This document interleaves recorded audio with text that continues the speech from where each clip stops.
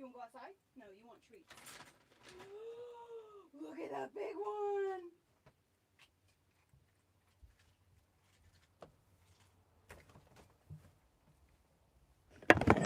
Hey. Let me move this vacuum mess.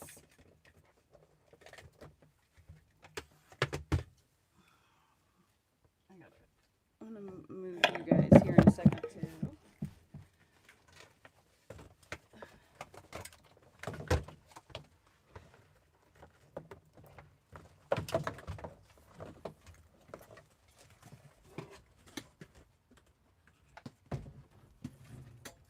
Hey Orly, watch out.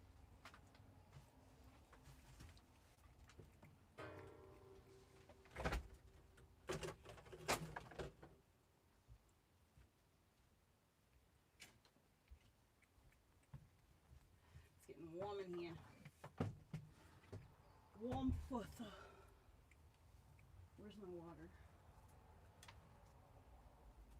I am feeling like absolute dog doo-doo. I'm seriously dehydrated.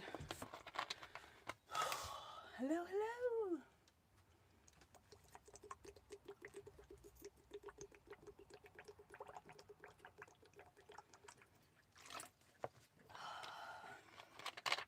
I do not feel good.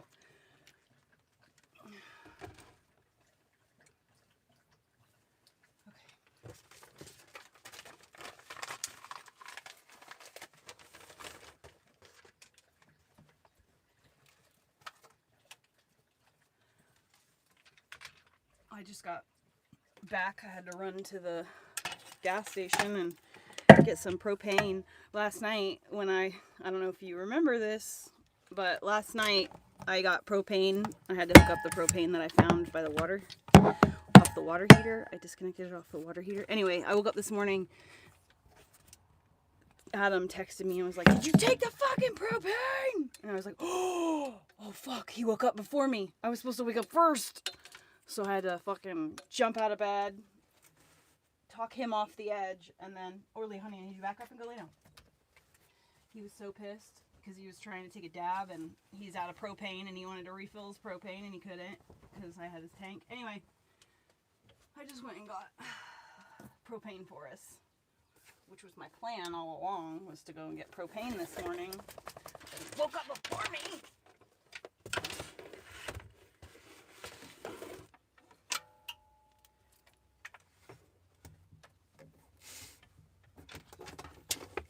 Wait for the canvas to go up so I don't have to look at what's back behind this desk anymore.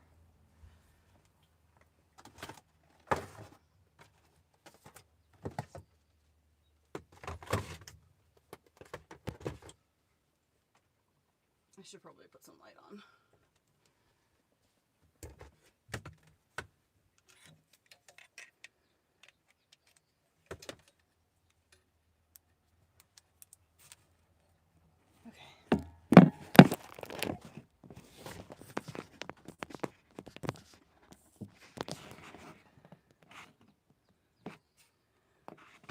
We share.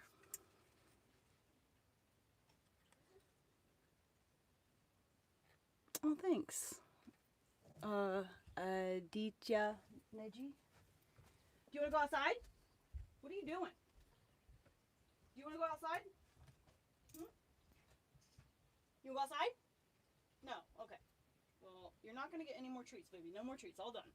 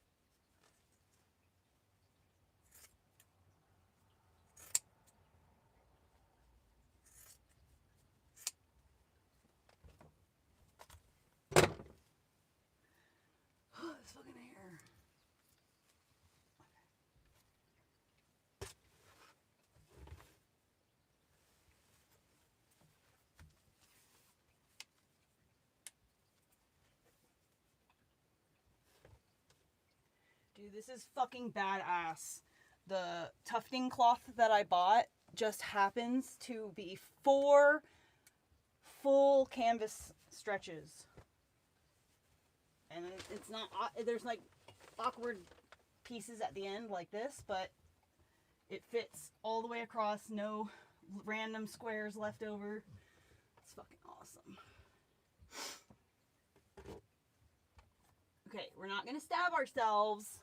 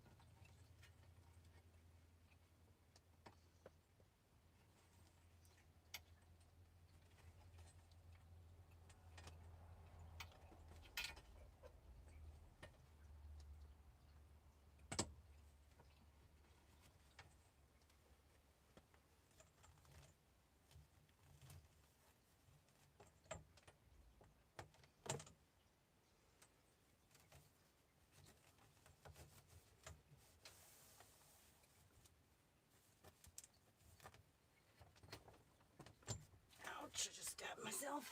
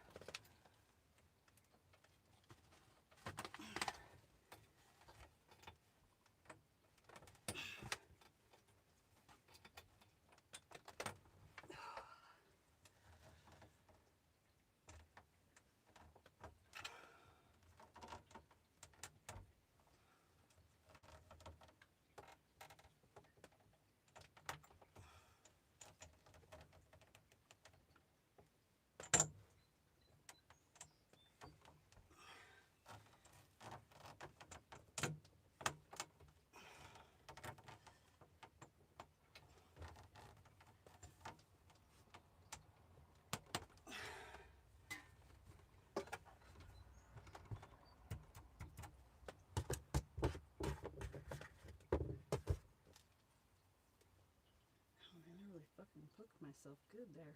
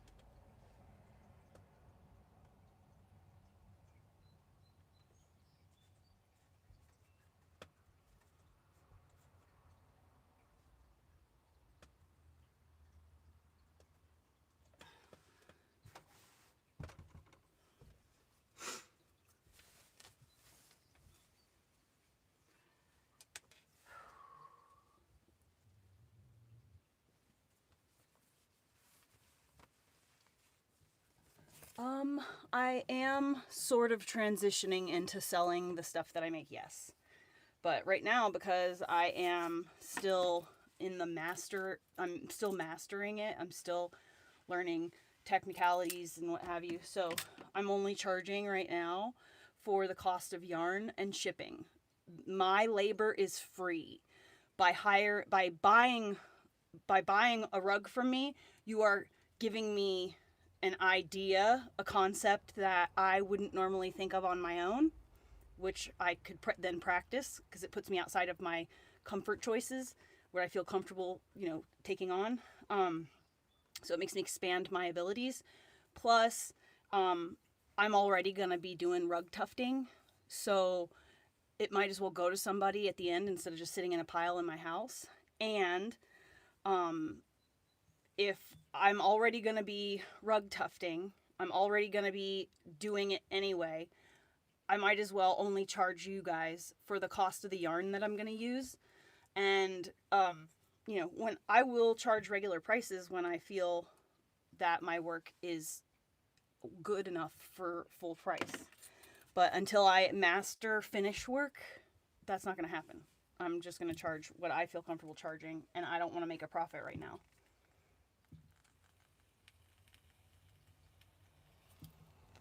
I just want the cost of the yarn to be covered.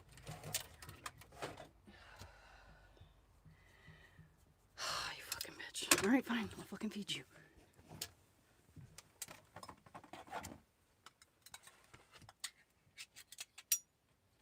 Swear to God, dude. Never in my life.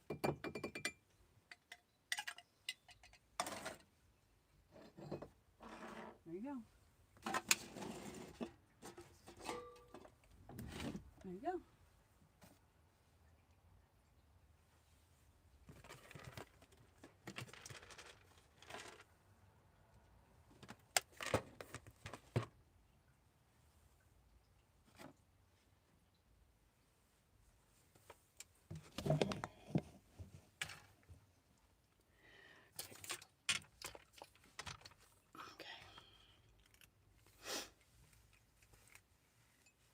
Hello, Peaches. Dude, I'm seriously dehydrated. My pee was brown this morning.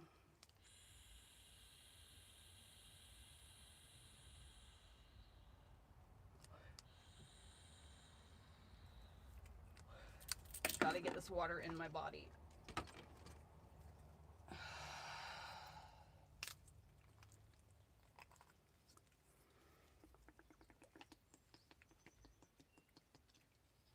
But also, fuck.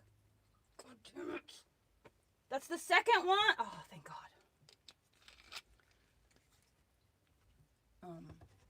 I can't drink it fast. If I drink it fast, I'm going to get sloshy stomach and then I'm going to throw up. Which is how I know I'm dehydrated, because I'm seriously pukey right now.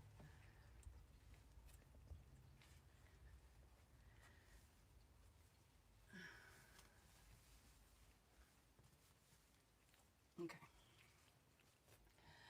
What a shit show this is going to be. Alright, I'm going to move you guys to the other side of the room.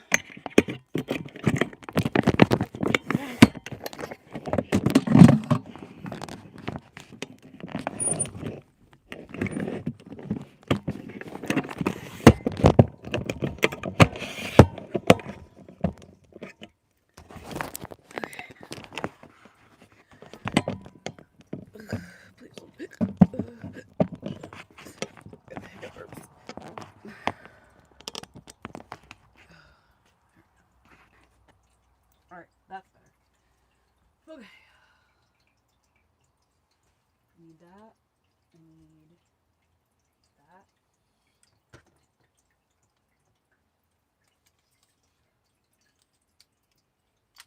I'm gonna do my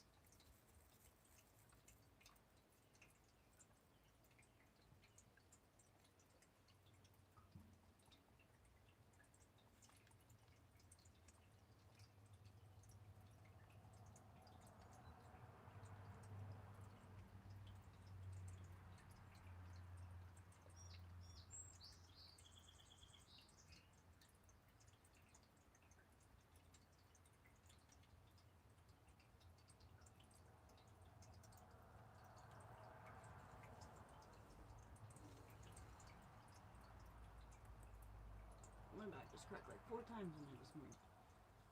I'm gonna make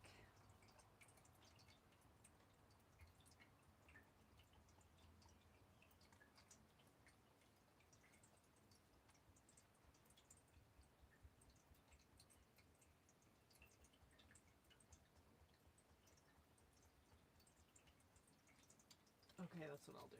I'm gonna have to make a set of coasters, I think. Because I'm going to have so much extra space on my canvas. I want to make the two... Oh, I have a huge zit in my ear. Oh. Where's the pimple patches? I wonder if I can get one in my ear.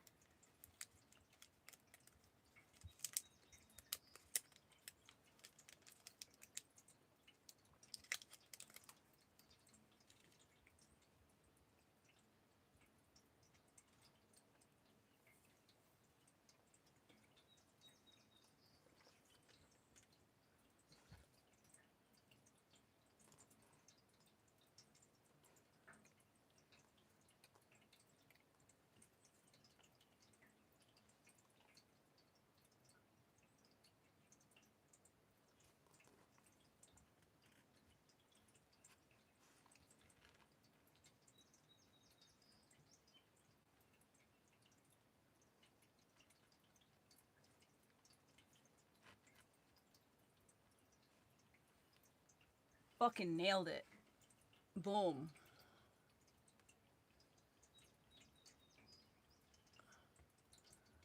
Oh, that fucking thing hurts. Okay. Back to life. Back to life. Back to reality.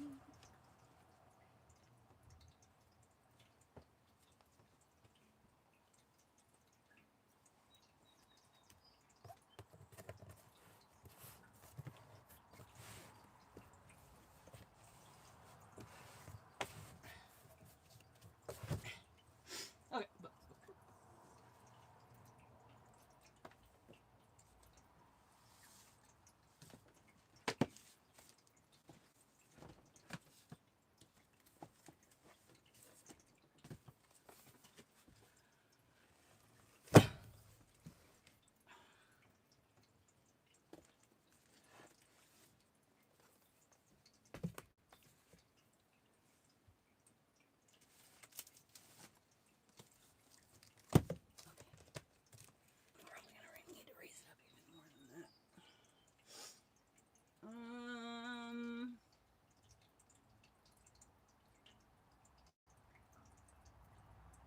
I think I'm gonna have to do...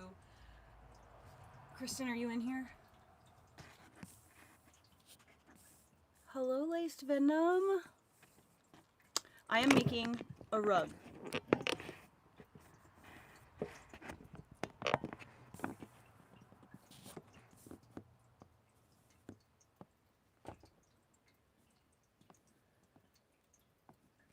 Was Hank there?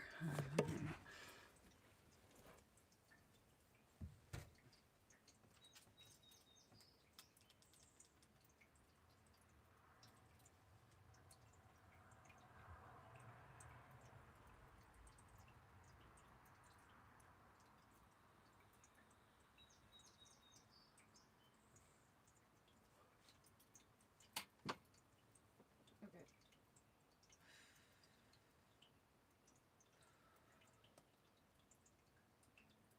So I think I'm going to do the Lightning McQueen. And I think I'm going to do... Because I could turn that sideways, right? Oh, Lord, shit.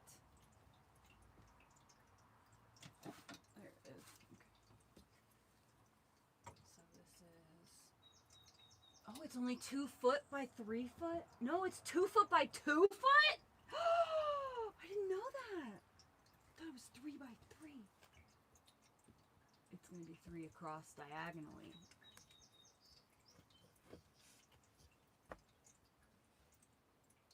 Okay. So.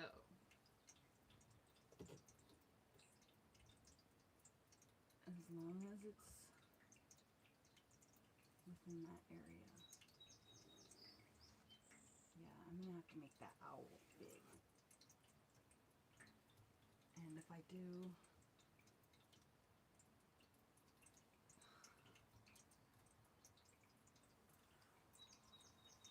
I think I can do it all. I think I can do the yin yang, Lightning McQueen, and then I can do the owl, and then maybe like 4 to 6 coasters.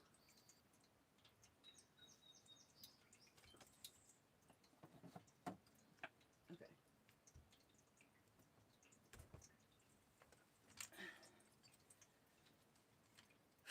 I hate this part. This is the part that I don't like the most. And the only reason is because I have to do all this hullabaloo just to get it to do it.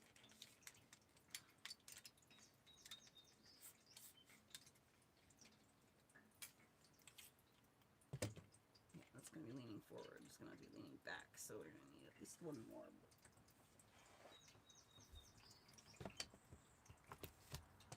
Beautiful. Okay. That's going to be nice and stable too. Good. Good. I need my tablet.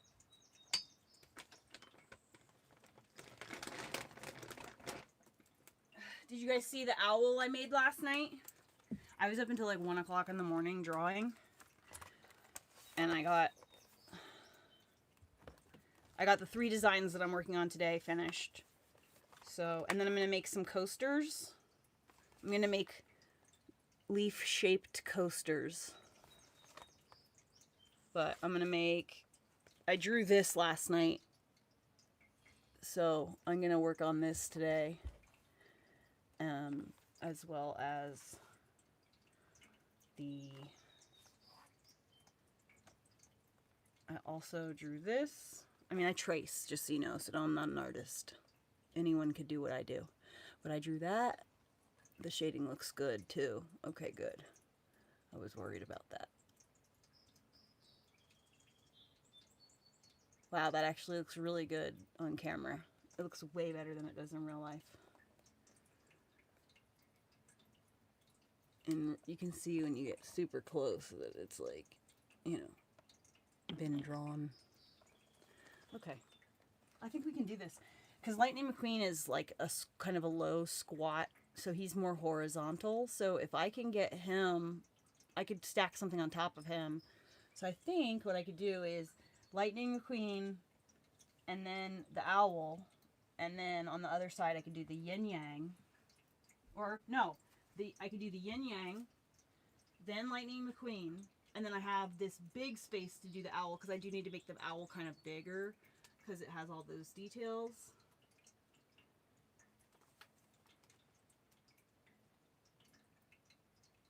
I had fun drawing this last night. And I didn't finish until 1 in the morning, which I'm feeling this today. Okay.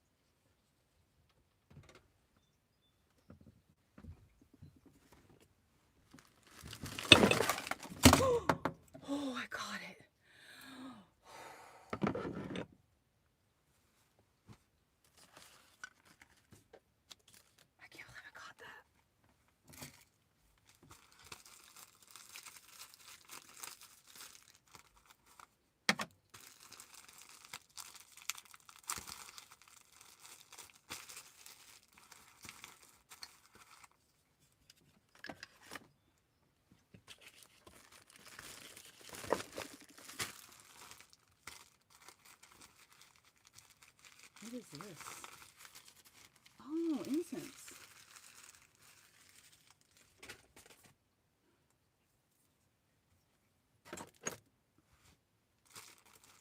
That's better. I forgot that this was sitting on top of all the books. And I just took all the books away, and so I don't know how it was still there.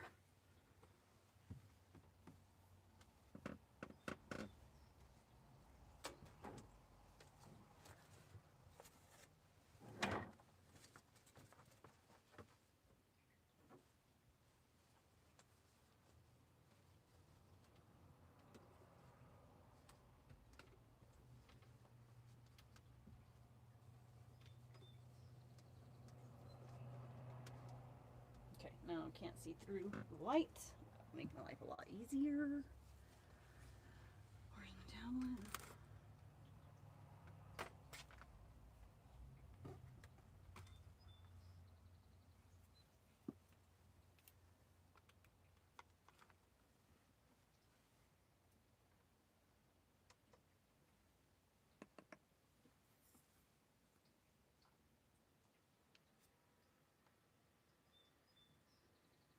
Dude, how cool is this too? Because we could watch movies on my canvases. How freaking awesome is that?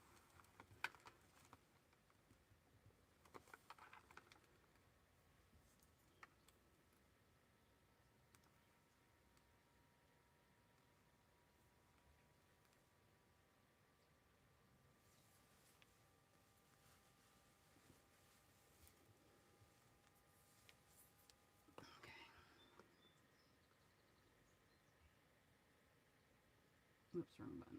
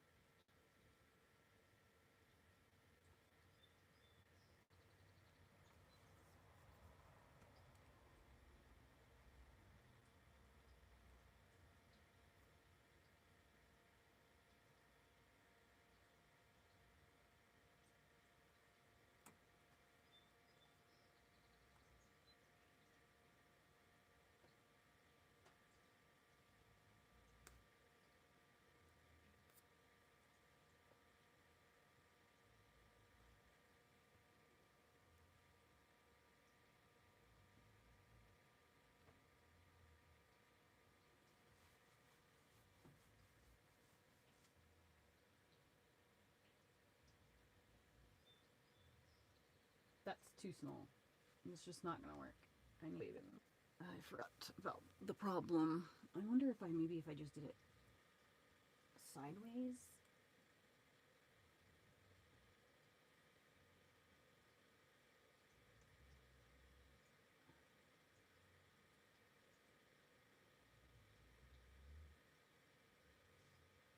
I found the button I needed.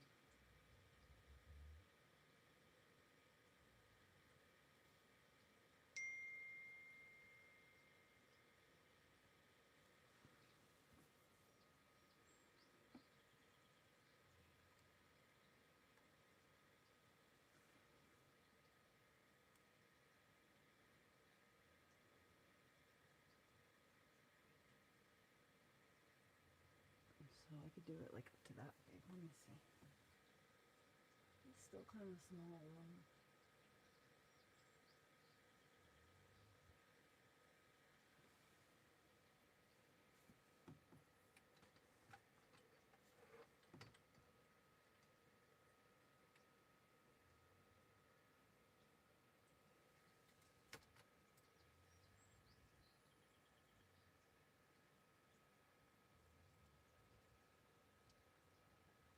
Oh, the fucking tablet is gonna die, of course.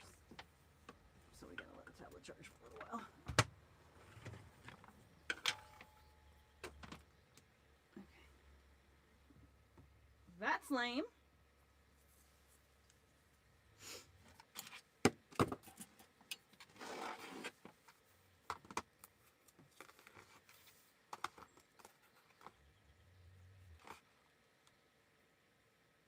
Don't accidentally scratch that off. Okay.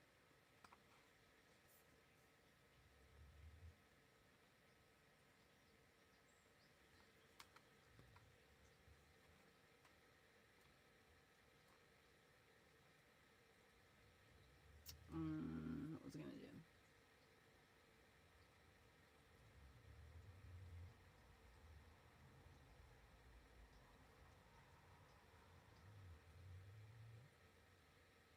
That is not what I pressed.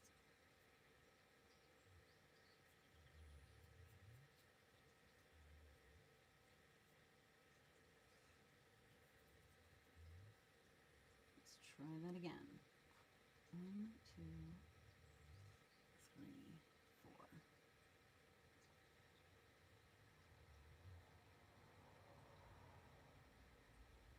Airdrop to my MacBook. Thank you.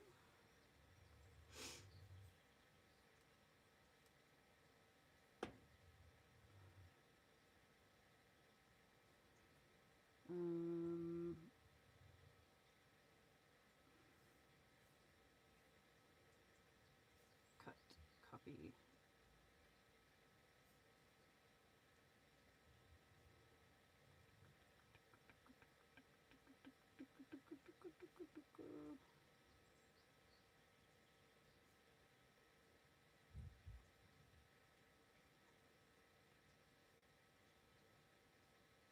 Oh, what? Where is my...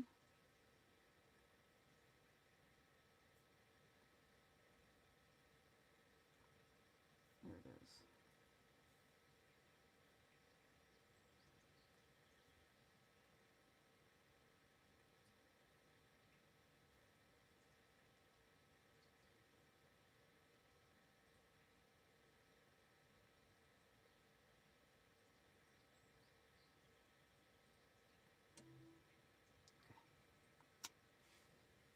So now we'll use this instead.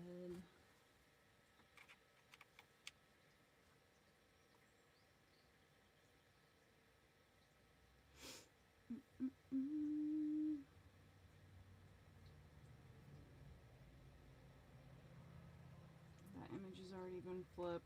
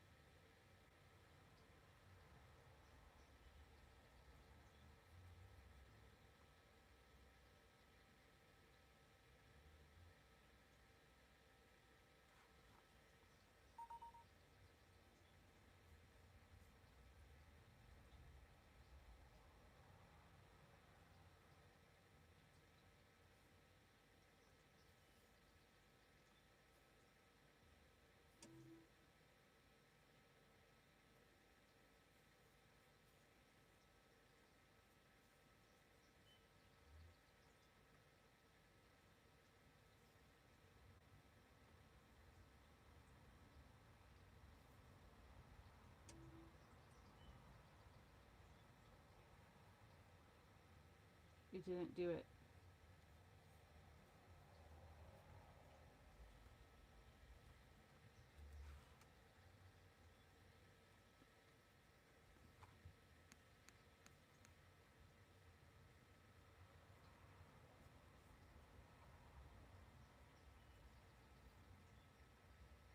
Ah, it saved it as a JPJ, that's why. Okay.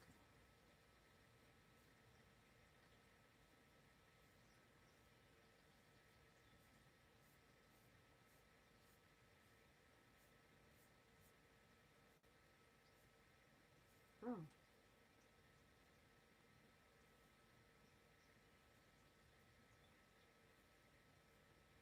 There it is. Okay.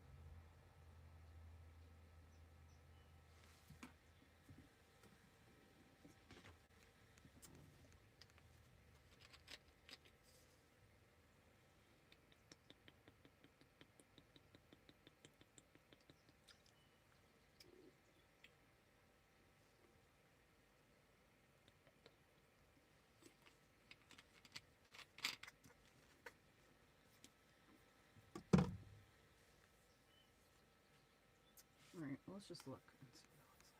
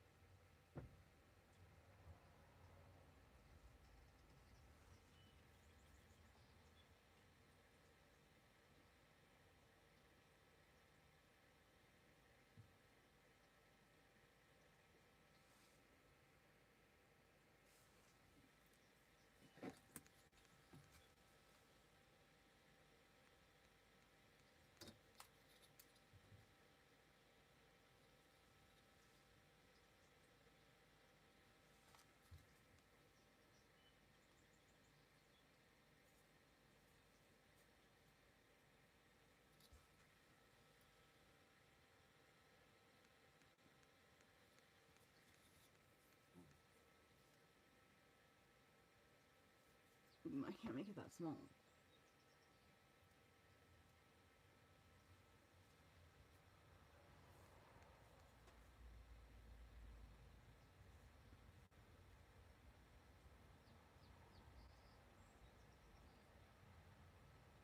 Could probably do the queen a little bit smaller.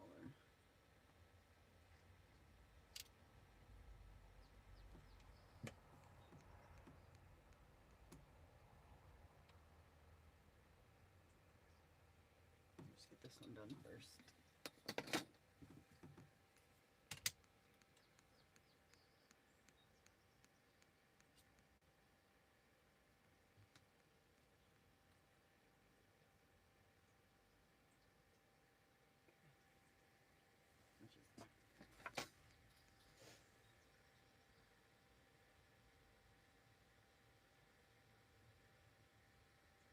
Heather, you're a ding dong.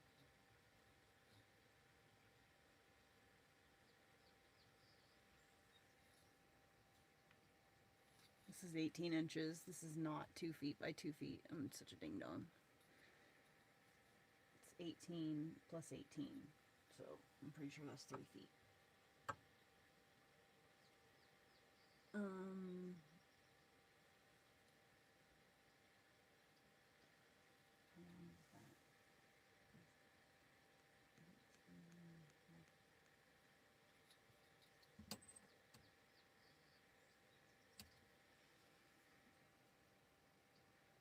It's like 27 inches maybe.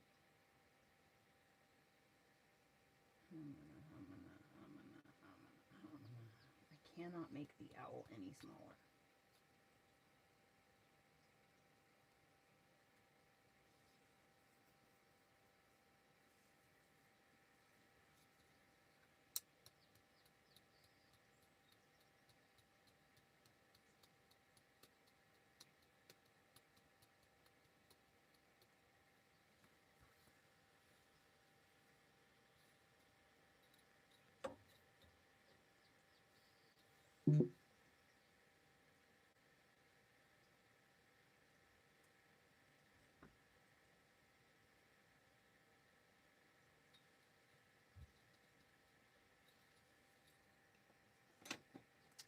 to wait to do the owl.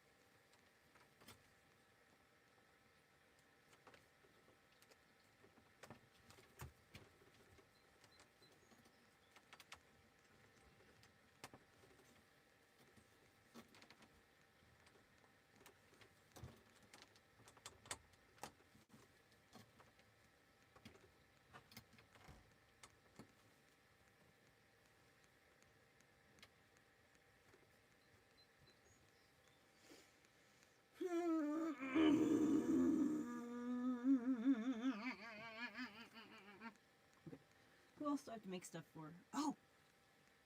I could do that on the fly, probably.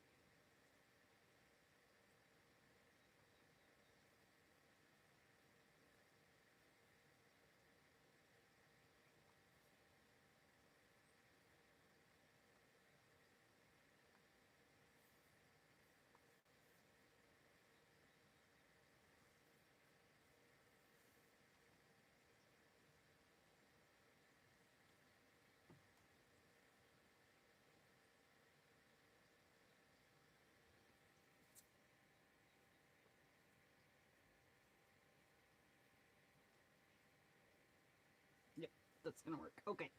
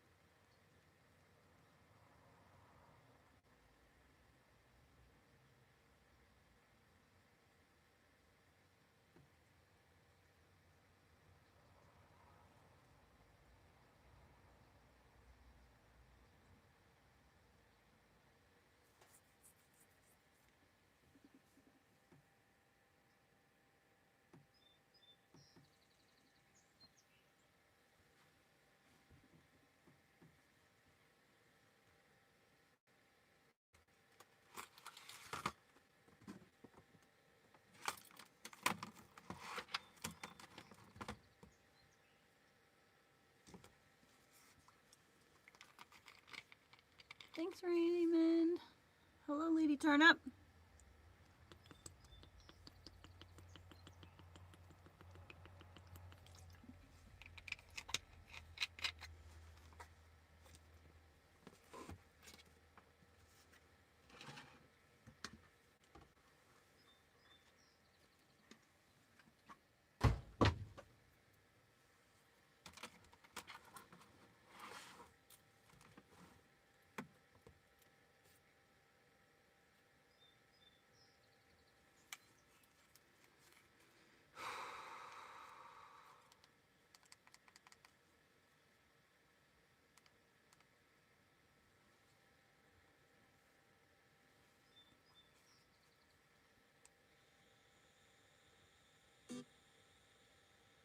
Percent, 35%. Unfortunately, the quartering, it only gets worse for the quartering. It only ever gets worse. But at least now it can't get much worse.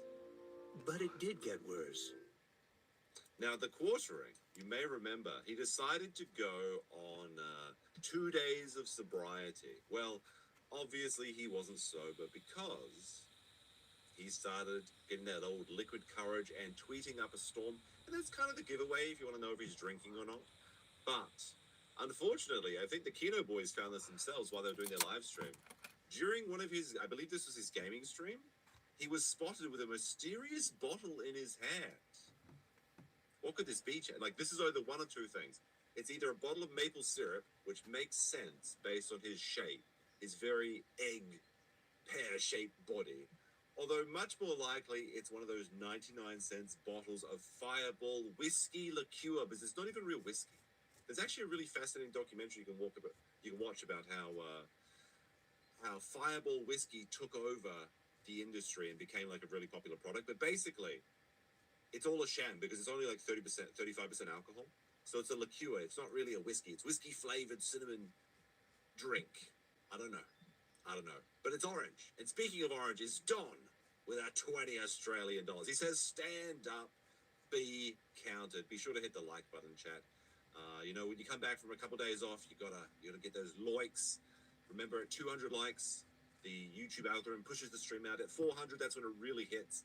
and you know you're going to have a really good day. We also have JD, Straight Shot. Member for 1 month says, Jer should apologize to PPP and Warski. Jer should also be in food and safety compliance. We are going to check that out today. We have another fantastic documentary investigative journalism into the coffee brand coffee. It's a fraud. He's not FDA compliant.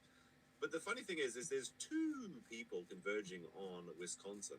One of them, of course, being Luther Morgan, the author of the Lolcows book, which I do have pinned in my first comment, I believe, and Ethan Ralph of the Kill stream. But as I was setting up the stream, something happened.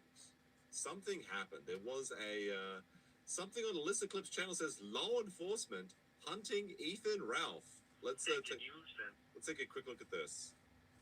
Me to my personal picture of his most recent booking photo that you have, and then his name, please. Luther Morgan is a legend. That's true. Copy. 411 to 412. Go ahead. This was posted like 40 minutes ago. Just info. When we were talking to the gate agent, I'm assuming he checked in online. They're saying they already had his passport on file. So I don't think he's in the airport yet, if I had to guess. Police confirm. Is this true? Police confirmed his flight 30 minutes ago. He did not make it. What is it with Ralph and flights? 11 to 414. Wait, did they actually say 411? Hey, if she's no Let's go back a bit. to 414. 410. Hey, if she's 410. no longer at the checkpoint, can you have that? I don't know what number he is. That mobile that you have with you. Make contact with her and see if she is in contact with him and if he is going to be in fact boarding this flight tonight. Or if she has a recent phone number for him, if we can. All right, we have someone in the chat that says 411, 412, 414 are the call signs. Look, we know that, okay? We're trying to have a bit of fun here. Obviously. Just get that. No, it's all good. We could try our luck. 4'10" is not over. 411, 414 additional, or if He's we can get 4'11". listed phone We're number. being for that very recent generous arrest, with these estimations. just so we have it. Copy, you're asking a lot. There's no phone on the file. She's on the file with Western. Oh no, it's over, Ralph and Males. Copy that. I mean, I asked two things just very poorly, but I copy. Is that a United States phone number? What did Ralph do this time? It has to be the out of country area code. I don't know. All he had to do was find the coffee factory. 52. Apparently, the Milwaukee Police Sheriff County is also under the thumb of Big Brand Coffee or something, and they're hunting him down because he dared go into Jeremy's territory. I don't know. We'll check that out as we go through the stream tonight. But there was a very fun little clip from the Kino Casino we got here. The quartering court in 4K. Then we'll go into some of the stuff that I've been seeing recently. We've got to also catch up with the coffee brand stuff, the Luther Morgan stuff, and some various clips, as well as apparently Brittany Venti was doing the physiognomy check on the quartering, which we might check out. And I have a copy of the entire Renaissance Fair stream. We might check that out as well. There's actually like quite a lot of content that I have to get through, probably 4 or 5 hours worth, but I don't know if I can do it today. Maybe we'll have to do another backup stream tomorrow to go through it, but let's see the moment that they caught him.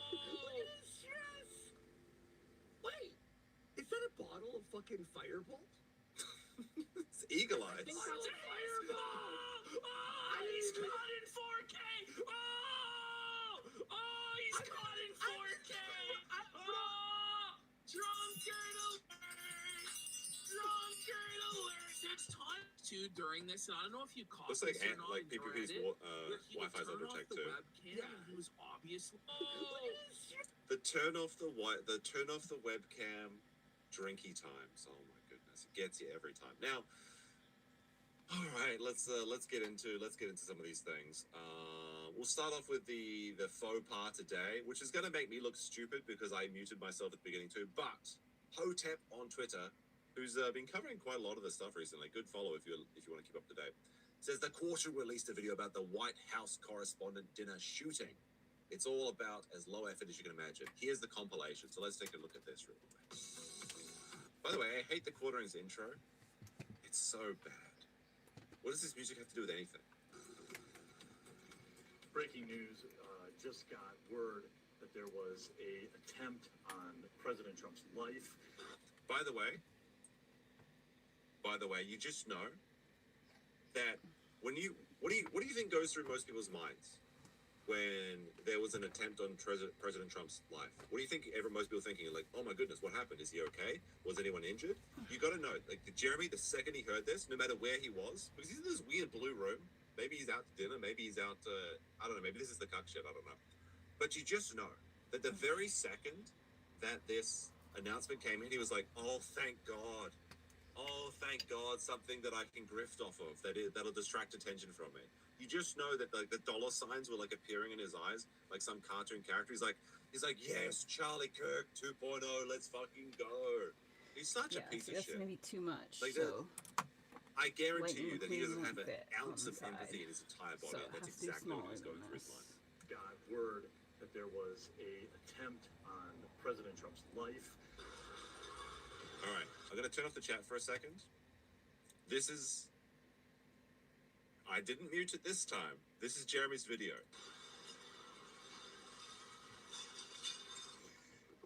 Okay, there's a lot coming out right now. I'm covering it in real time. Administration here, the Secretary of Education is seated right next to me, and her security just said, confirmed that there was a shooter. I want to say something to fill up the dead air. I need to figure out how big But I yes, need to make Lightning Jeremy McQueen. boomed his audio on a video upload. Not even a live stream, but like a live stream, it makes sense. A live stream, there's lots of things going on. There's all these different buttons to press. But like, every time that I edit a video, I go through several audio checks. Like I record the audio, I clean it up, I do the editing, I do the export, I check the audio issues first, because that's like the most important detail. But Jeremy's he's so unengaged in his slop content that he just decided to release a full video. Didn't have any idea, for quite a while, that he had boomed his own audio. Lobby, it's not clear where, obviously, it's Look at him, look at him talking there. in the lobby He's in the cuck cage. He can't talk. of the Hilton. They said he is confirmed dead. The quartering end music is playing. Oh my goodness. Look at this AI version of Jeremy where he still looks like a zombie. But it's like, hey, Grok, remove 200 pounds. You just know that happened. 10 out of 10 video? Yeah, that was a pretty good one. Oh, dear. There's a whole copy of it was an 8-minute video. Maybe we'll watch it at some point. Not right now. Because there's another bit, like, I'm going to do the unthinkable. And Jeremy had the oh my goodness, that audio is so bad. Jeremy had the absolute audacity to upload a video called YouTube is banning everyone. The quartering. Now, it looks like the quartering is just like a line or whatever. But some people are suggesting that maybe he's doing this because he wants to try and capture the SEO. So if you search for the quartering banning or the quartering flagging, that it brings up this video. Because if you search for the quartering, every video is like one of the Jeremy's detractor videos talking about how he's flagging down channels. I guess I should show that first. Actually, we have Mikey No More. Video got age restricted for S content. And the offending timestamp is literally a screenshot of a blank phone. Come on, Jeremy. Mikey No More, that's with a N-O-H. Very good. I guess he's a Kiwi vlogger, I guess you would call them. Basically what I do is read the Kiwi farms and make videos and things like that.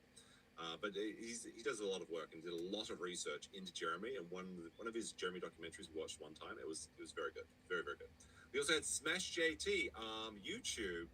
Why did my intro that I play every night on my live stream just get flagged for the same thing? Nudity and age restricted. It's very strange. It's very strange.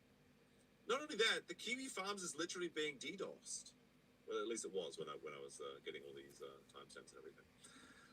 Is this Jeremy's doing too? Some people suggest this is cheapy reviews, but I don't know anything about that. But I like to think that it's all Jeremy. Good morning. Jeremy opened the floodgates, and now the entirety of YouTube. Hey, is getting you're not allowed to be here. Get out. Inauthentic content, which is hilarious. Cassie, you're not allowed to hear. Bye. By the Get way, out. I had a thought. Like, apparently YouTube Just has kidding. fired every staff Look, member this they is the have one I wanna except make for you. Jeremy's dude that it can just get people's channels nuked whenever he wants. But like for the people that are getting like demonetized for inauthentic content, have they just considered saying in their appeal video?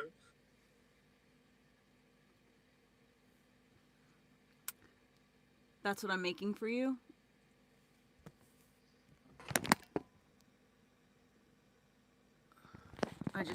going to be a little bit bigger than that. But I don't have very much room on my canvas. I don't have a very big canvas, so I really can't. I have to do the Lightning McQueen and the Yin Yang because the person paid already for it and they were in line ahead of you. But I want to make it too. I need to put something else on the canvas. So I'm trying to figure it all out right now.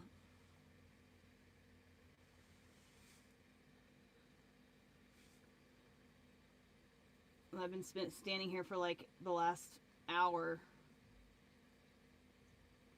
trying to figure out how I'm going to arrange everything on the canvas here.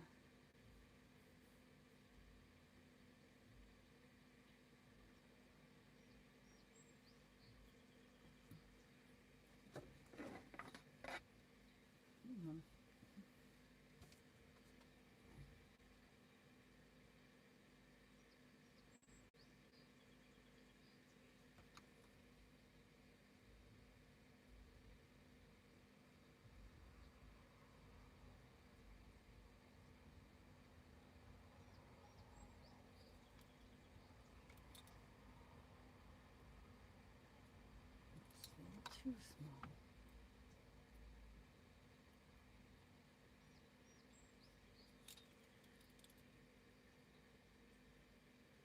Nailed it.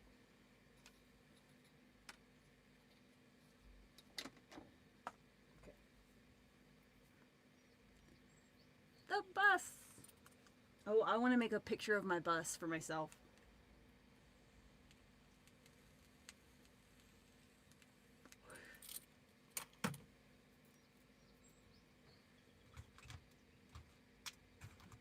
Where'd my black marker go? Disregard Oh, all I better go previous pee posts first. and remonetize my channel. I'll be Because back. there's no human reviewers. I might as well try it, right? We got Pat Platley, FPV, with a how's your weekend? He's got a little cow in his profile picture. I don't know if that's related to this or not, but very good, thank you. I was very busy. I had to go up and well, actually, I mean, I have my own things, but like, I'm a little bit perturbed about my weekend. To tell you the honest truth about it, I have one of the most ridiculous jobs that I've ever done, and I'll probably seethe and rage about it at some point. JD with a 2 says, look into Jer's eyes, he knows he's guilty. Very much true and real.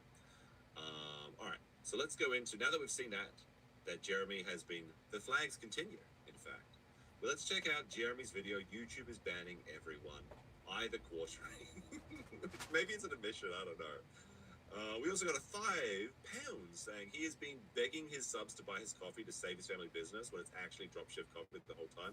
We're going to get into that when we get into it. It's not only that he's been like grifting off the back of taking advantage of people's generosity and their goodwill and their good nature to try and help out. Like, it's like, I'm just a family business. You know?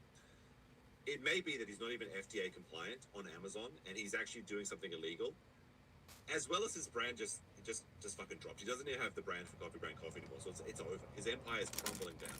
And all he had to do was put the political text in the bag. But he had to get mad and try and be an internet big boy.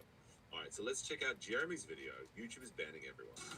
What's going on, everyone? If you've been Wait, that's really fast. Wait. paying attention, YouTube has begun purging literally thousands of Alright, I will just play like this. and thousands of channels, and it started this week. On top Alright. First of all, the audacity. The absolute audacity of this man. YouTube is purging channels as he's purging channels left and right. of that, they have very clearly throttled entire spaces. Now, this is a complete lie. He's going to try and say that his channel's dying because it's like... His channel's woke dying left because is he taking sucks. over or I something. stopped. I That the watched him for a conservatives little are being while, suppressed. and then I Not stopped true. watching him because he Not fucking true sucks. in the slightest. That's That why I when don't. you look He's at a fucking the piece of actual shit, data, and you can tell and he's you a look piece at how of long shit. it's been going on, and there's He's a actually scumbag. a real reason for this. And I'm Alright. hoping Actually, there actually is a real reason for changes in YouTube's algorithm, and the reason that Jeremy's channel's dying, and that is that the algorithm no longer serves certain things. Now, what it's doing currently is it's searching through your video and previewing it using AI, and it's predicting user satisfaction. And if it thinks that this video will satisfy a user, or there's nobody covering this topic, it'll recommend it to people. So Jeremy's videos are completely unsatisfactory. That's why he's not being recommended anymore, and that's why he's trying to cover everything up with these slop shorts. Because the YouTube AI looks at him, and he realizes that he adds nothing of value. And I talked about this a few streams ago, and they've already started doing this with the shorts as well, actually. I might try to Basically what they find. do I might only draw is the they big look at a crystal group in the of middle, videos, and and then they try and determine which one is either the most mess authoritative with one, it a bit because or I want the this to be bigger. first of the field, right? And then that video will get most of the interactions and most of the promotion. It's actually very interesting because it is kind of YouTube shop talk that nobody likes, but I'll go into it a little bit. We'll Because figure it it out. may mean that thumbnails and titles won't be as important going forward, which is actually, I think, a good thing because I hate doing thumbnails and titles. But this is the death knell for people like Jeremy who rely on clickbait and they rely on tricking people into watching their videos so that they can get as many clicks as possible before people move on to the next thing. It's like the McDonald's of YouTube content, slop content. Because it's just the first thing, people grab it, they devour it, they don't even remember it, and they move on. That's what Jeremy's content is. I mean, if you can even call it content. But this is what's happening. But he's going to say that, and it's crazy in this video, he actually talks about how, like, we tried everything. And it's just like, what did you try? Well, clickbaiting, it didn't work. It's really, really funny. We see that both of these situations get resolved, but what YouTube is trying to do right now is purge out any and all, or at least most of, the AI slop. As soon as he All right, started coming keep for it pinned Candace Owens So this on is actually, this is Twitter, one I was point like, Jeremy is oh, correct, that he's YouTube is trying to totally, purge out he's AI just a slop, paid, and they're primarily doing a this paid shit. by using AI, funnily enough, to search for AI voices. But there are some other How am I different gonna do that? little like tells that you can find for an AI channel. But what's happening is that it seems like something in the range of I'm just not 500,000 gonna be able to channels make it were a actually line that demonetized. small. And about 100,000 of those were probably friendly fire that were good boy authentic channels. People like the Umbrella Guy that got demonetized. I think Drunk C3PO was a name I saw coming on Twitter. There's a bunch of people that you've probably seen yourself talking about this demonetization for inauthentic content. But Jeremy says, okay, well, YouTube is trying to get rid of AI slop. Let's take a look at one of Jeremy's videos. This is, I'm not even kidding you. This video has been out for 3 days. Okay. So this is the video. In this video 2 days ago, he said YouTube is getting rid of AI slop. This is Jeremy's video from a day before he says that. I think every guy dreams of having a backyard bunker, but this exceeds all expectations. Check this out. Literally AI slop video. He's not even reacting to real videos anymore. He's not even stealing real people's content. He found an AI slop video and, hey, check this out. And it's not even good. It's like, wow, what if we bury a plane? Now, here's the question, and let me know. Press 1 in chat if you think that Jeremy's so stupid that he thought this was a real video. Or 2, if it's just he doesn't care and he's just like, it's just part of his slop content strategy. He did say in another video, and I think I have the clip, that he allegedly paid a guy $4,000 to make YouTube slop for him. A month or a week or something crazy. Maybe this is where he's hiding the coffee company, right? Like, it's got the fake fucking little drone coming in with the drone noises. Oh, we gotta go inside the secret bunker. This is Jeremy's family business, lining the walls of the plane with coffee brand coffee, obviously. This is where he's hiding the beans. This is just garbage. Like, if you did this for real, it would be cool, right? Like, because there's like, oh my goodness, what would happen if you actually bury a plane? Is this feasible? Could you make? But no, this is just like, guys, what if we buried a battleship? What if we put a submarine in my backyard? Let's make it with it. It's so fucking stupid. And Jeremy's just like, yeah, I'm gonna be having that. That looks like I made that. Look at the end of this video, by the way. Inside a real airplane cockpit, we built a fully realistic flight simulator. It's so trash.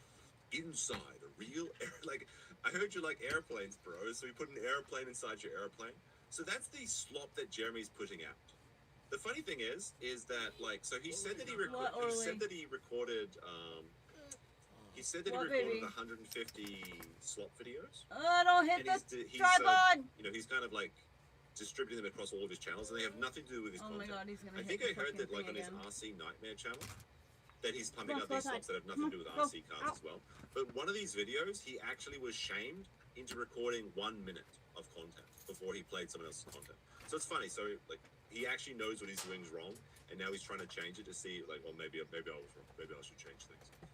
So that is kind of funny that he's been I guess what is that, like an extra 15 minutes of work has been added to Jeremy's. I mean, even if you can fucking call it work.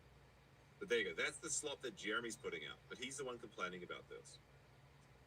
The problem is, all of these channels that don't have a face on camera, or channels that even maybe appear to use AI maybe for their intros or their... I think, like, literally, I think Jeremy stole this from me, because this is what I was saying. Because when Tug was demonetized, I was saying, like, look, I think it's because you use an AI intro that literally has, like, it says something.ai, and they're using all of these AI thumbnails as well as these AI songs. I think that's the issue. And I guarantee you that Jeremy's just stealing either mine. I mean, it was either me or someone else, I guess. I mean, it would have to be that. But I mean, he's kind of easy conclusion to come to as well. Intros or something like that, it is purposely throttling them, demonetizing them, and in some cases completely banning them.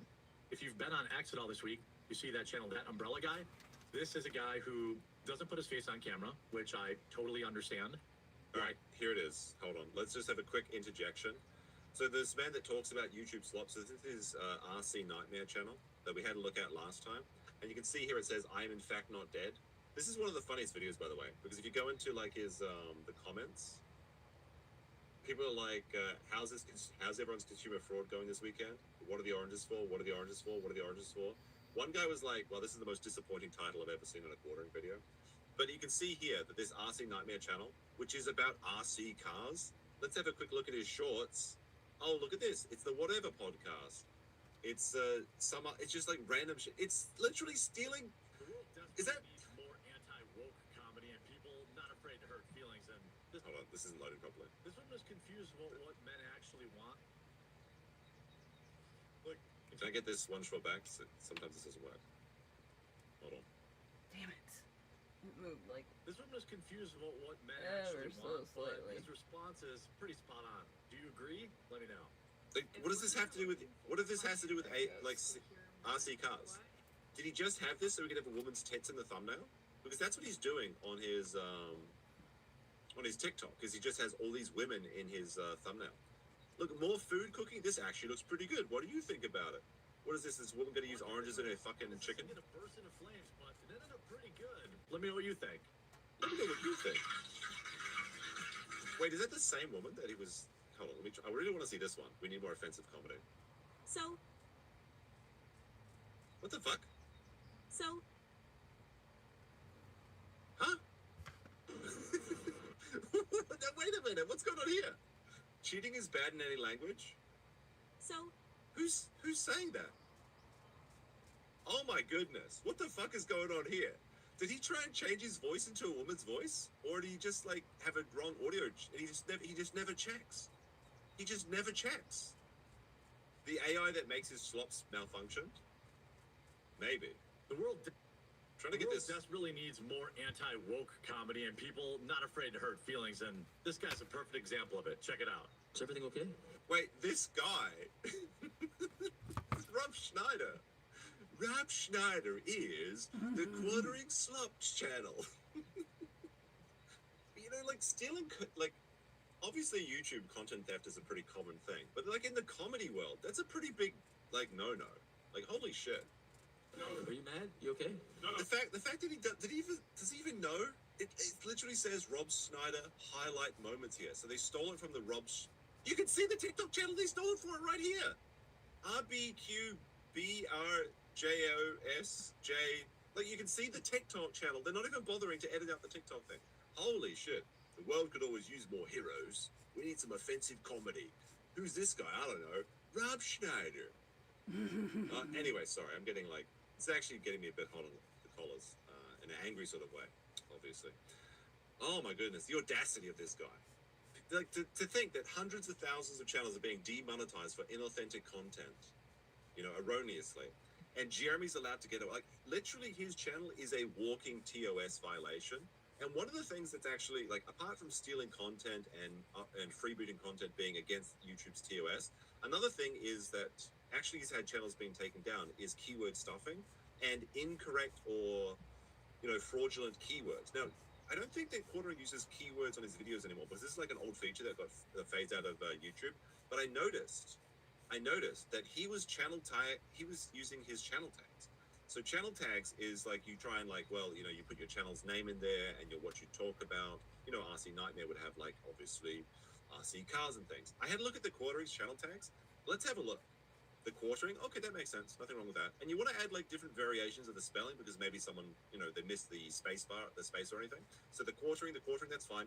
Timcast IRL, Benny Johnson, Crowder, Asmongold, Hollywood, Gaming, Nerdrotic. Remember, Nerdrotic's channel's dying. Geeks and Gamers, also a tag, is dying.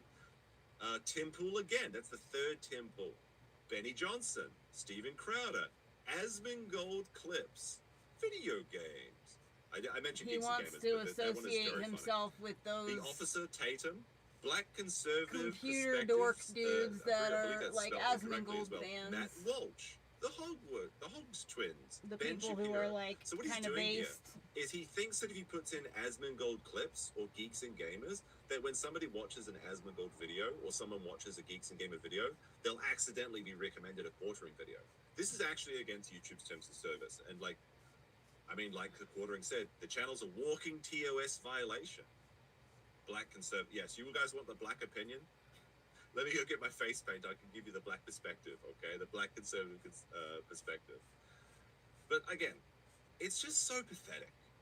Because he literally said, Nerdrotic's channel is dying. Geeks and Gamers channel's dying. But he's still trying to grift views from them. Absolute. This is just parasite behavior. This is tick behavior. Leech behavior. Disgusting.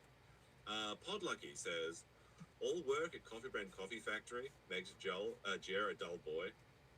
Yes. If his wife goes out for pizza, it makes him something.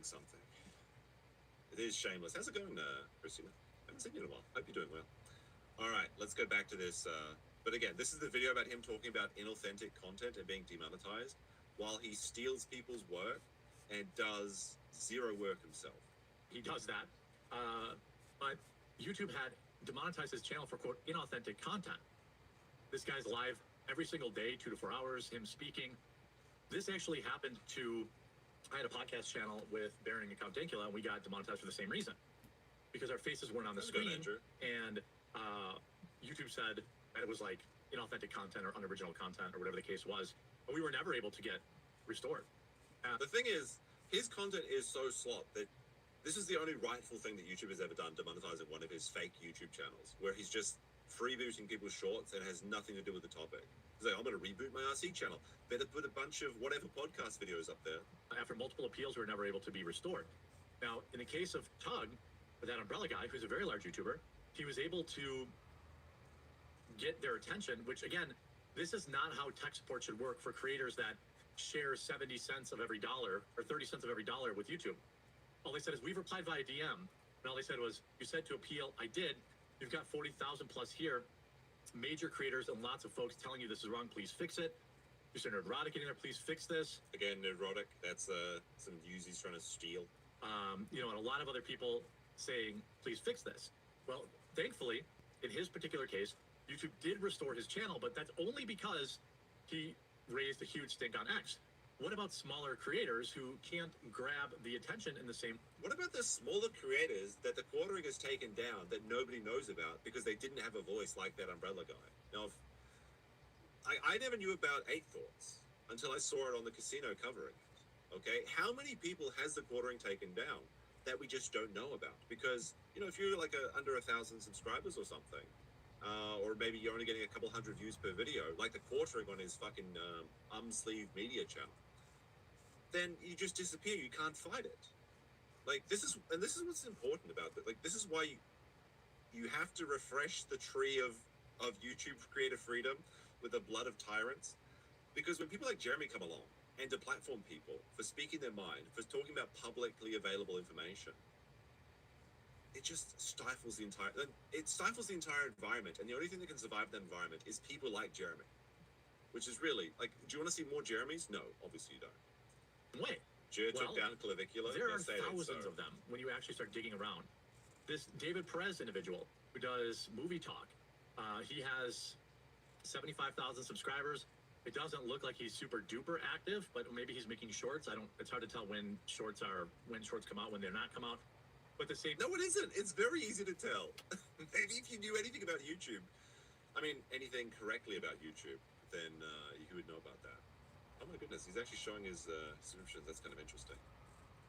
Thing here, this individual creator, 3.3 years, 60 million views, not a single flag or infraction ever, yet my channel remains demonetized since April 10th. I'm not a faceless channel. I'm literally in my videos. I spent hours on my videos. The community is calling for a human review. The problem is there is no human review anymore. Except for when you call up and get people taken down. Not only are these channels That's the only human review, apparently. Like, I don't know how Jeremy became, like, so influential over there. Maybe a couple rounds in his hot tub was enough to convince them. Who knows? Summarily banned by AI. The tech support, the people asking, the people you're asking to review the mistake that AI made, they're also AI. Like, they're also literally AI. If you see this, obviously, I think this part is kind of funny. It seems like a lot of Indian people are getting banned. I wonder why. Hey, so Jeremy really hates Indian people. He talks. The thing is, he is spiritually an Indian like scammer. If you just look at everything he does, the entire way he behaves, he's very Indian scammer coded. Also, YouTube is actually run by Indians, so it's kind of a bit of a dangerous play to say that you have a non-Pajit YouTube rep, which is what he said. Redline F80 with a 5 says, a Sunday morning show? What is this madness? Greeting from Florida. Hello there, Florida. Well, I mean, it's Sunday night for me. I was going to think about doing a show tomorrow, but then, the Quartering Renaissance Fair, I'm considering watching the entire thing. It's like 2 hours. Probably can't do it tonight, but would people be interested in seeing an entire, watch of that? There's a lot of creepy shit in there. Like, where he's, curving on 10-year-olds. And we actually have a response to Jeremy from that today, actually. Also, Trent Johnson with a 15. Oh, sorry, no, it's a 2, but he's got 15 in his name. Let's go felted, triangle slamming, etc. Can you see why we were demonetized? All you have to do is look at under Team YouTube. Here's Klawa stock market from whining about YouTube India getting banned. YouTube says this video is AI, it's not appropriate. All this stuff is going on. Jeremy believes in AI. He loves AI, despite the fact that he's being replaced currently by AI. Because Jeremy doesn't offer anything that an AI can't do. Because all he does is read people's articles. It's pretty easy to get that done. But here's the real reason, and Medium actually covered this, so I want to give the writer a invariant, which is apparently I'm assuming a pseudonym. I'm assuming. Maybe you should find out. You might have already heard about the massive wave of demonetization. And by the way, this is the only shout out that I've seen him do in all of this stolen content that he's going over. So he's reading this person's article, he's going to shout them out, but it's a pseudonym. What about all of the people that he's stolen videos from? He never includes a tag to the original creator. He never includes a link. Never any of that stuff. Just basic decency. Obviously, there is some gray lines with what is reactionary, what is transformative. But the very least, you could at least shout out or tell people to go subscribe to this channel, that sort of stuff. It's based in common courtesy, but Jeremy doesn't believe in all that. The only thing he believes in is his bottom line. Sweeping across YouTube right now. If you have not, here's a short version. Thousands of creators are losing their ability to make money overnight. The platform claims it's fighting back against low-quality AI content and automated spam to clean up the site to justify this purge. I mean, if that was true, Jeremy's channel wouldn't exist, though. They introduced a new policy penalizing what they call, quote, inauthentic content. I wouldn't say that's new. That's actually been around for a minute, in my experience. But either way, it sounds like a noble effort. I mean, Jeremy does have experience with inauthentic content. To protect viewers, but if you look closely at the bigger picture, the official narrative is actually falling apart. Look, I talked about this. There's a lot of people who, are upset at me online these days. I kind of forgot this, but he couldn't go in through this video without addressing his own drama. And this is just so stupid from a creator's point of view, because ideally you want to, every time you make a video, obviously videos have a shelf life, typically. Some videos become evergreen. That's kind of the dream, to have one of those sort of videos. But you should probably go into every video with the idea that can people watch this a year from now and continue to make money going forward so I don't have to pump out 7 videos a day? But Jeremy knows that his videos are so replaceable, they have such a short shelf life, that he may as well just go in and talk about the drama of the day. There's not even a thought going forward into the future about this. And that's okay, they're allowed to do that. But they like to... Well, he says they're allowed to do that, but then he's reaching out on the back channels to get people taken down. Who inauthentically claim that, that it's their anger that has changed the viewership. It's actually not. Okay, so now he's saying it's because people are angry at Jeremy. That's why his views are dying. That's why his channel's under attack. Something that is massively different for all channels. Hey! I mean, nobody's, again, every time I do this, I'm not taking a shot at any creator, okay? Nobody's mad at Tim Pool right now, and he's getting, since about a month ago, when they started this, probably the worst views he's seen in years. That's because he 29K, supports 40K, Israel. 50K. He does get the... You guys are Here's the acting one like that you actually don't know breaks what's through. going on, but I'm 137K, telling you right now, 60K, no one supports Israel. These are the good videos still do good, but every other. That's actually, it's like Jeremy's so close. Jeremy's so close. Good videos seem to do good. Interesting. But his other videos aren't doing so good. Maybe it's because they're slop. Maybe Tim Pool isn't putting out good content. I don't know. I don't watch Tim Pool. He doesn't seem interesting to me. And I'm just completely not interested in any of anything that he does. Okay? But yes, he's so close. Good videos, videos that people like do well in the algorithm. Like I said, YouTube is now searching for user satisfaction. Maybe these videos are not satisfying to people. But Jeremy looks at it and he's just like, I don't understand. I don't understand. Timcast has 2 million views. I have 2 million views. Our views are down. It must be YouTube's the problem. Am I out of touch? No, it's the children that are wrong. Video is tanking. Let's look at Benny Johnson, right? Nobody's mad at him online, right? All right, so Benny Johnson is like... Benny Johnson is who the quartering is the currently same aspiring to kind be. of shit. If you look Israel at Benny supporter, Johnson's content style and everything, it's nobody- almost exactly what the Smell quartering does, sharp but as fuck. the quartering does it on like What the fuck is that? 10th percent of effort, essentially. Again, no disrespect to Benny. Benny and I talked for over an hour last night on the phone about this. You see here, 100,000 views 16 hours ago. That's good. 33,000 views 18 hours ago. This guy's 6 million subs. For an hour. You see here, But like, look at this: 100,000, 200,000, 250,000. There's a couple stinkers in here, but a lot of these are doing really well. And like the one that's doing poorly, election rigged, is about Obama. That's news that's like 12 years removed. Nobody gives a shit anymore about Obama. good. 222, 254. Then boom, 41. 49. 25,000. There is definitely, here's 50,000 3 days ago, 13,000. Maybe they're bad videos. It is almost impossible to get views this low. No, And, like, even if, no, it's not. Basically, if a video does badly, there's a couple of reasons, obviously. But typically it comes down to either the packaging was bad or the content was bad. Obviously, you need to have good packaging, the thumbnail, the titles, and everything. Although it seems that YouTube is moving away from that, which actually would be a good thing in my opinion. But if you fail on one of those points, then you're not going to have a good time on YouTube. Now, if you're putting out, I don't know anything about stinking out 5 videos a day, because that's a level of slop industry and complex that I don't understand. It's typically a video for me, I can't make one in less than a couple of days. Usually a week, or more commonly 3 to 4 weeks. Maybe it's time to dial back. Make videos people like. You know, if you can make one video that gets 100K rather than 10 videos that make 10K each, you can save yourself some time there, brother. if you look at my channel too, right? Oh yeah, like, wait, hold a second. Is there a detail that the YouTube thing's holding? Hold on, let's see. To get views this He has 12,000 videos, you're right. Press tilde is correct here. This man, Benny Johnson, again, I don't really know any much about him until this quartering thing happened.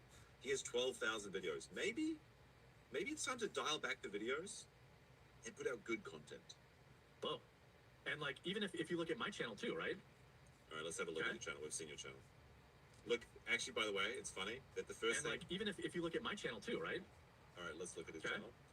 The first thing that comes out is the latest shorts from the quartering, because that's what the algorithm is now designing Jeremy's channel for. It's like, well, the people only watching the quartering for these shorts, so we'll just spam these shorts. So when you search the quartering, you get his channel name up the top, and then it's just 5 shorts. That's all he has now. And then he's wondering why he's not getting return viewers, because none of these shorts have anything to do with each other. There's no rhyme or reason to the topics that he's covering. It's just like, oh, I saw a sexy chick, or it was a viral video. I don't know why people aren't coming back for my political commentary. even though I can't find fucking Iran on a map. If you look at my channel, same thing. 24,000. You know, I mean, if you look at Jeremy's channel, it's doing much, much worse. Sufferham Planet. I believe that Warski said that his channel was down 40%. Yes, that's right. 40% over the last 7 days. And from last September, it's down 70%. And as you go down, you get down the drain, it gets worse and worse and worse. 50,000 is okay, I guess, for my channel. 22,000, 20,000. But then look, this one breaks through. 85K. This one's actually over 100K already. If you're kind of curious, like, it's always a little bit difficult to tell. But let's take this video, for example, 30-minute video, 22,000 views. Jeremy maybe made $50 from that video. Maybe $50. And if he's putting out 5 videos a day, it's not good, brother. I mean, it might be good if you were a small, just one-bedroom apartment sort of guy with, like, no pets, no wife, no Sky Bull to pay for fuel for their plane, no 2 side chicks that you just, like, laugh at your like, shit on your podcast for $500 each per episode. This is the thing, is Jeremy's overhead is so high that he's made YouTubing one of the most expensive careers that you can have. It doesn't make any sense. 28,000, 30,000. Well, here's Jordan Peterson, 150K. It's not that the viewers aren't there. YouTube has changed something massively. Here's a video talking about Benny Johnson, 100,000. 80. I was talking about my friend who gets more views than me, and I got more views. 1,007. All he knows how to do is steal from other people. It's so funny. It's so telling. I think in a moment he talks about the clickbaiting, which is really 80,000, fantastic. 70,000, 85,000. But the lows are so incredibly low now. YouTube has changed something big. The main problem for content creators right now is that YouTube lacks clear, transparent rules. The definition of, quote, inauthentic content is incredibly vague. Almost anything can fall under it if a moderator decides they should. And the problem is the moderator is some AI bot. Almost anything can fall under it. The vagueness is not a bug, it's a feature. It gives a platform a convenient catch-all excuse to regulate the creator economy manually. And this is a good point, but it's only because he's reading somebody else's article. This isn't his opinion or his knowledge. This is the problem, is like there actually is something to talk about here. In that, YouTube's opaque rules is definitely very frustrating, and it's definitely a feature of their business because they don't want to be able to tell you why you were demonetized or why you got a strike, because then you could argue that they were incorrect. Of course, this is just someone else's work, not Jeremy, so I'm not going to give him any credit for it. If you want proof of the hypocrisy, just look at what YouTube allows to stay monetized. There's a massive amount of human-made content that is highly repetitive, features unverified facts, and even spreads dangerous pseudoscientific information. Wait a minute, there's a massive amount of human-made content that is highly repetitive. Sounds like Jeremy. Features unverified facts. Oh, you mean like when he was posting conspiracy theories about Charlie Kirk, when he put out like 10 videos in 1 hour after Charlie Kirk died, with all manner of conspiracy theories? Sounds like Jeremy. Okay. They even spread dangerous pseudoscientific misinformation. You mean like when he was shilling you these like the Rumble 5G buttons and things, like just that garbage that you can sell to boomers? Like all of this is what's so frustrating. He's not playing Is on an all the iPad in the things corner. He's that not allowed to YouTube have a is tablet allegedly anymore. against is what Jeremy's guilty of. These channels remain fully monetized, actively promoted by the algorithm, posing a real threat to the health of millions of viewers. Clearly, YouTube is not actually fighting for authenticity or viewer safety, so what's the real issue? The real threat is not spam. I believe the problem is not about inauthentic content or cheap AI spam at all. The harsh truth is that AI video generation is no longer just slop. It has rapidly evolved into a massive, legitimate competitor. Hey, you know better than this. Top-tier YouTubers, pop singers, and an entire entertainment elite. In skilled hands, AI already allows independent creators to produce Hollywood-level visuals. We are moving at... Okay, so this is going to be one of the craziest copes that you're going to hear. The idea here is that because users can generate things better than Hollywood in their bedroom, that YouTube is going to delete all of that content because they want to sweep for Hollywood, essentially, which doesn't make any sense whatsoever, because YouTube is a direct competitor to Hollywood. In some way they are collaborators, but essentially if someone's watching a new Marvel's movie in the theater, they're not at home watching YouTube. So that doesn't make any sense whatsoever. If people could release Marvel quality movies, and I don't have a very high regard for Marvel, but just for example, if somebody could make the next Avengers and post it on YouTube, YouTube would be very happy about that. This is when it becomes like a conspiracy cannot be up theory. here. Such a fast pace that in a couple of years we will see full-length movies or music videos created by a single person in their bedroom that look better than blockbusters made for hundreds of millions of dollars. By the way, I don't believe this. By the way, like if the technology gets so good that you can make Hollywood level movies and music in your bedroom, then the Hollywood studio that's paying 100 Koreans to do the same thing will always be able to beat you. Just as it's just a scale thing. Sure, certainly there'll be some really fantastic things that people will make, like in their home, like indie games and things like that. Sure, absolutely. But the idea that like Hollywood's actually going to be competing with the bedroom people is just not true. Do you really think industry giants don't understand this? They're absolutely terrified. Hey, look, I am. No, Man, they I wish can I could use the turn it same on its technology. side. They're already using the same technology. They love this technology. That's why movies look like shit, because they're using AI CGI in some recent movies. Too. You know, like overnight, views get cut by 50%, and no one can tell you why. I talk to every other creator in the space; they don't know why either. Everyone's trying these like. Listen to this part here. Now, when he says he talked to every creator in the space, he means he's talking to the same people that put out the same slop as him, because that's the only people he surrounds himself with. Cringe, vague posting type. All right, listen, this is what they're trying. This is what they're trying to save their channels. I talk to every other creator in the space; they don't know why either. Everyone's trying these like cringe, vague posting titles. Everybody's trying cringe, vague posting. Maybe that's the I can problem. make it bigger if I Spammy do or it right thumbnails. there. None of it matters. So, So he's literally like, well, we tried Right there. everything, and nothing's working. We tried clickbaiting people. We tried using cringe I don't know how clickbait I do titles. that. The thumbnails. We tried putting titties in there. It doesn't work. It doesn't work. Like, have you tried making good content? No. That's, I of course, hear that idea you. is Hold completely nothing on. to him. If you look at the recent Hollywood strikes by actors and writers, where protection against AI were their ultimate demand.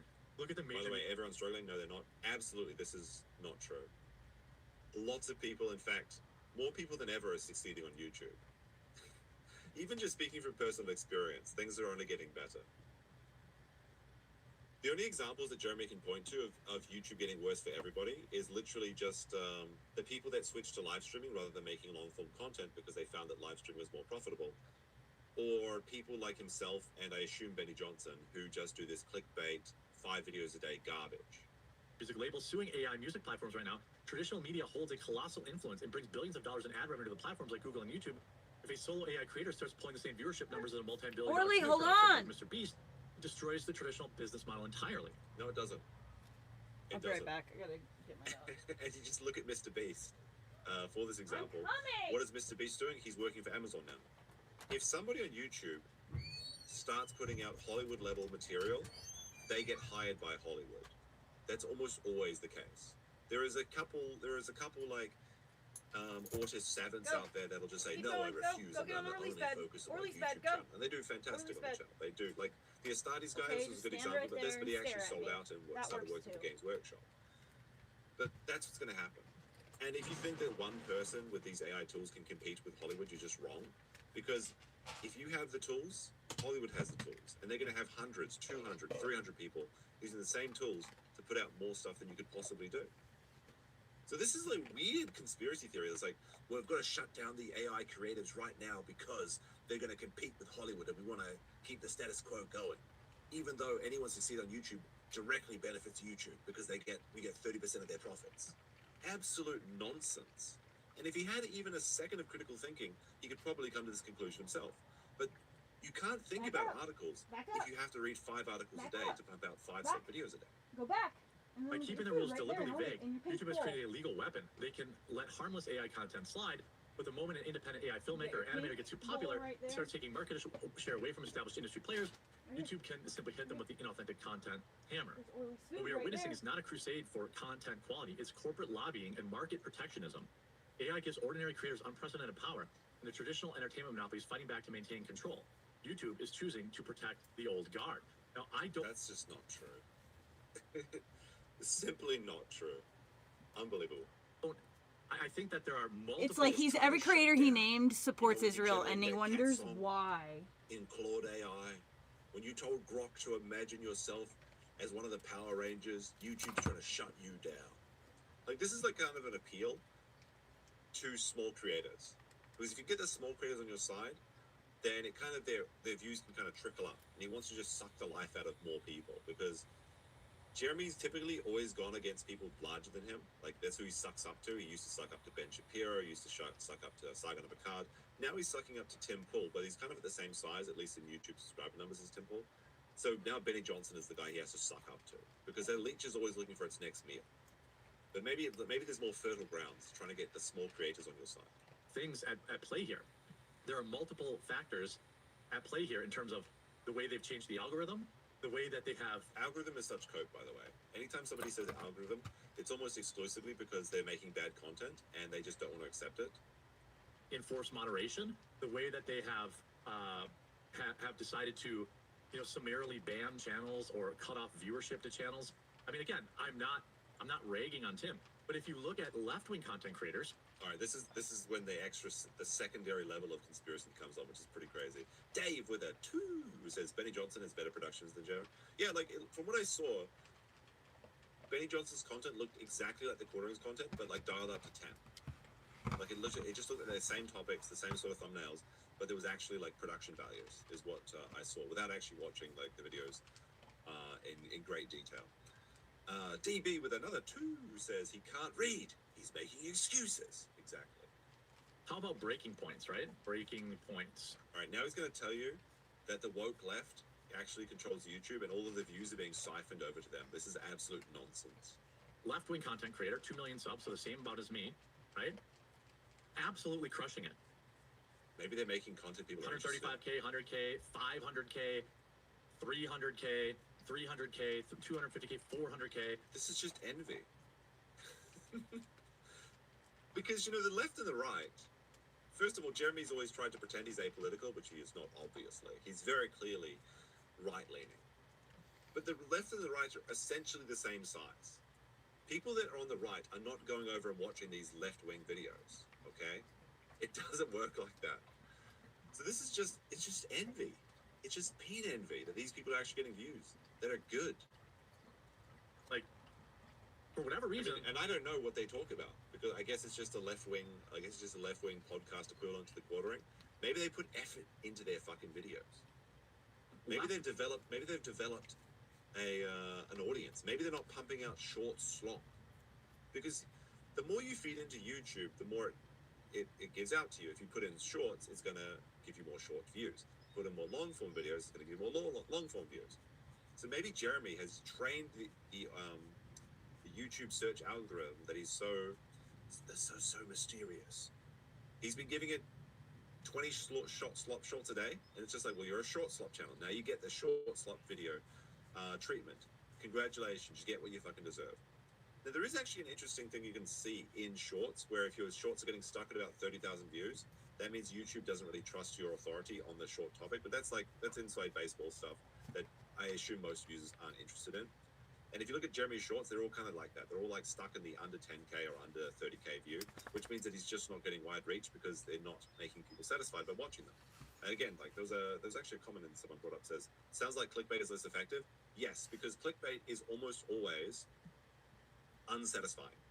And that's why it's called clickbait, because you clicked on a video with a perception that was going to be something else. You went into it, you didn't enjoy it, and you felt like you got tricked. You left the platform feeling that you were bamboozled. That means you feel unsatisfied. Now, you can actually use clickbait as long as you deliver on the promise. And the kind of people like YouTube people kind of call that like click blessing people. It's kind of a cringe term, but it is what it is. But you can absolutely clickbait people as long as you deliver on your promise and they leave the video feeling satisfied. And that can mean a variety of things. It doesn't necessarily mean happy. But as long as they feel like they got what they want, they came for, then basically you're doing well. But yes, clickbait is less effective for a number of reasons. But mostly it's because of the satisfaction metric, which YouTube is really pushing at the moment. Wing anti-establishment content is still allowed to flourish on YouTube. They have changed a lot. I'm talking about 2 kind of major issues here. It's this massive bandwave that is hitting Hey content Jer, creators, what channels happened in who create between authentic content, now and who then haven't that been could banned change before, the way the who algorithm aren't, works? who don't It's have like any maybe, strikes. I don't know, And what's they crazy change is, ownership, get a real perhaps? review isn't too much to ask. Everyone puts an effort into their content. It is too much to ask, because at the scale in which they're erasing, Right? Did he just? What was this? everyone puts an effort Was into he their curving content. this chick? It is too much to ask, because at the scale in which All right, who's this? Some cosplayer chick or something? Okay. they're erasing content creators and squashing Hold on, everybody's Orly. feeds, I also believe Yes, I hear you. contributing to this is YouTube wanting to be TikTok. If you go to YouTube, okay, if you look at your homepage, what do you see? Maybe yours is different. Right now, Yellow Flash is still big mad at me. I wish him the best. So he goes to the front page, and the first video that oh, look at this. This is actually very funny. So the Brittany Venti video was recommended to him. The Christian grifting has gotten insane. And then the Yellow Flash video, the Quartering's epic meltdown threatens to flag down Yellow Flash, Brittany Venti, and etc. Because he literally said that he was going to take a scalp every day at 2 p.m. until his liquid courage ran out, and he decided to delete all those posts, and now he's pretending he never said that. Very funny. Wouldn't you just re-record this? You know, just like Or you they go over to love, the channel, buddy. you click not interested in this, and then you I love just you so much. re-record this segment, but he But can't you do it. can't He has be to do one forcing take. yourself on me Because like doing a that. You second can't do take that. You can't cuts do down that. his You're gonna give me profit margin. anxiety, They're only man. making $20 to $50 per video because they're only You're gonna getting make me this go many into views panic that attack Jeremy's mode. complaining Stop. about. If you have to spend twice the time recording the video, that's like it's dipping down to $10 a video. The profit margin. You have to protect it at all costs, even if it means embarrassing yourself in the video. Threatens to flag down Yellow Flash. Come on, dude. He's threatened. He literally said he was going to take a scalp every day at 2 p.m. And you said you were going to take it. Like, what do you mean? Threatened? No, you did. You did. The absolute audacity of this guy. These people are ridiculous. Anyway, it's short. Am I out of touch? No, it's the children that are wrong.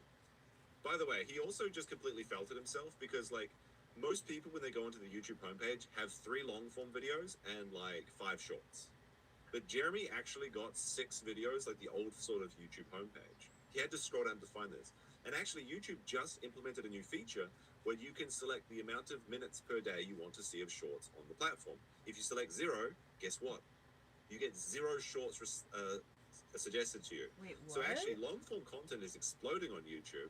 In fact, the algorithm is actually favoring longer form videos in the 1 to 2 hour range, and people can completely decide to remove shorts from their feed entirely. So Jeremy just either doesn't know what he's talking about, or he's blatantly lying. I think it's the former because Really? he's just a dull. He's just a dullard. Short. Ow, god Well, damn it, actually, no! looking now, Oy. this is pretty different than yesterday.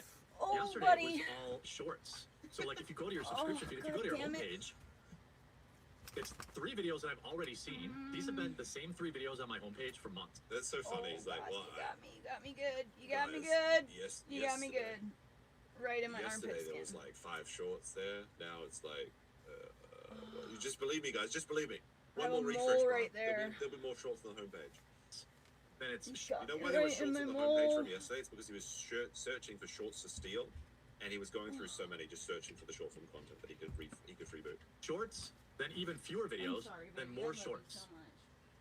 I truly think they're pushing shorts. They're squeezing traditional content out while simultaneously cleaning up sloppily all these content creators that Keep the word slop out of your goddamn mouth, slop merchant. YouTube is essentially 2 different platforms. It's kind of like 2.5 because long form videos and live streams kind of go together. But the short algorithm and the long form algorithm are basically completely separate at this Oh time. man, you It's got all, me good. they may as well just have 2 different platforms, but you know, it's just the way it works. Has no idea what he's talking about. they think are low effort AI in an effort to Okay, I need to stop protect making the Hollywood. It's lines. the same reason kind of woke Hollywood, Oh type my topics goodness. don't do as well anymore for as many. There are stalwart. The woke Hollywood topics don't do as well anymore. How many views does the critical drinker get on his channel? Out of curiosity, like 500K in the first day, every day, and he's always using the same kind of the message joke, which is about the woke Hollywood. No, it's not that it's not doing well. It's that you can't do it well. Look at his face; you can see it. He's kind of realizing that he's failing. He's failing. Yes, it's all to protect Hollywood.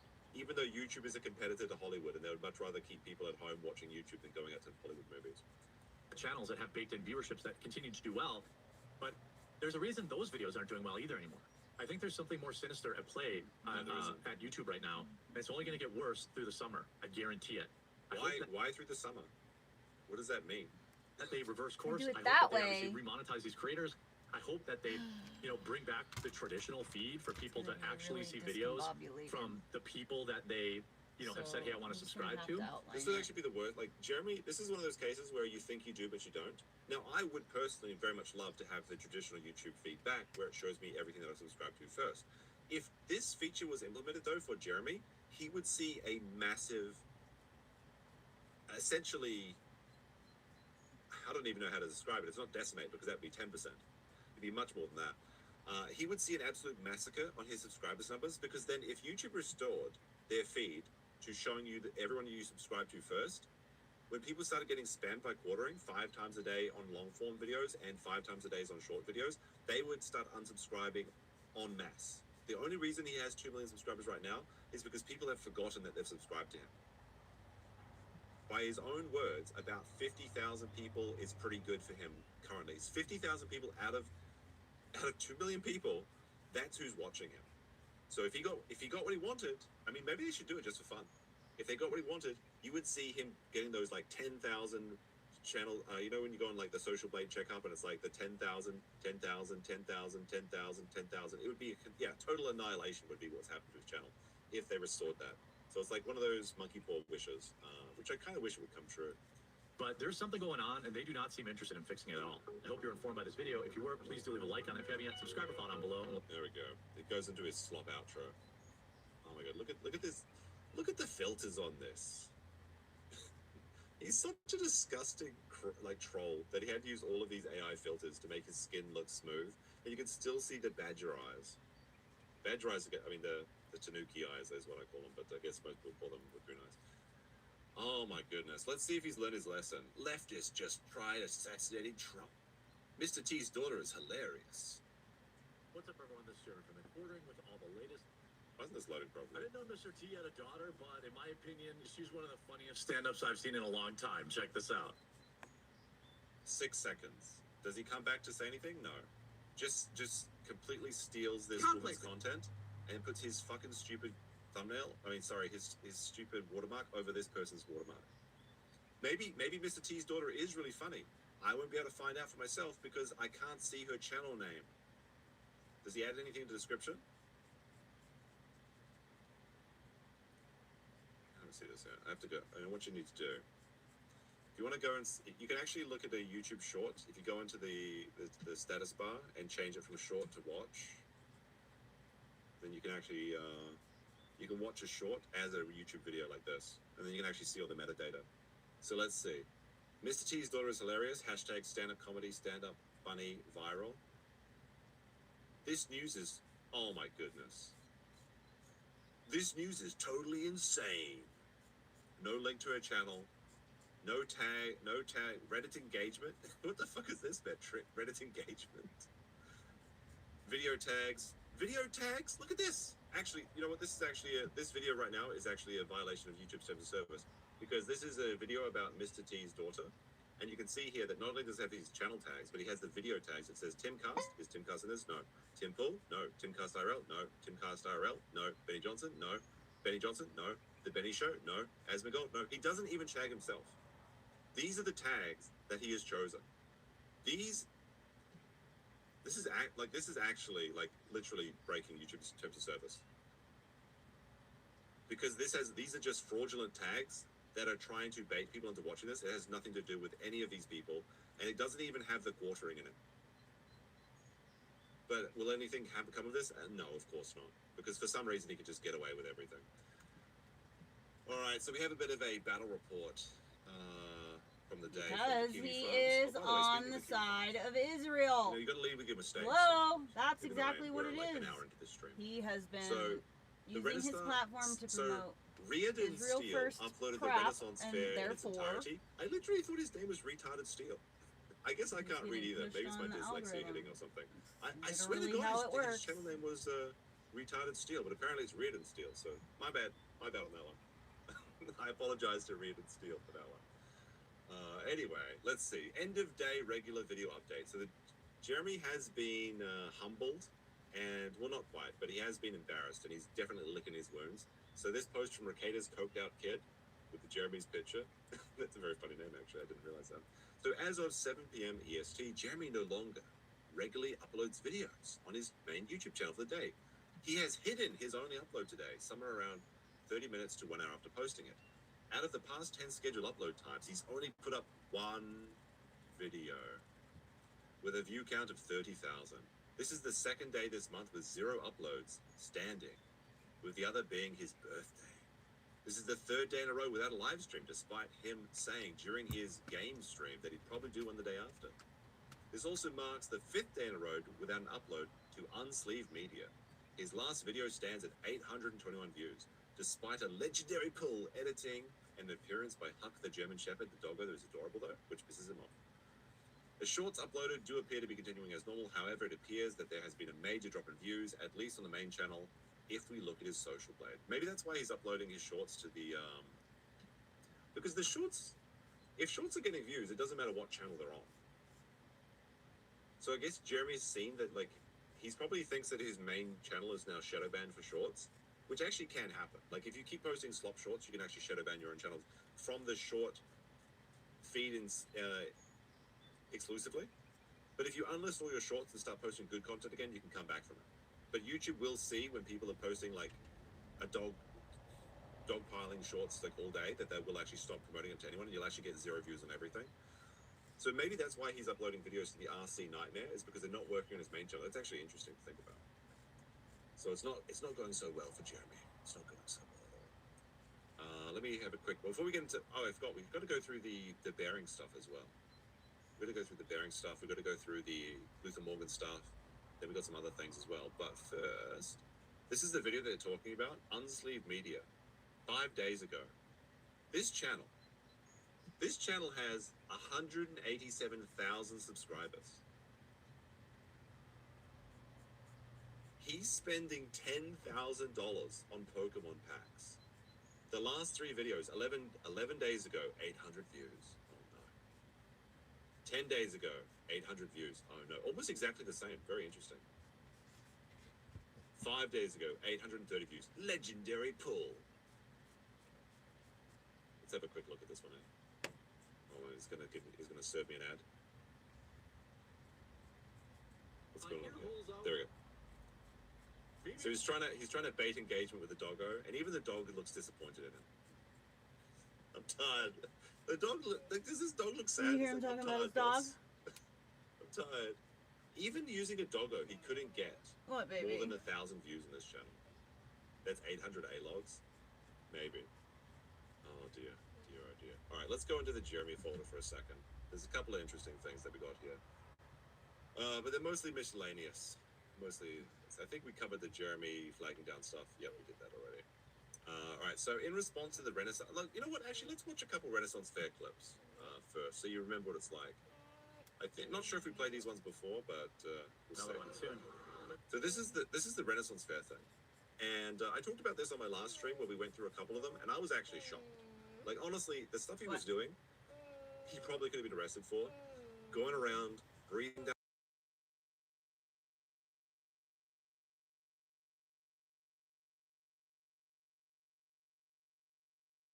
Fear, so they can hear what he's saying. This is unhinged behavior. This is weirdo behavior. This is predatory behavior. A married man, by the way, yes. In this, like, I swear to God,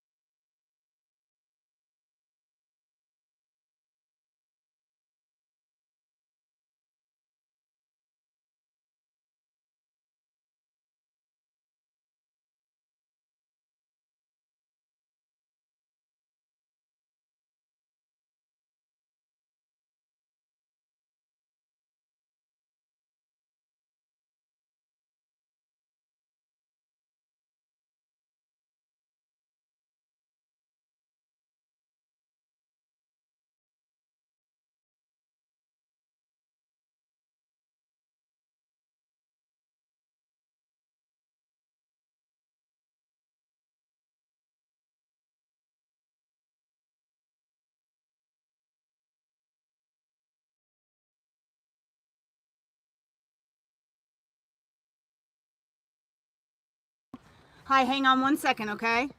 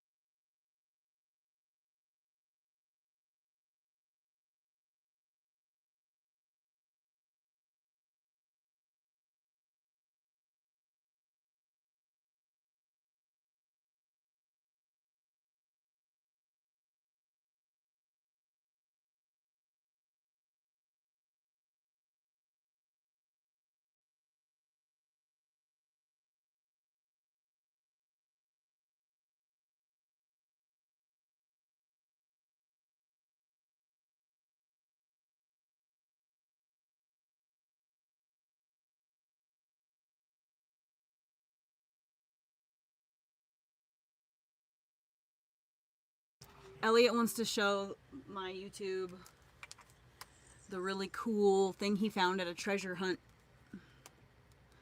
It I is. only got it for $10. All right, show it off. You're on Right camera. there it says. If we turn that over here, you can see it says Coca-Cola on the seats. It's probably backwards for you guys, but it says Coca-Cola right there. It says on the top of the seat. It says it right in the back, kind of like a logo. You still can't hear me? What? Hold on, I have to reset my YouTube really quickly. They can't. Okay, so now you should be able to hear me fine and everything should be good. Okay. Keep going. Coca-Cola scooter. Coca-Cola scooter. And even if no one is in here, it doesn't matter. This is a recording, so. And my Says people Coca-Cola watch on it the later. back like a badge. Says Coke on the front because it is a badge. Mm-hmm. Show us the Coke label on the front. Ooh, a spare tire. Yep, spare tire. Show me the badge on the front. It has this thing that moves. Your kickstand. Oh, is it kickstart? It's not a kickstand? It's a kickstart. Cool. Let me see the front. Well, first I want to show this. Okay. Official Coca-Cola. Oh, Elliot. Look, it even has the Coca-Cola logo embedded in the metal. Wow, Elliot. I know that. Good. It's from 1995. You did such a good job scoring that. Guess how much I paid? $10. Yep. Good job. I'm so proud of you. You're really good at this. And so, but this didn't have a price on it. So I was like, hey, can you do $10? And she was like, how about 15? And then her daughter came over and was like, there's a tag on this one. It says $15. I can honor that price. Because it was the exact same thing. Mm-hmm. I just didn't want one with the tag on it. Show me the ones that are from the different countries. Oh, those are in the bathroom. Oh, is that in the bathroom? I'll be right back. Okay. Well, take me with you. And just, well, you know, show me the container. Don't carry it all.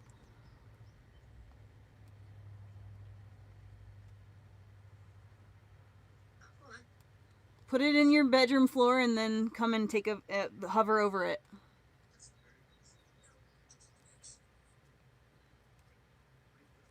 He's showing me his Coke.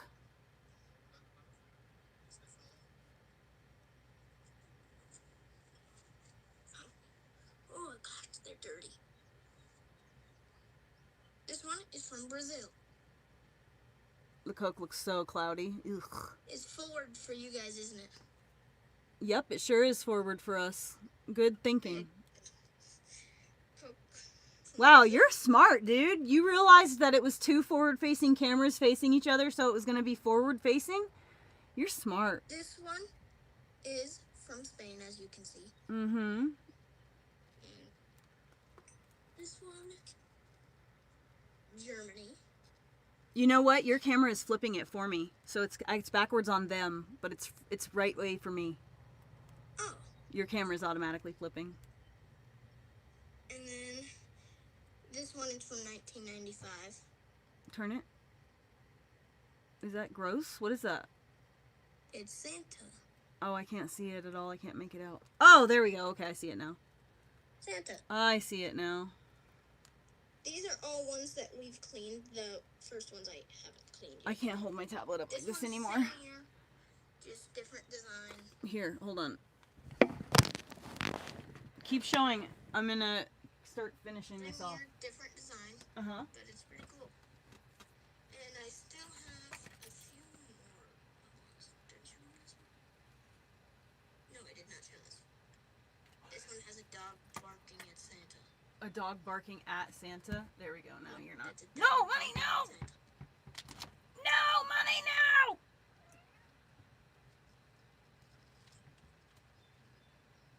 Ah! Here again. Santa doing cheers with Coke in his hand to a little kid. Don't know why he would do that. Then this one, you guys haven't seen. Santa's stealing out. Don't do it, money, no.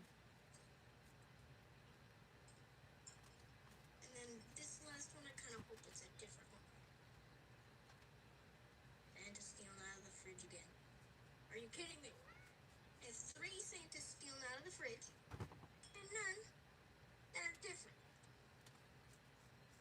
They're all of the ones that I got. Are all the kittens going crazy or something? What's going on, Money? All of my Coke Christmas bottles are from 1995, I just realized. Oh, I did not show you these other ones. I showed you the front 3, but I have not shown you the back 3. This one's from China. China. You sound like Donald Trump.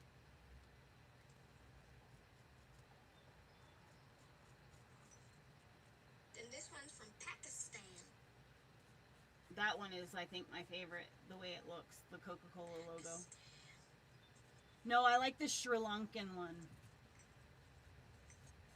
Well, it's Sri Lanka. Yep. And that's the next one.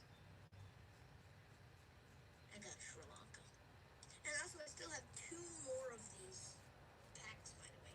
You do? 2 more of the other country packs. The red cases? But also, there's China, USA, Bangladesh, Greece, Thailand, Bulgaria. Bulgaria, Pakistan, Somalia, What? Brazil, Germany, Korea, Somewhat? Spain, Soviet Union. What? What was the one you had a hard time reading? Korea. Korea? Somalia. Let me see the logo. Let me see it. The one, read it, point to the one you're talking about. Somalia. Somalia, Soviet Union, Sweden, Spain. Yeah, that's it. I do have Sweden one. Not Sweden. I have Spain. I think I have Sweden. I know I have Germany and Brazil. I do have Pakistan, Bulgaria, and Somalia. I do not have Thailand, I don't think. But I might. Yeah, that's all.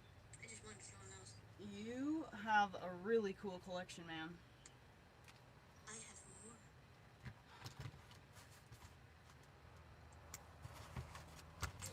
I can show them the rest of my collection. Yep. I have it off camera until I get there, of course.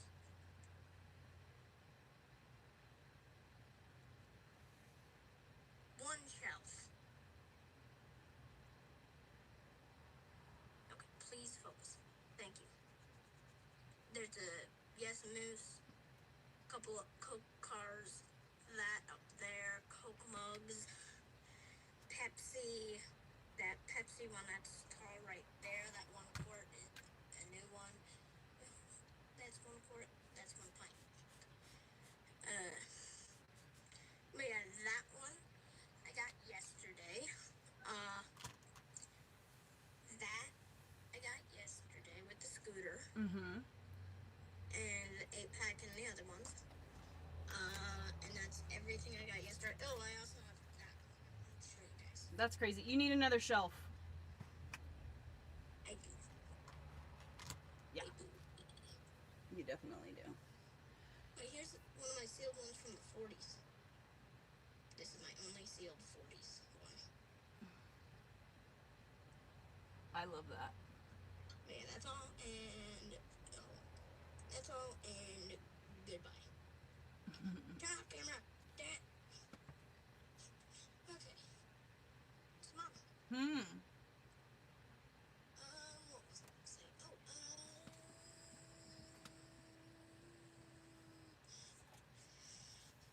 I'm gonna actually hop off here. Okay, baby, I love you so much. I'm just going to sit here and do this for the next however long. And you want to know something? What? My dad took away my TV for doing one. Well, Elliot, you know that... Meeting when he wanted me to because I was trying to do something because I just found out one of my coin flips broke. Aww. With a coin in it. The plastic broke and I was picking it up and he was like, no, Elliot, don't start. I don't. Elliot, don't start. Angry, so I hit the bed like. Well, that's And Elliot. It wasn't even hard. I was like. Elliot. And then he was like, "Now you've lost the TV for the week." Well, yeah, you've got to learn how to control your physical. You have to learn how to control your physical outbursts.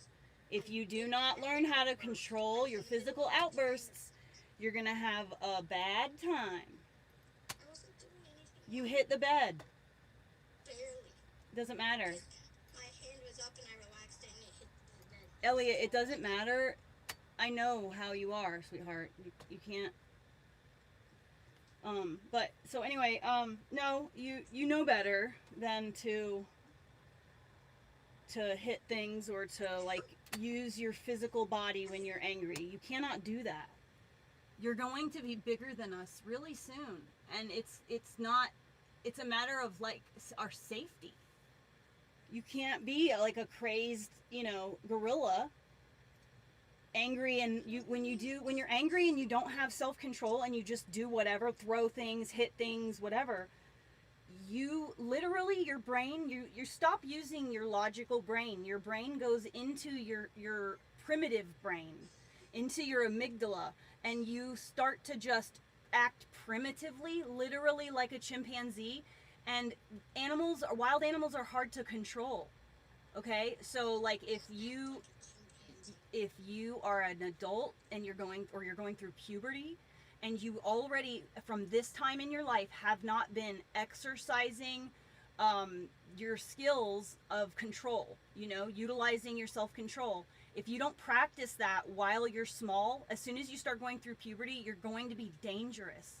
So you must start utilizing your self-control now, so that as you get bigger, you do not grow into a person who just throws things or breaks things or hits people or hits things. You don't want to be like that. That's not a healthy way to be. If you're angry, you can just have a, I told you. If you just like, do that, and then my dad's like, "Don't do that." okay, but your dad is also reactionary and angry. Okay, he just doesn't do physical things when he's angry, but he yells. So you can't use your dad as an example, okay? And I understand that your dad yells at you, but you have to explain to him, Dad, I need to let my anger out somehow. Anger is a normal human emotion. If it wasn't, it wouldn't exist.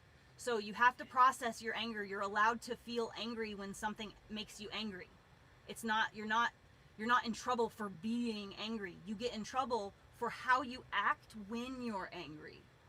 If I can jump in real quick. Well, my hold on. business used to be angry because I asked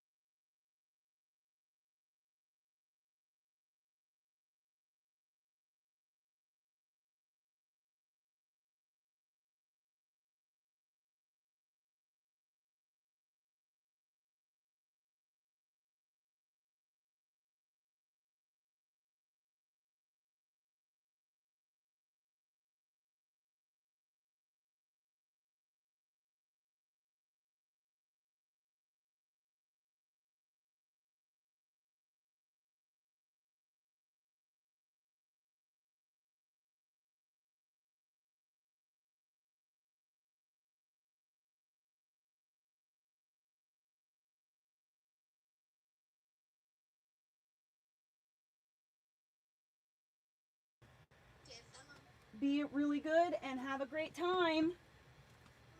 Peace and triple. Bye.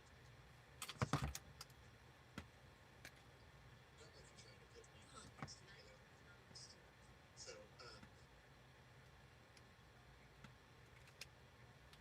Oh, he's a MILF. Oh, Chad, I would really love to cut off a piece of that MILF, I would. Just let me in, boys. I'll get her. You know what I mean? Milk. And we got, oh boy, we got a thick girl right there, boys. Oh, here's another one. Literally doing the like ruff ruff ruff ruff awooga IRL. This one is really like the quality is really bad, but this chick is like actually concerned. She's got like her 2 kids, and she's like looking over her head because she can hear what this guy's saying. And Jeremy's a big boy, okay? He's like pretty tall from what I understand, like 6 foot something, and he's wide, okay? So you've got this really disgusting looking version of Hodor walking around with a camera in front of his face, talking out loud, not even like a quiet voice. He's like saying like, "I'll fuck that one, I'll fuck that one. That one's got kids, so you know she's down to fuck." It's pretty deranged. This is in Bristol, Wisconsin. See, like she's like looking at him here. You can see it. She's actually looking over her shoulder. She does it twice. She's a bit old, but she overflowed.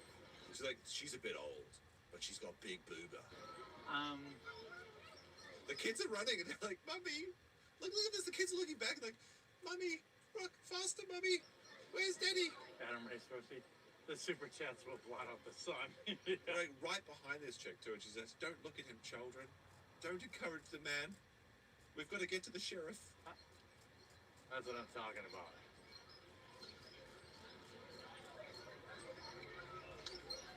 He's still following them. Oh, yeah. She's keeping it tight. You know she DTF. She got kids. She starts walking faster, then she looks around. You know she DTF. Hey, you know she's DTF because she has kids.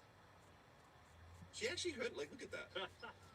Laughing at him. She turns around as soon as he laughs. Look at that. She got kids.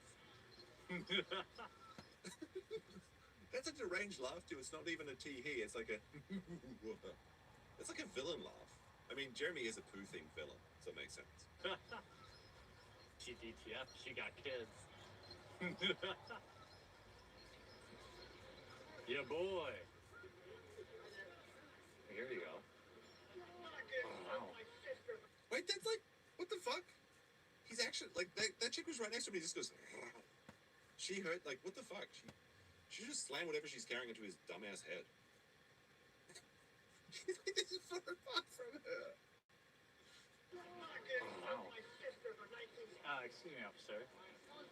I know it looks bad, but somebody paid me $20 to do it. So he knows what he's doing is wrong, and he's like, that's going to be his legal defense is, It's fucking hot in here. Look, I know I'm perving on women and children at the Renaissance Fair, but I was paid $20 Stale. to do it, and I 20 need to open bucks the is hatch. $20. Also, no mayonnaise. Welcome to member. Thank you very much. Much appreciate the members who should get access to mayonnaise.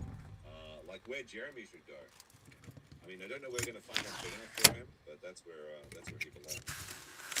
All right, so that's just a few of the Renaissance player clips.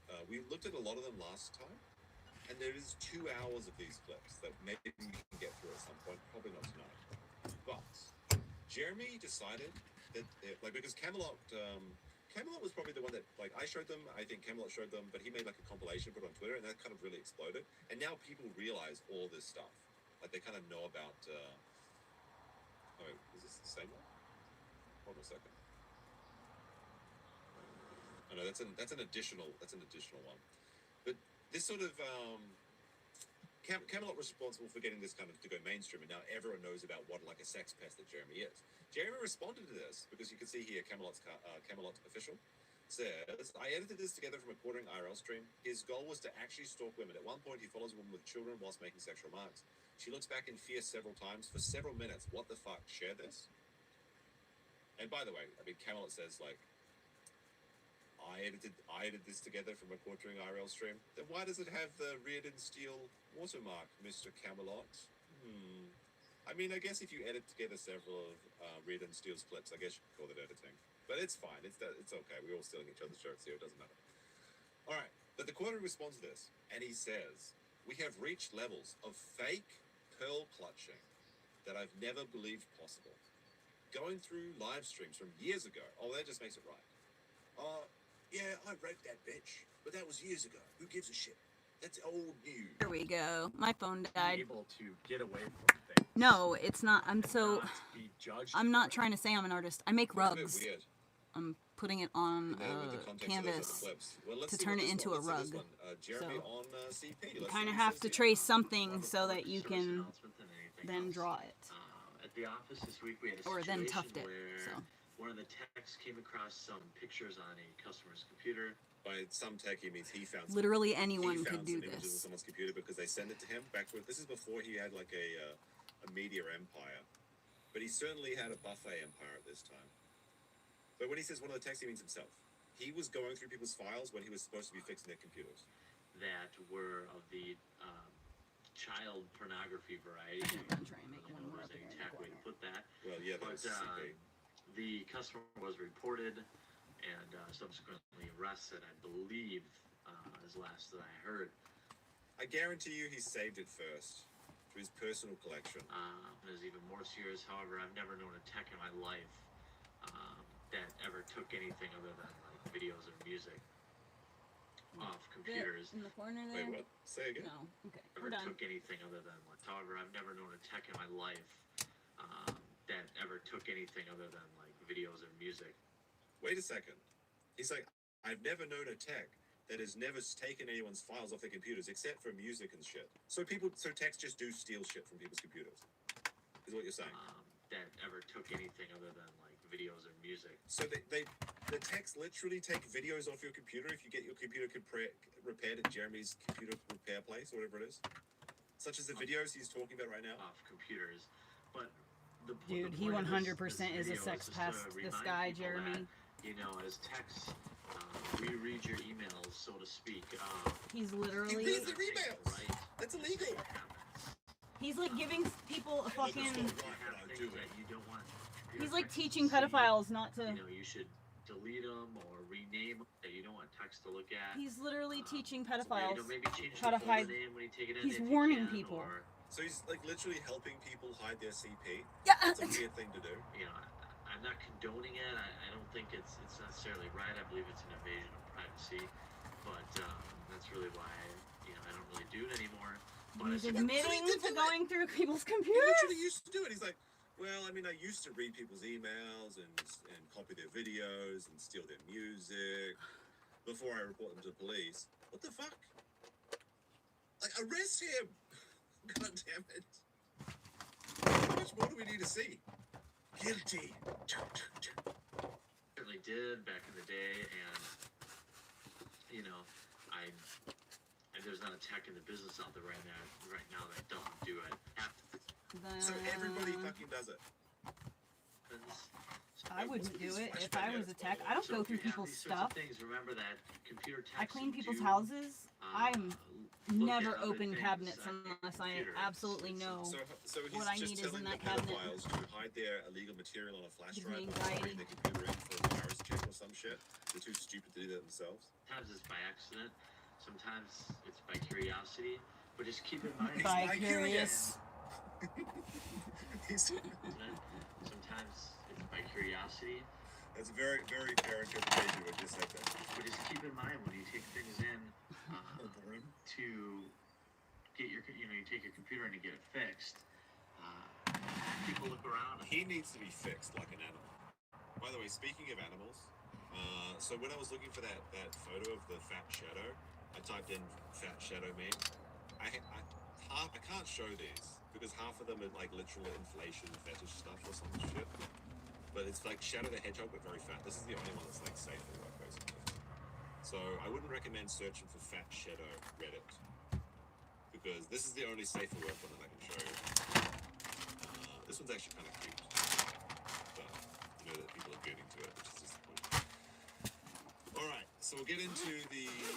Before we get into that, we've got Patty FPV. Do you actually do like first-person drone stuff? Is that the FPV in your bag, or is it just? He gifted 5 subs. Let's fucking go. All right, that's. God damn it, that's gonna be in the search history now. The search for fat shadow. God damn it, I ripped it.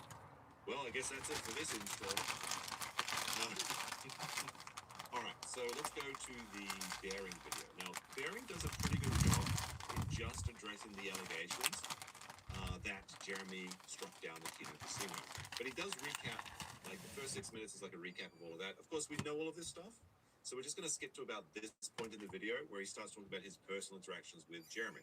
Now, for context, Bearing, he's kind of like an Aussie guy. He does like, I guess, commentary videos, talks about things on the internet that are funny, noisy kitty. like most of us do. But he used to have a podcast with I need to Count find that Dankula, cardboard, and I need to block Jeremy, that hole and right himself, now. obviously. So he's like, for like a long time, I think it was like 10 years or something. So hundreds of videos that they've done together, and I guess it could be considered internet friends. So when he comes in, I'll play the beginning. Because he does say that like that he was going into this telling Jeremy that he was going to be doing it. I have to block the kitten's ability to come through this. Address the elephant in the room. The quartering or Jeremy versus Kino Casino or Andy Wolski and PPP. Now, this is not going to be a normal video. This is a bit of housekeeping. And when I say housekeeping, I don't mean sweeping. I think Jeremy has majorly fucked up. Now, That's what I wanted to include there. Jeremy, you fucked up. Even your friends. I guess they're probably not friends anymore. Because they're not loyal. They're disloyal. Disloyal, Baron. I made you. But there you go. He thinks that Jeremy fucked up. He fucked up. been following this, you've heard all this fucking shit before, but I promise we're almost done. Then I can take a breath and I'll add some more stuff. PPP tweets, well, short to his word, quartering flagged down our entire clip channel for ban evasion. He really is the most pathetic worm, blah, blah, blah. Then we get the Andy Wolski video we saw before, and Jeremy tweets this birthday card, which is made out of cards. Now, I just want to... By the way, it's not just made out of cards. It's obviously casino themed. Because you've got, like, the cards, you've got the game boards, you've got dice, you've got chess things, you've got poker chips in the back. It's very, very Oh my clearly god, all casino 5 of themed. them are here. Hold Not just on, card let me thing. get the... Point out, I haven't seen anyone else point this out, but these two tweets are only 31 minutes apart. You've got 10, 20... Actually, I think everyone pointed this out, that the tweets came out really close to the casino clip channel getting deleted. You've got 9:49. Now again, this might be timery dues, weird fucked up Australia time, but fancy that, 31 minutes apart. The casino gets banned, and Jeremy tweets his casino-themed birthday card that says, you are kind of a big deal. I mean, I don't think that makes me a conspiracy theorist. I think that's a bit sus. So anyway, as soon as this happens, the boys get back on stream, make a big song and dance about how the clip channel, which was apparently ran by their editor, like the editor was getting all the money from the clip channel monetization, was taken down. The channel... By the way, they've started a new clip channel, I believe, on Locals, which I think had over 100 sign-ups, which I think is like a local site. I don't know much about it, but it's like, what is that, $5 a month? So it's $500 a month. Blake, who, I mean, he was getting $10,000 a month apparently before this all went down. But it's good to see the supporting for the fallen in the old clip flagging wars. was banned. It was terminated. So Jeremy, it wasn't me. Wait, Jeremy only has 111 subscribers on Locals.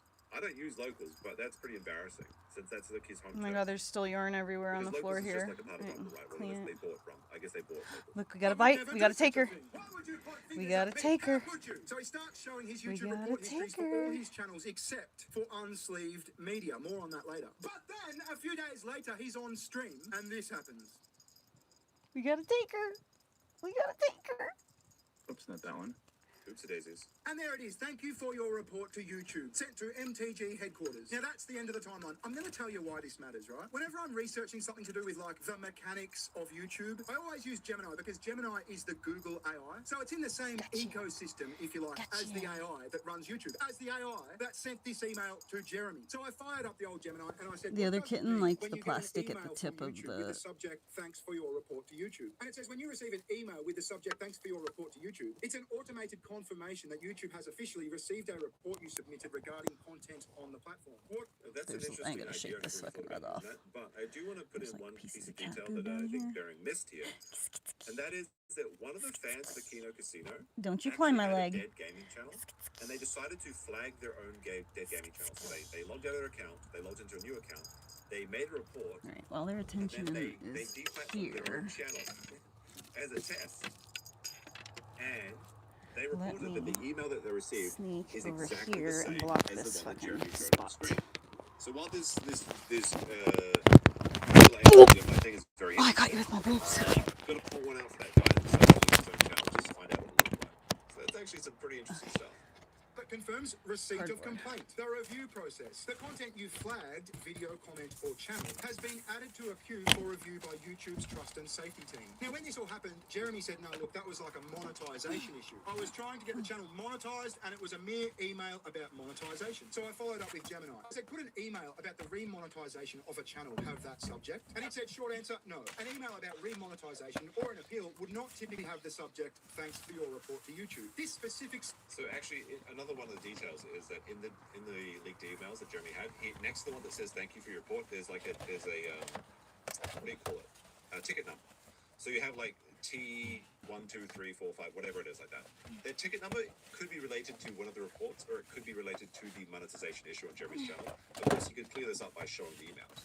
Subject line is strictly reserved for community guidelines reports, meaning that you or someone with access to your account flagged a specific video, comment, or channel for a violation like spam, harassment, or hate Bro, are speech. you flipping Bearing, find out flapping what the me? oranges are for? No, because there are no oranges in Australia.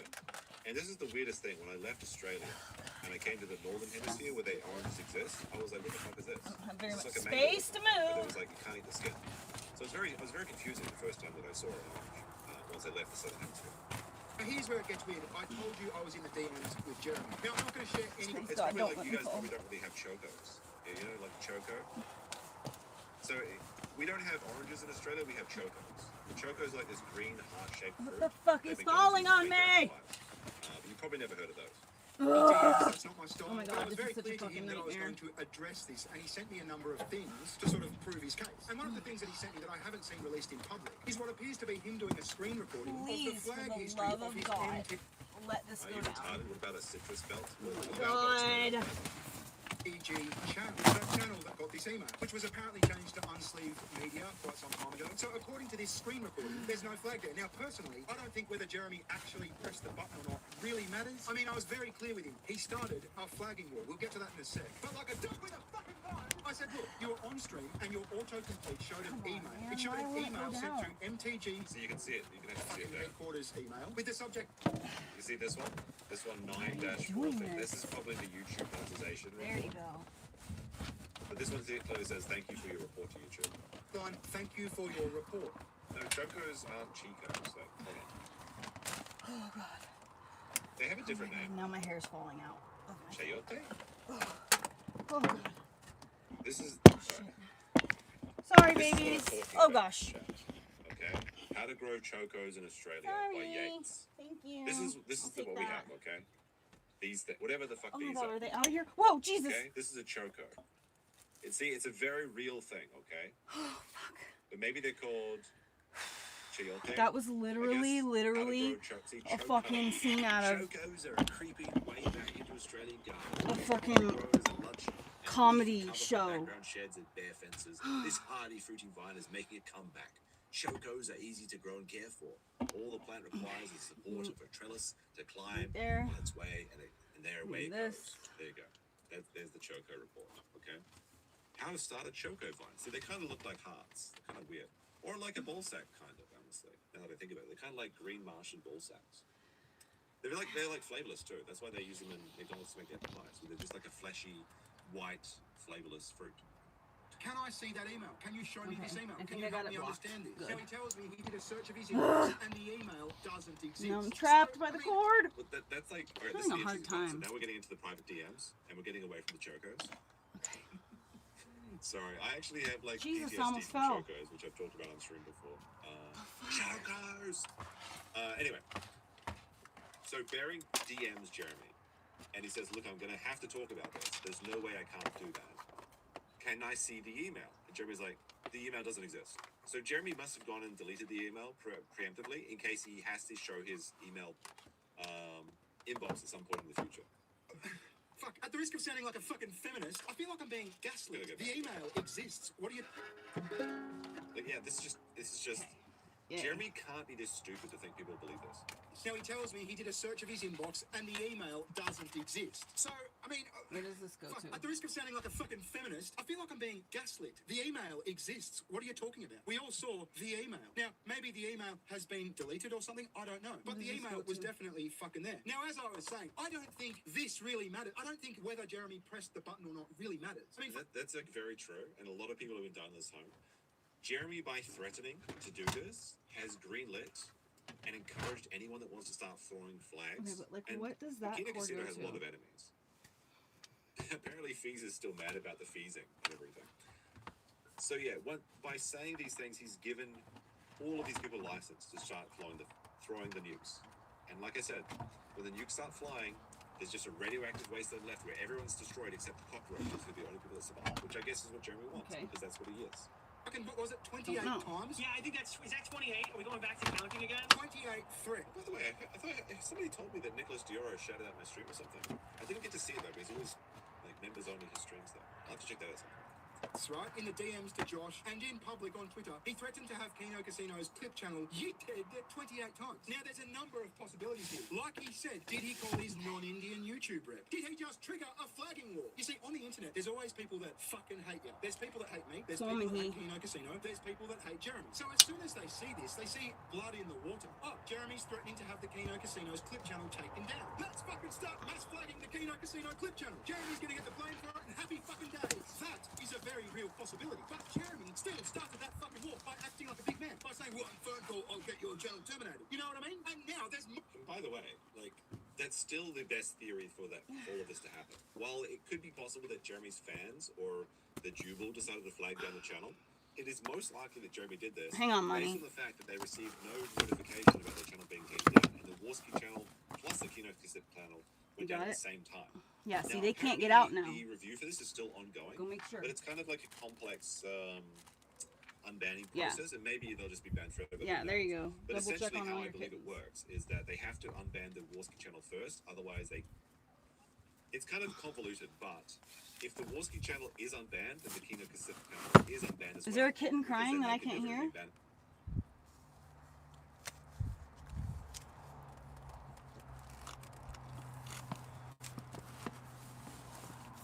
She's looking concerned. Perfect. Okay.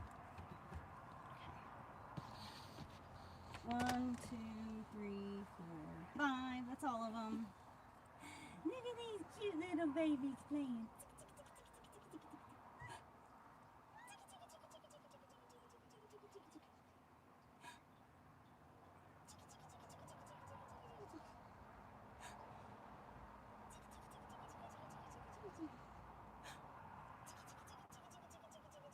Oh, this one wanted me to play with her instead.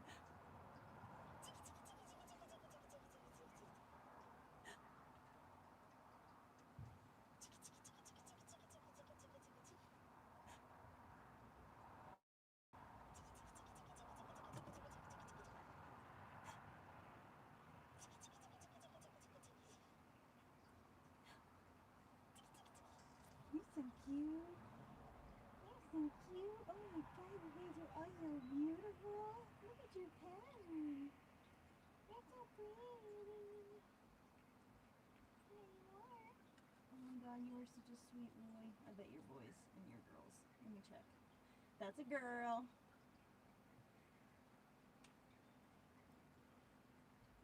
That is also a girl.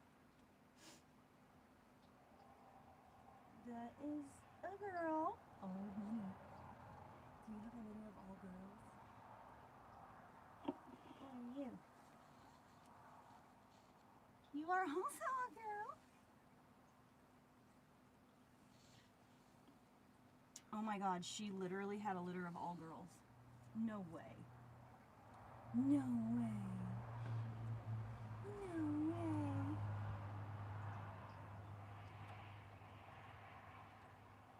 I don't know. I'm having a hard time telling. That one is definitely a girl, though. You are so cute. Oh my god, I hate this.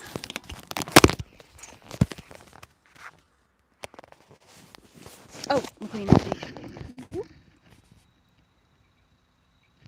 I had to put all of the other ones I'm going to work on the canvas so that I can get everything done at once.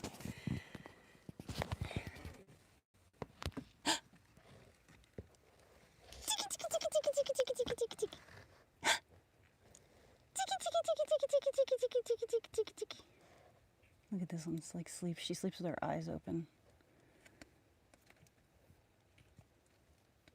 Are you having like a seizure, little one?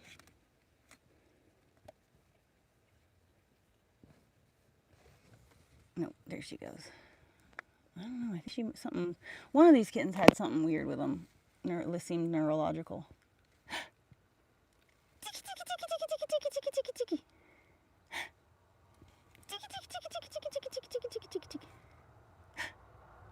You guys are so messy. Look at all this cat food on the floor. Look at all this cat food on the floor.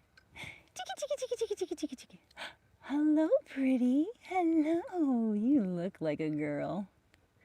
Yes, you do. You're so feminine. Yeah, you're so cute. Look at you. Oh, you got me. You got me. You totally got me. You totally got me. Yeah, you did. Oh, you gonna get me too? Oh, you gonna...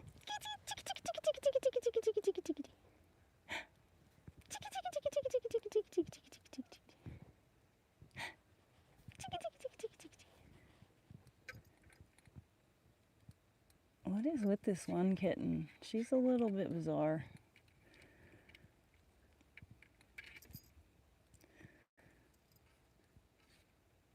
What are you doing, girl?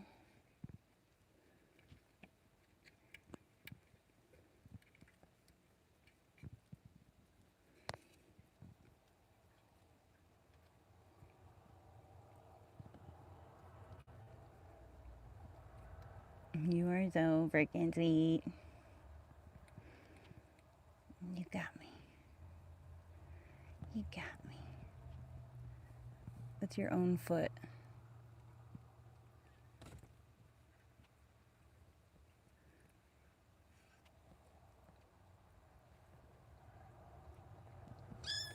Careful. Easy.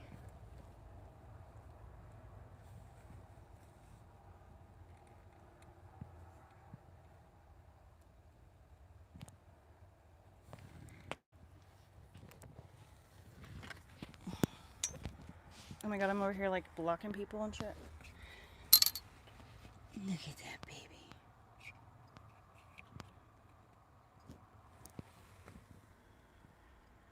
Only a couple of days of keeping them blocked this way. What? I didn't take none of your babies.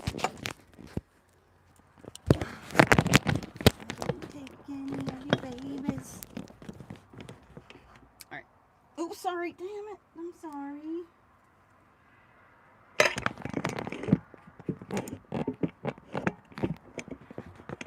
Okay, now my phone won't tip over the tripod quite as easily, hopefully.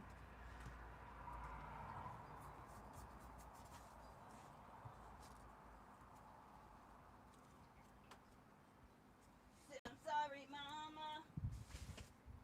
I didn't mean to hurt you. I never meant to make you cry, but tonight I'm cleaning out my closet. Dude, there's like 1,000 butterflies outside.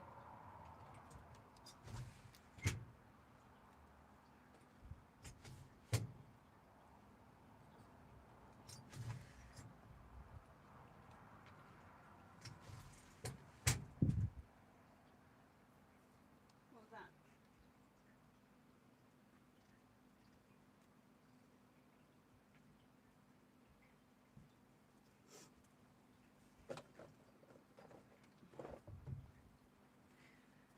Okay, get to work, Heather. I'm done with the tablet thing, so I can put this away. Dropping everything.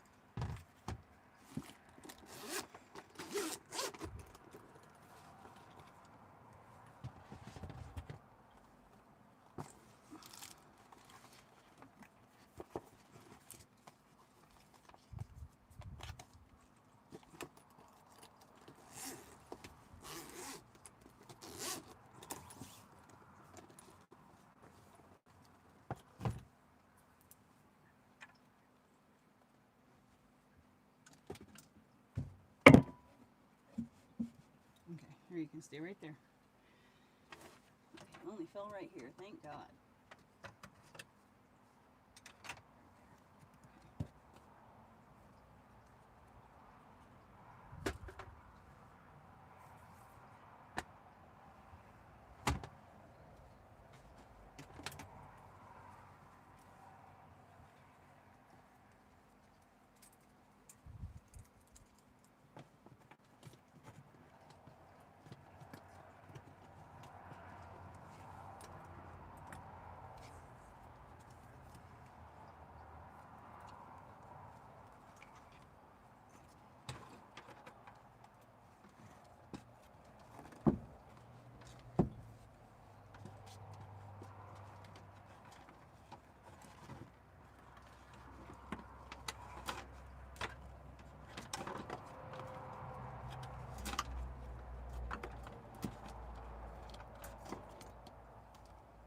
Damn it, I broke another fucking nail.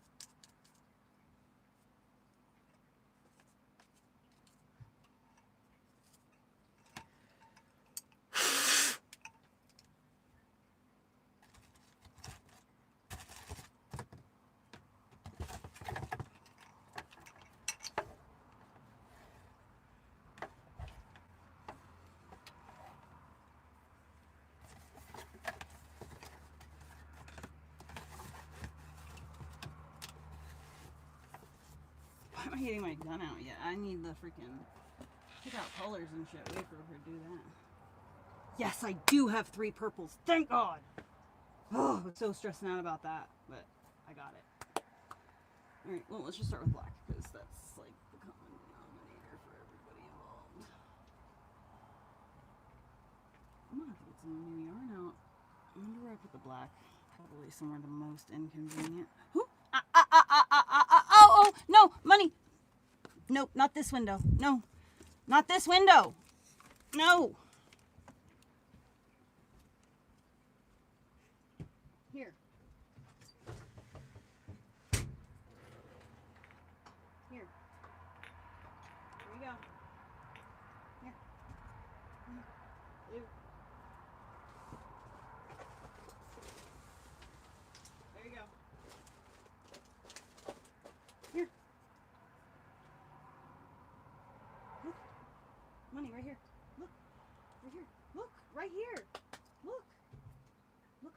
Huh? Right here. Look, right here. Look, you can go in the window right here. Look. You can get up there. Okay. I'm gonna need the black. Look at all these cute little critters, man. Cute little critters. Oh, good. The black is right here. Hell yeah.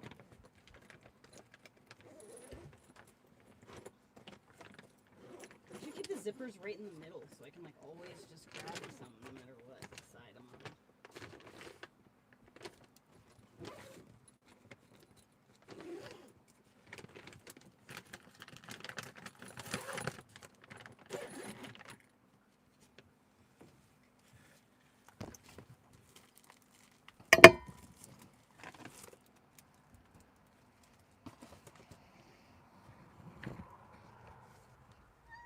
What, Mom? What do I do with that? A ball of yarn now. Heather, Jane. Did I take it over? No, it's right here.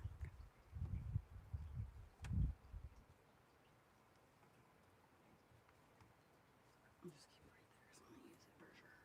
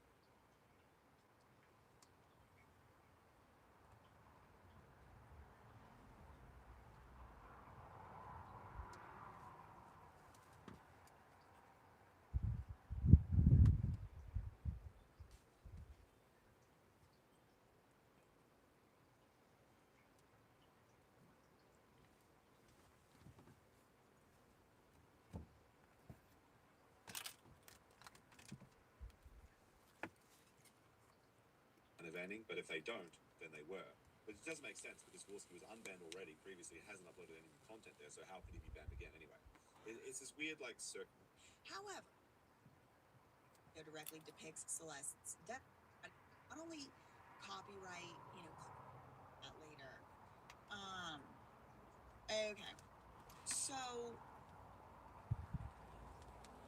there's the drawing. All right.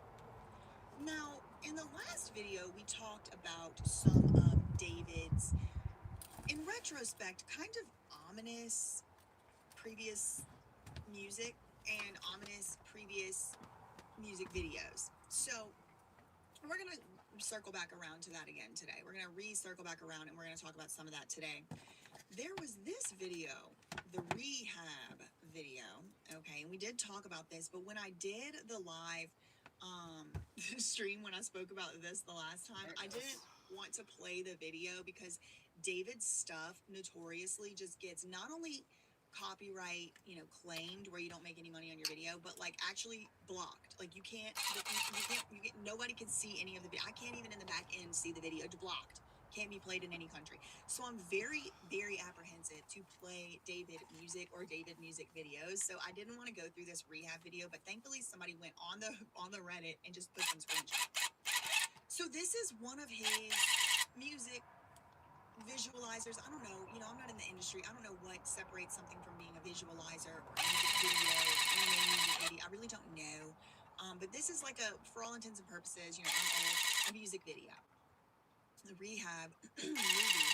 Has anyone tracked down the animators from these scenes? Clarification, I don't think they should be harassed. I don't think they're to blame for anything, nor do I think the music video directly depicts Celeste's death because it was released in 2023. Now I'm gonna slideshow through these here, but I'm just reading the context. There was a definite brief they were given, and likely some character design documents. Any internal information on the design process of this female character could be, quite frankly, illuminating. The director is Tristan Zammit. David was a writer, but this is alongside someone else named Raheem Powell. The animation staff are all credited in the description, but there's no indication as to whether it was chronological order, etc. Okay, so this is the music video or the movie or whatever you visualize you want to call it. This is supposedly, supposed to, maybe people are speculating, possibly somehow visualize Celeste. Now, just to play the devil's advocate, not that she really or he really needs me to advocate for him, but I do like to keep an open mind, to be fair on both sides. I don't like to get too far in the weeds without a lot of evidence. Like, this don't really look like Celeste to me. I'm just gonna say it. This looks like a fully developed grown woman. Her hair seems to be a lot lighter in color and a totally different texture. Like, I would expect her to have little spirally curls. So I'm just gonna say I don't think this is supposed to depict Celeste. And remember, this was released in 2023, and the prosecutors are only saying that David and Celeste's inappropriate aspects of their relationship began in September of 2023. So this could have been someone else being depicted here, okay? But here's the Itami type of character here. He's got his little bow tie and his glowing purple eyes, and there's a girl here. This, if anything, looks more like Aisha Collins than Celeste to me. So look, he's got his Edward Scissorhands hands on. He's obviously killed something recently, and then he's drinking. He's on the bottle, and here she is, comforting him. And again, here she is again comforting him, and then he starts chopping limbs. Okay, then he starts chopping off the limbs, and she looks surprised. Now, again, this came out way before Celeste Hernandez lost her life. But it's interesting he's wearing these slicey hands, or Utami, the alter ego is, and it was just a clean shing, a little slice right through. Okay, we don't know what the weapons were. Here she is, kind of like surrounded by these little, I don't know, whatever that is. But as you can see, there's a very large, almost like a sword going right through this character's midsection. I mean, almost exactly the sum average of the two puncture slices on Celeste Rivas Hernandez's body. And so is this a situation of life imitating art?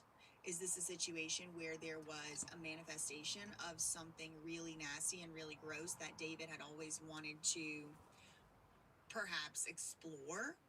Girl, I don't know. I really do not, Charity. We have talked on this channel a little bit before about the 3D printed saw theory. I don't believe that that is what dismembered Celeste Hernandez. Maybe the puncture wounds, but I do not believe it was a 3D printed saw. The reason I do not, I grew up with that stuff, all right? You cannot get through a bag sack of onions with a plastic knife for very long. Like, you're basically saying, you know, it's a plastic cutlery to cut through a femur. I mean, y'all, like, I don't think you understand the amount of pressure that's needed to break a femur. And so he would have needed to 3D print a lot of saws to make it through even one femur. Like, think about when you're like even filing your nails or, you know, trying to cut something with a plastic knife. Sure, it might be sharp. It might be sharper than you ever thought it could be. But when you're running it up against like bone, you need something a lot more substantial. And so, do I know for sure what, you know, he used? No. Do I think it's possible he might have tried to use a plastic 3D printed saw and then had to go use something else? Yes.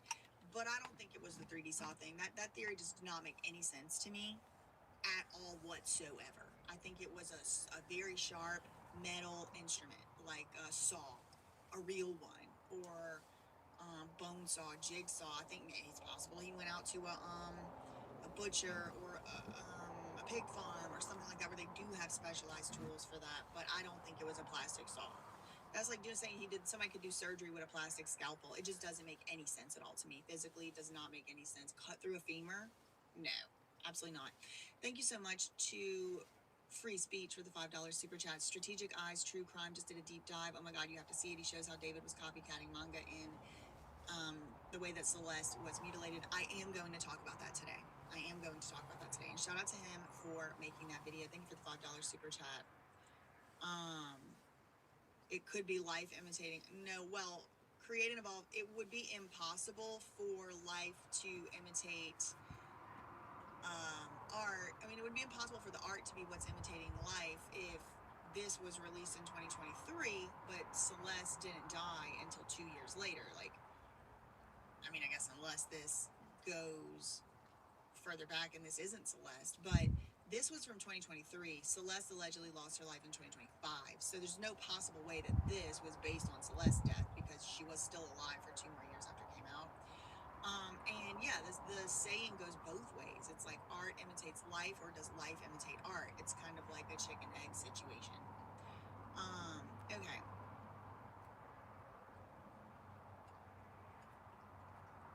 What else?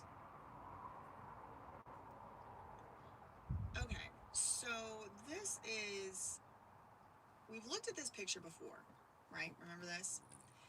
And it was like on one picture, it looked like he had these long red lines in the middle, but then nothing else. Or maybe like these 2 red lines here, but not these. And then in another picture, it looked like maybe he had drawn on this red cross. So we already talked about this in a previous video, but this is what I didn't mention because I didn't realize exactly at the time. This is the day after Celeste died. Okay. So remember when I had my little bottle opener? And I'm like, okay, you're gonna pretend this is a knife. Just pretend this is the blade of the knife. Just pretend the blue part's the handle. Like if you were to grab it and you wanted to stab, like let's say you had the knife like this, right? And you wanted to stab in a way, even cut through a box, the way that it would be touching on your hand would go right across the middle like that, right? Like it would go right across the middle. Either here if you held it low or here if you held it higher, but it would go right across the middle like that. And so if you were repeatedly, forcefully, what doing this, it might tear up your hand. That was a theory that was going around. We've talked about it. Then he kind of draws this cross, this red cross. Okay, girl, that's not lost on me, but we don't have time for every conspiracy theory under the sun right now. He puts this red cross on his hand, perhaps to cover up the injury. That theory, I think, is strongly supported when you add up the fact this was supposedly one single day, the very next day after Celeste supposedly lost her life. The very next day, April 24th. And then, of course, his caption here is "No more side quests. You guys can't bully me anymore." Now, David's defense, he'll probably, or would probably say, yeah, you guys can't bully me about an album anymore, because he worked on an album for like 2 years.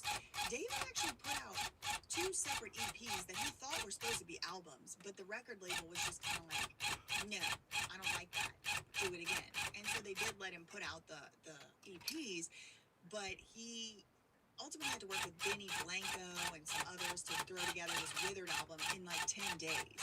So don't forget, David said he made the Withered album in 10 days, but it was only after working on other projects trying to make an album for like 2 years. And this is only the very next day after that, you know, they say that Celeste Rivas Hernandez lost her life. This, oh wait, yeah.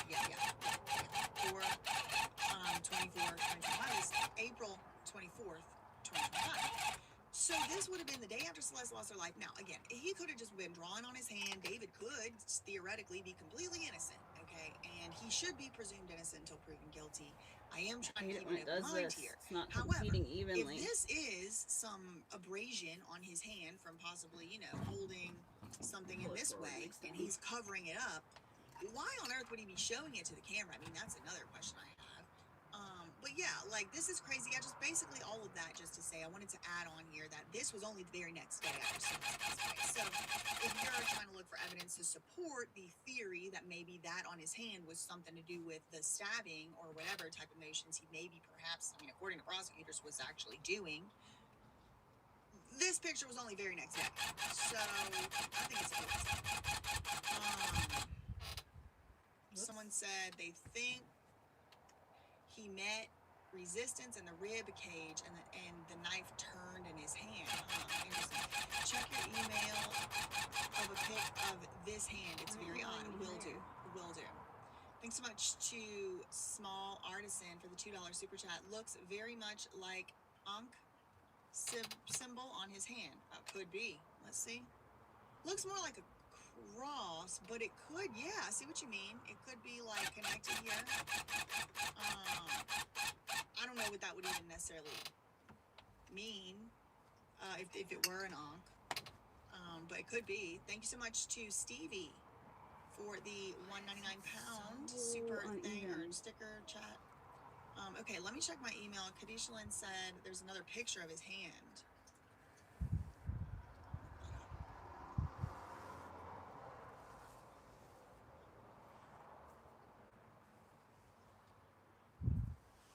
Okay.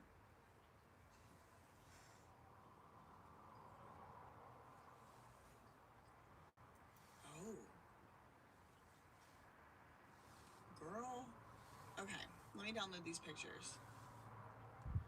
Oh God, I hope David's not one of the cousins. I hope he's not one of my cousins, because he sure does have fleur-de-lis necklace on. Is David in the Acadian diaspora? Lord, please no. Okay, so thank you. Shout out to Kadisha Lynn for sending me these photos. I'm gonna pull them up here now for y'all to see. So here's the first one. I think the second one is just a zoom in. But here's the first. And what the hell is this? Does it say Jesuits? Because the Jesuits have the Red Cross. Okay, that's, I mean, what does this say? Jesuits? I literally think it says Jesuits, and I really like, that's my new conspiracy theory right now. What does this say? Jesuits? Lawsuit? Girl, what does it say? Okay, hold on. She sent me a zoom in one. Zoomed in on his hand.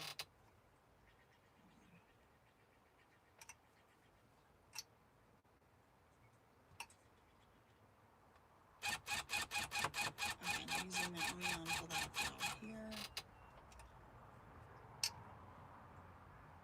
Girl. Put it in the comments, put it in the chat what you think that says. I'm going Jesuit. I mean, I biasly want it to be Jesuits. But anyway, forget about what it says right there for a second. Look at these two lines. Look at those two lines, and they're like exactly parallel from what it looks like to me. I guess maybe this is a little bit closer than this. But, I mean, again, oh, y'all can't even see it. Here, look. Forget about what it says. This is what I was looking at. Forget about what it says for a second. And look at these two lines right here. They're so almost perfectly parallel, as if, you know, I don't know. You know what I mean? Just like, I don't know. I don't know. I'll just say. And what does it say? That's another one. I mean, it's just kind of blurry, and it's on his hand, and what is it written in, and, you know, all of that. Now, Steve Fisher came out and said he thought this was a temporary tattoo. I do not. I don't think that is a temporary tattoo. I think this is some type of abrasions from some physical activity or something. That is just, you think it spells Celeste? I don't see that at all. C-E-L-E, no. I don't see that, but girl, I mean, it could. I don't know. Maybe if you don't know how to spell or something.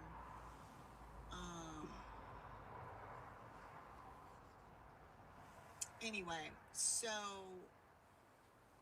it's a 98% chance that when you poke another person, you always get cut. That's interesting. Oh, so he cut the words over the cuts. I don't know if he cut those words.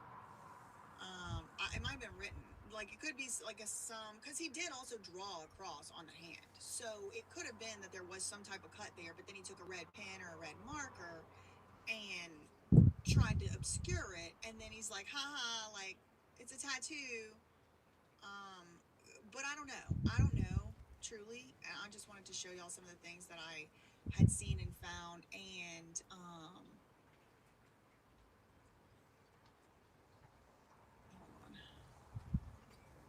I wanted to show y'all some of the things that I had seen and that I had found, and I wanted to show y'all the picture that Kadisha Lynn just sent to me. So there y'all go. Misfits could say, could it be henna? It could be. You see Zag, but you can't make out the rest. This guy gives me the ick. Looks like he might have burned it. I see Kirby. Kirby says he thinks it says Jesus. I don't see Jesus. I see Tariff. It could say Jesus. It's so blurry, but looks like that even got blurred out. And you know what else I'm remembering too, just from like the movies I've watched in my life and like the media I've consumed, like, don't you remember like all those shows we watched, Indiana Jones and just different shows we watch where people Charmed and whatever, where people have to cut their hand to give blood, like for an altar, like, don't you remember just seeing that in pop culture so much? Put it in the chat. Put it in the chat. You remember like all those shows they had us watching. Like, you gotta cut your hand to sign the contract. You gotta cut your hand right there to sign the. It's just me. A singular hallucination. Yeah. Okay. People are saying Ruby, free speech, Katie. Yeah. It's like. You know, and then you have like Megan, what's her name, Fox, saying that she was doing blood, drinking each other's blood with Machine Gun Kelly for ritual purposes. Like, fucking did it again anyway. Do a blood ritual, just because I don't do blood rituals doesn't mean that they're not out here doing them. And I'm just fully open in my mind. It literally got tangled that quick. To that at this point, because like, it's not a lot that you can do to explain to me why a very young man, just over the age of really just became a grown this out, but I'm afraid I'm gonna lose it because it's so hard to see. Would be so into all of this stuff, be doing all of this stuff, despite the fact that he apparently had a great upbringing in a stable home with nice parents who loved him, who brought him to church or whatever. You know, it just doesn't really.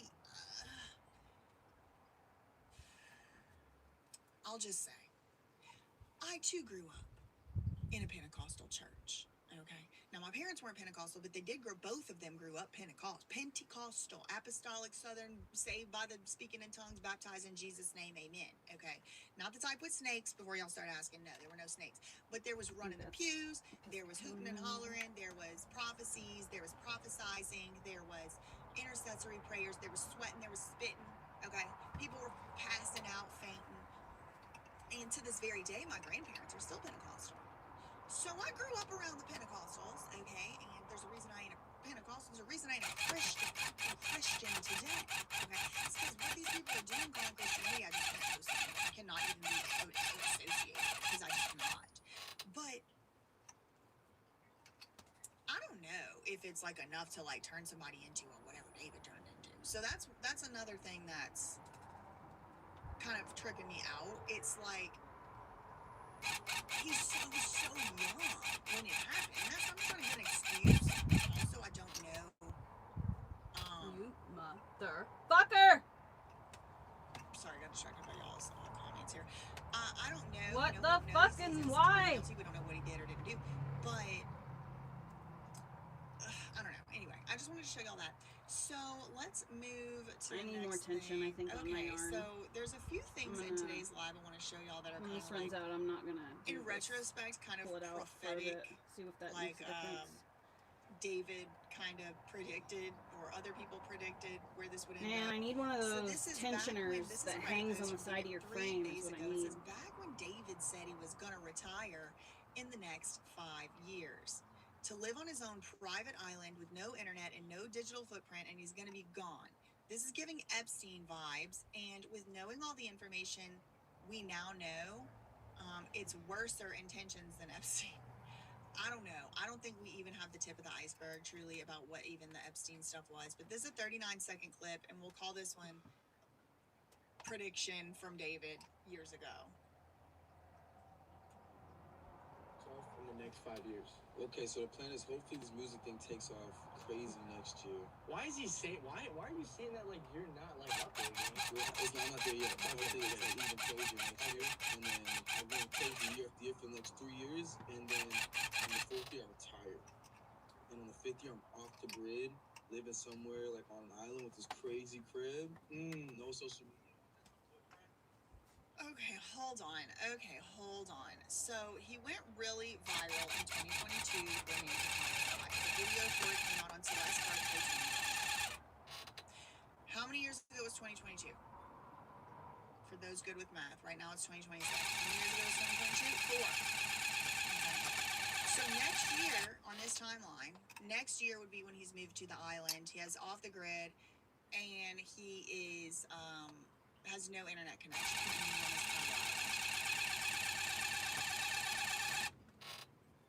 I swear to God, if David gets off easy and nobody goes down for this, and then he just absconds into obscurity, it will literally be like Epstein.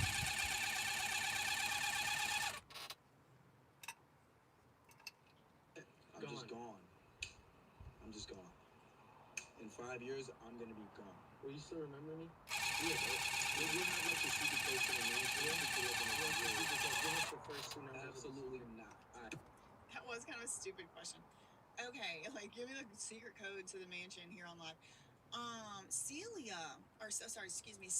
She said, what if he was asked to sell his soul and refused and was involved in predator behavior, but someone else murked her to frame him? No sympathy, if facts, but what if? Okay. This leads me to a theory I have. Okay, so I want to start giving my little, I call it psychic visions from the mothership. I'm only saying that. I don't think I'm psychic. I could be. I don't really know what that even means, but it's just a feeling I have, just an opinion I have, and it's not based on any facts. So I don't want anybody suing me to say that I, did something dipping in the story or something. I don't need facts, but this is something that I actually truly believe. Not this specifically, but Cecilia's comment, I do kind of have like an inkling of some aspects of this myself. Now, disclaimer, I do not know who did what. Okay? I do not know what happened because I was not there. However, I'm leaning toward, David knows. Okay? David knows what happened, and he was there when it happened. Now, was David alone? Was David completely alone in the killing or the unaliving? I don't know, but I don't think so. He's, like, literally my size.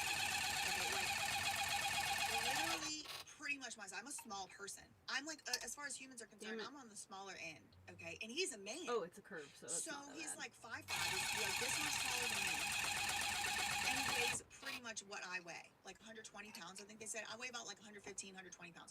So maybe he's 2 inches taller than me, 10 pounds heavier. Maybe. Okay. That's even if he's like very strong, he's a slight individual. So I don't know if he could even necessarily Celeste was also about 5'2", 120 pounds. Like, they were about the same size. Now, that's not to say he couldn't have. That's not to say he didn't. But now, let's say I can get past that. Let's say I'm like, all right, it was adrenaline. You know, sometimes tiny little moms can flip a car over. We've all heard this story before. A mom can flip a car off of her child. You know, a man can lift a whatever, you know, if the adrenaline is going. Okay, fine. Let's say David did do it himself. The act. I'm going to go out on the record. I have the right to change my mind, and I'm only basing this on just truly just feelings and what I've seen in the public record. This is not a fact. This is not an allegation of a crime.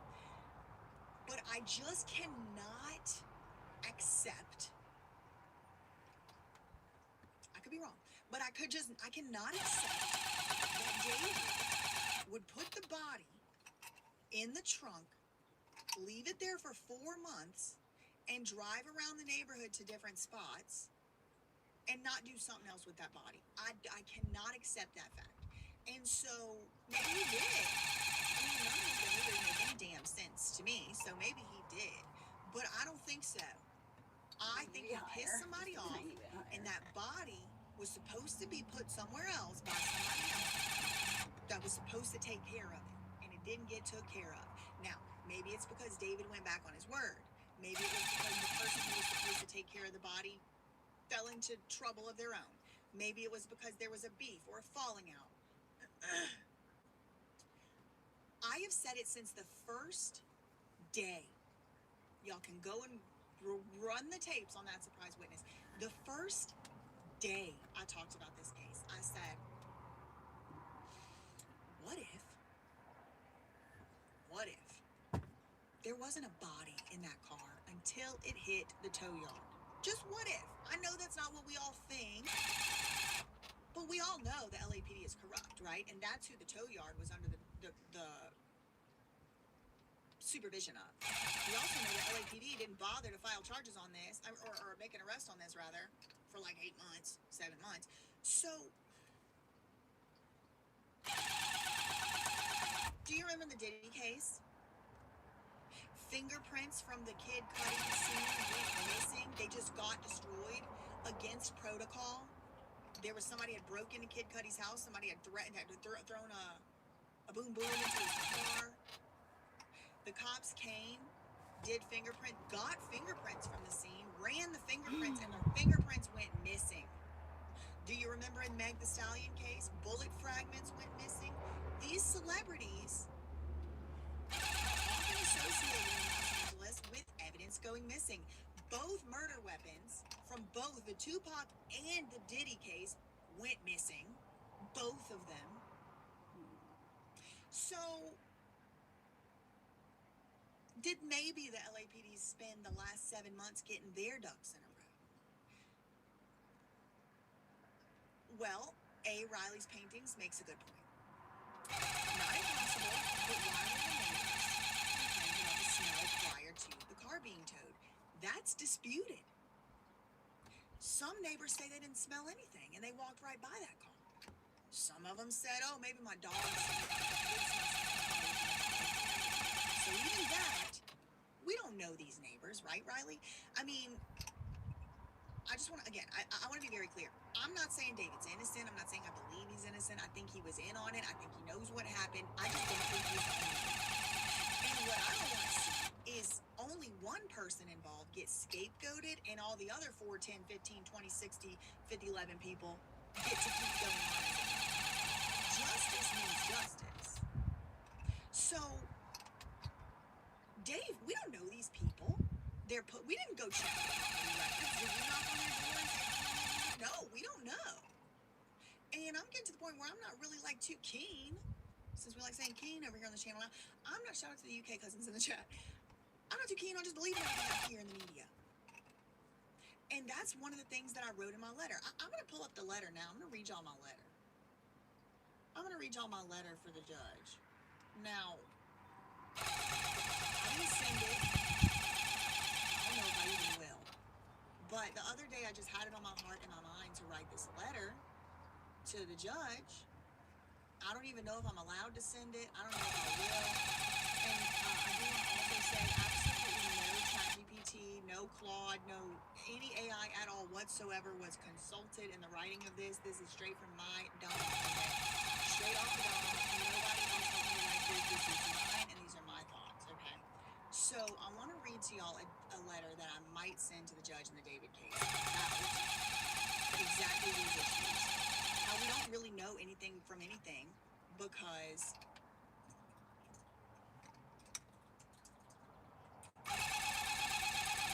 the media keeps on getting it wrong. Okay. So this is my letter that,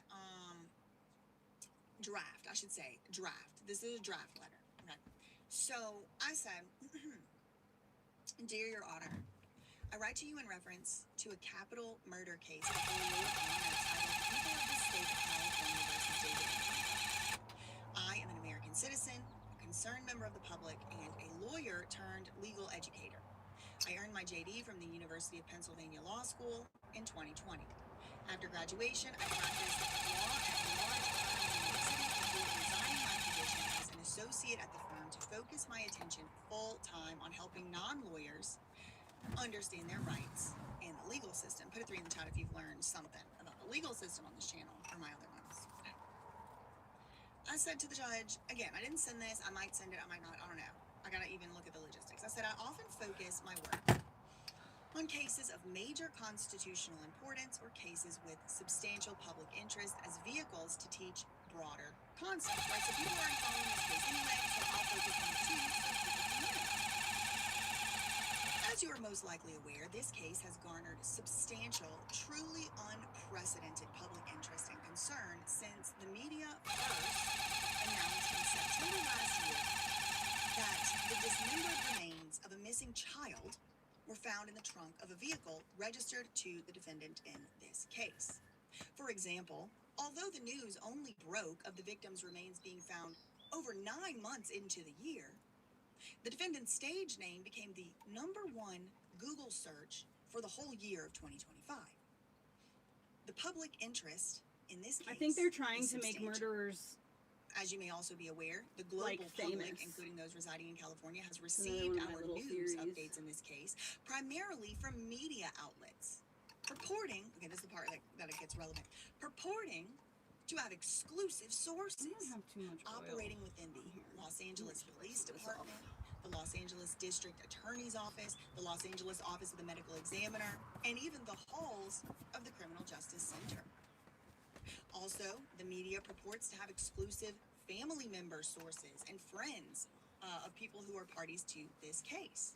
For months on end, these media outlets have run tabloid-style headlines purporting to be exclusive news and updates. In turn, these rumors have dominated the news cycle and left a very concerned public in a state of despair, outrage, and distress about what happened to this missing child and how she could have possibly ended up the way she did. Then I say, fortunately, Your Honor, your recent order, to unseal the autopsy reports for the victim, Celeste Rivas Hernandez, has answered many outstanding questions that had previously kept the public and Celeste's family awake at night for the past 7 months. The medical examiner also released a press release in which he emphasized the importance of transparency in cases like this for the public, for truth, and for justice. Moreover, it's also been a great relief to hear directly from the LAPD chief himself, as well as the district attorney in a recent joint press conference during which they confirmed that an arrest had been made and charges had been filed. Okay, and then I'm like, okay, so that's all great, right? Like, cool, I'm glad we're finally getting some information. You had the thing unsealed, Your Honor.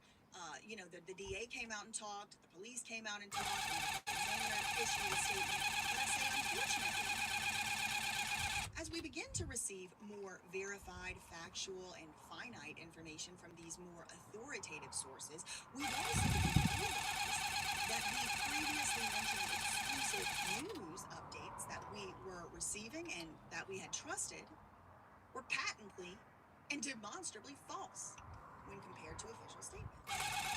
We were misled at best, Your Honor, and intentionally lied to and manipulated by practitioners of the dark arts of public relations at worst.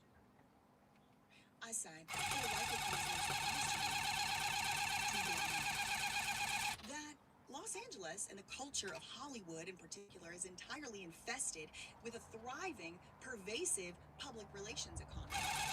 The beneficiaries of this economy have no legal duty to report the truth accurately or honestly, and they are perversely incentivized by financial gain above all else.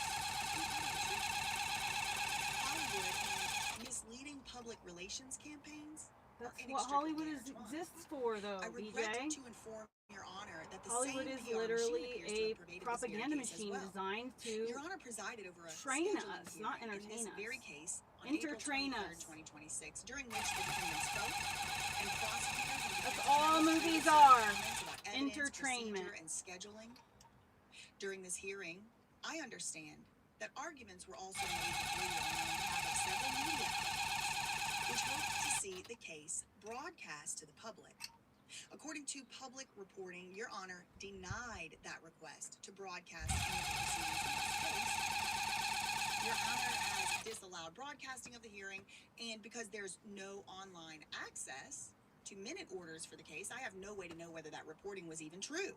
However, if that reporting was accurate, this letter serves as a sincere and desperate request for you to please reconsider Your Honor's decision, if only to modify it to allow for some level of public access, even to a limited broadcast. Of course, the nature of the allegations in this case and the evidence in this case obviate a substantial degree of discretion. I'm basically saying, look, I ain't trying to tell you to put it all out. I said certain aspects of this case should never be made public, and I would never ask Your Honor to even consider doing so. And I gave some examples. I'm like, for example, child mess, you know what, material, or corn, you know what, images, graphic photographs, videos of the victim or her remains, depictions of violent abuse. I don't want you to make any of that public, Your Honor, but I urge you to please also consider some of the harmful implications of excluding the public from the opportunity to view the substantive proceedings of this trial ourselves. I said thank you for the opportunity to explain. It is true that Your Honor's courtroom is open to the media, because that was her argument. To the guy who was standing up there in court, arguing to broadcast the hearing, the judge, from what I heard from my colleague and other people who were there in the courtroom, the judge said there's going to be media. They're going to report what happens in this case. They're going to be sitting here and they're going to report it. So I said, Heather! yes, it is true. The courtroom You guys, is open to seriously?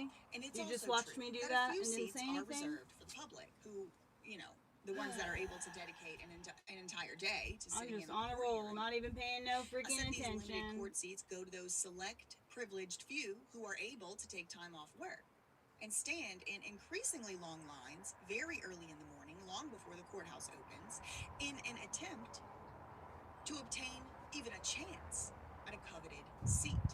Even so, those public seats are even extremely limited and in high demand.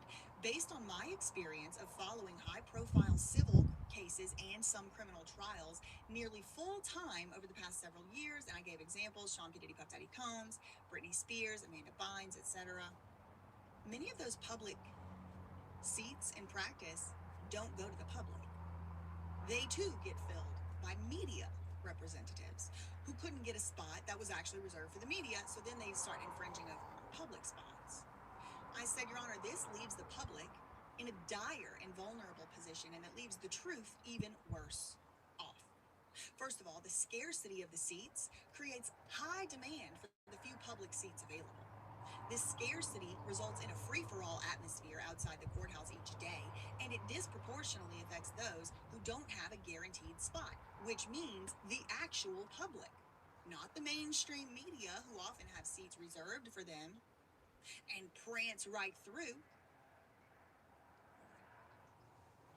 prance right in through throngs of desperate public citizens. I know I remember being at the Diddy trial fighting for my freaking life to get in a spot that was rightfully mine in more ways than one, and watching Chloe Malos just prance right in.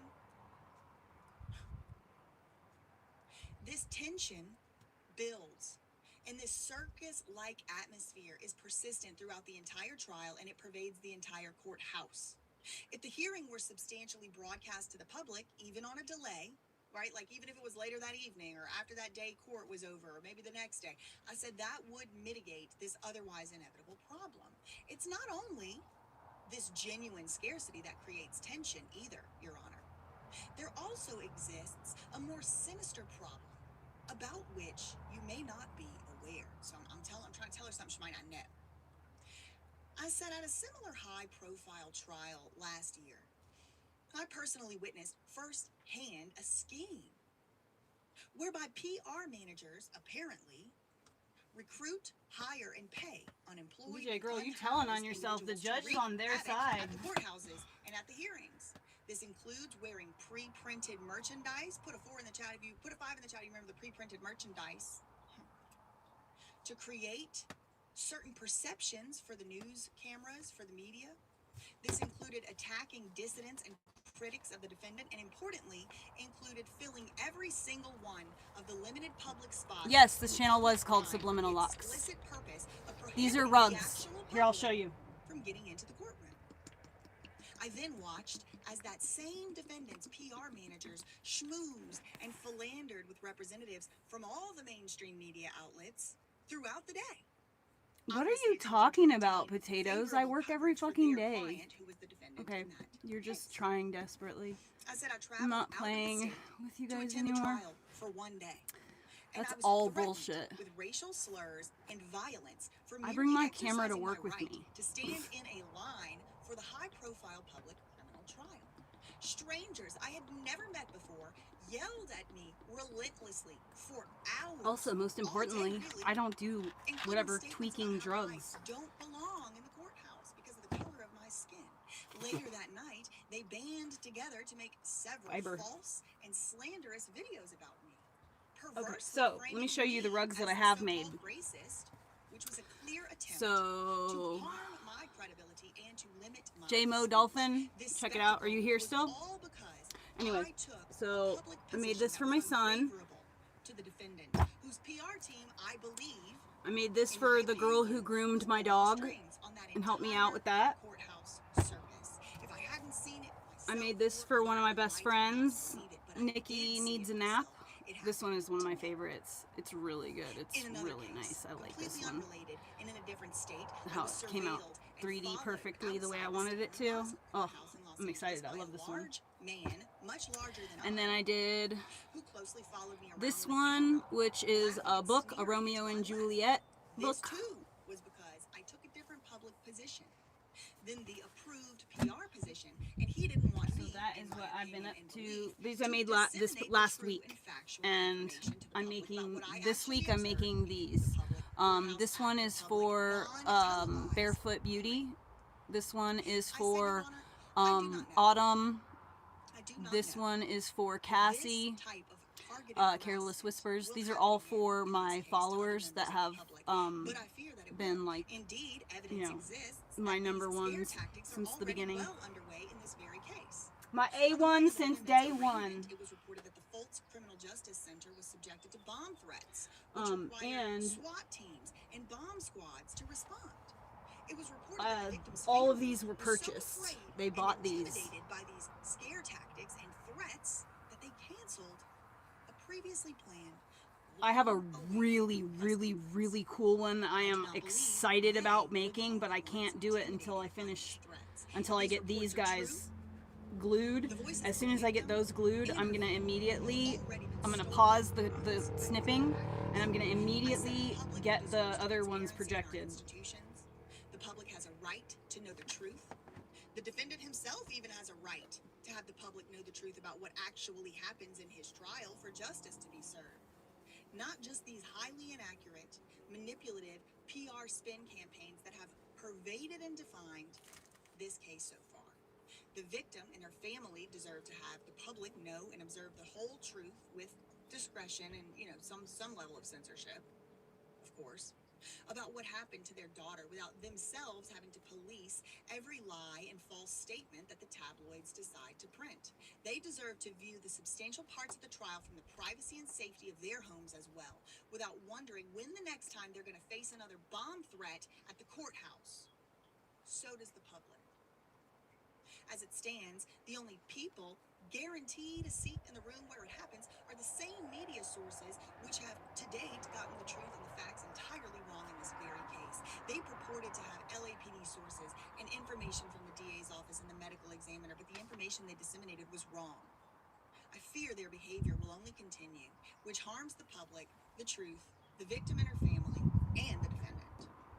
I understand that some things should never be made public, and I'm not requesting Your Honor to live broadcast the entire trial and all of the evidence carte blanche. I understand there are consequences to broadcasting even some parts of the trial, and I am sympathetic to them, but I humbly request that Your Honor weigh the greatest good against the least harm to all parties interested in this case, and that includes a very concerned public, against the backdrop of what's already occurred in this case. The public cannot and does not trust traditional media to handle this case, and I don't think Your Honor should either. These outlets have misled us at best and lied to us at worst. This distrust, when added to the inherent scarcity of the publicly available seats at the trial, will almost certainly lead to a chaotic atmosphere at trial where various parties must quite literally fight for a spot to observe this unprecedented, death penalty eligible trial, which deals with some of the most serious charges a prosecutor will ever face. And that paragraph right there, the public cannot trust the media and does not trust them to handle this case. I don't think Your Honor should either. These outlets have misled us at best and lied to us at worst. They don't call it the dark arts of public relations for nothing. This distrust, when added to the inherent scarcity of publicly available seats at the trial, will almost certainly lead to a chaotic atmosphere at trial. Okay? Now, did I consult ChatGPT, Claude AI, anybody AI, LMNOP? No. I had to learn how to write like that the hard way. I don't know if I'm gonna send that to her, but I'm glad I got that out. You know what I mean? I'm glad I got it out. Okay, so we have some more updates. This is purportedly, supposedly an actress who played in a David music video. Actress who played David's girlfriend in a music video. Now, she's out here denouncing David. Okay, so let's hear what she has to say.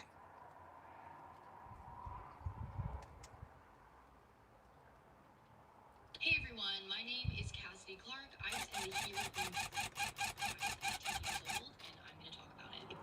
I submitted for the job via casting networks, and I got casted. It was a 12-hour shoot, very low pay, non-union job. I met David's whole family. His whole family was there because he was a minor at the time. I was 18, he was 17. When you're a minor working on a set, you have to have your one guardian present, but his whole family was there. I met his younger sister, who is probably now around the same age as us would be, and he has a younger brother as well. During the shoot, I played his girlfriend, and that was that. We followed each other on Instagram just for the sake of, oh, you shot with me for 12 hours. We might as well follow each other on Instagram. We honestly didn't really get along that well. I would say I'm pretty outgoing, and we just really didn't click. If anything, I felt like I was kind of bickering with him. But that's besides the point. The reason why I'm making this video is because I've gotten quite a few messages of people asking me if I have anything to do with this, if I know what's going on, and I just wanted to put an end to it. I do not associate with David by any means. I'm an actor. I literally have nothing to do with him. I did it for a job. I did it for a check. I didn't know who David was. I don't follow him on Instagram anymore. I'm going to remove him as a follower. And I think that he deserves even more than what's happening to him right now. He's a monster, and I do not associate with him by any means. I'm not making this video to make this about me. I'm making this video to put an end to my association with David. Like I said, I've been getting countless amount of messages, comments, stuff like that. I know this video is going to get the same thing, but at least I'm saying I don't associate with David, and all justice to Celeste Rivas and her family. I don't associate with David by any means. David Burke, I don't associate with you. And thanks for listening. Come here, you. Okay. So there you have it. She was in the David Here With Me. That was like probably his other biggest song. The Here With Me song. And she's like, look, I got cast through a casting director. It wasn't like I was his bestie Anna or something. Like best friends were hanging out or nothing. Like I did a job. I don't talk to him. We didn't even get along on the set. So, you know, thankful to her for coming out and saying that. Somebody said, you know, they don't think that she should have been being attacked just for simply being in the music video. I don't think so either. I wasn't attacking her. I didn't know that they were attacking her. Nobody should be being attacked. Certainly don't go attack nobody for channel 3. This channel is not for somebody to attack. I completely denounce that. I do not encourage that at all. I don't even think anybody should go attack somebody that's like a friend or whatever. You know, I really do just fucking serious. Want the justice system to take due course, and I hope that David gets a fair trial. I hope he gets a fair trial. I hope he has every single right afforded to him, because if and when he gets convicted, I want it to stick. Okay? Now, I told y'all that today we would be going back and looking at some things that happened in the past. Some things I've talked about before, some things I have not. But it maybe would have given, like, just in retrospect, like, ooh, like I'm kind of like, about this in retrospect. And this is when David went on tour. See, before David went on tour, for his own tour, which was cut short because Celeste Rivas Hernandez's body was found. Before David went on tour, he had been on tour already with this other famous artist called SZA. That's her stage name. And she pulls him up on stage and says, she pulls him up on stage and says she needed a David when she was younger. Girl, you didn't need a David because you might have possibly ended up in the front trunk dismembered with your pinky missing. Okay. But anyway, let's hear it. Let's hear what she said on stage. Also, okay, why am I showing y'all this? Not only is it this, like, okay, back to, oh, it's so weird looking back on it. No. This makes David seem like someone who's safe for young people to be around, which, knowing what we know at this point, even if he didn't kill a fly, he wasn't safe for young people to be around. That's my opinion. That's my belief. And here's SZA, oh my God, young people need to be around me because I should have been around people like you when I was young, girl. I needed you.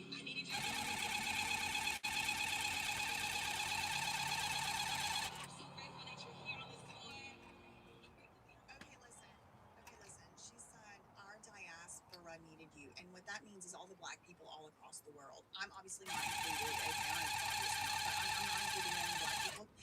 Diaspora, but I got a lot of cousins in the chat right now who are. Can y'all vote and tell me if y'all needed David to represent the diaspora? I just want y'all to only nobody else except the diaspora gets to vote. Only the ones who gets to vote is the ones in the diaspora. And no, people are all saying no. The cousins in the chat are saying absolutely not. We do not need David in the diaspora. SZA does not speak for black people. Are you flipping, like, flapping me? Not mine. I'm not speaking.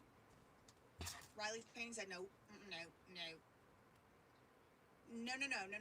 Diaspora, Amanda, does not mean emo music. No, ma'am, girl. No, ma'am. No. That is not what diaspora means. I'm going to look it up for y'all. Just tell y'all what it means. Look. The dispersion of people from their original homeland, often maintaining a strong cultural or emotional tie to it while living worldwide. And that's why I say, you know, shout out to the this Lightning McQueen is sold already, but I can make another one. One of them. I have a lot of them. I'm White Mystery. I have a lot of I would only charge things, okay? $40, which is the cost of yarn and then shipping. She ain't talking about emo. There's no emo diaspora. I'm not charging for my labor just for right now. For the next, like, maybe 20 sales. Okay. So, I'm not charging for my labor for my first 20 sales. no, we did not know. A lot of people are saying no. Gluten, it is definitely a learning curve, this machine. I'm not there yet, even. But I'm afraid of a sewing machine, if that gives you any information. I'm afraid of sewing. I sew by hand. So here he This is is stressful to me. I would rather do this by hand. Saying that she needed him when she was a kid, making it seem like he is safe for kids to be around. That's what has to do with the case. Try to keep up, please. Please try to keep up. Okay. If you don't know what's going on, just shut up and listen. Exactly. Just shut up and listen, please. Just try to keep up. Okay. Yeah, there is a Jewish diaspora. That does count. Yes, there is. Thank you. Better try again. Thank God. I've been working on the line dances. I also want to do people's houses, take photographs of someone's house and turn it into a rug for them. She might have known what it meant. Because guess who came on that tour? David's family. Guess who also came on that tour? Celeste Rivas Hernandez. Yeah. Celeste came on this tour. So we really don't know, if we're being honest, if she knew what that meant or not. There's evidence she did know what it meant. There's evidence she did know there was a little girl running around backstage. It was her tour.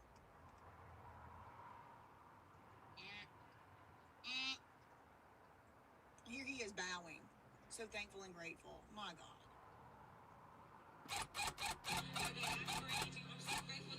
This is corny.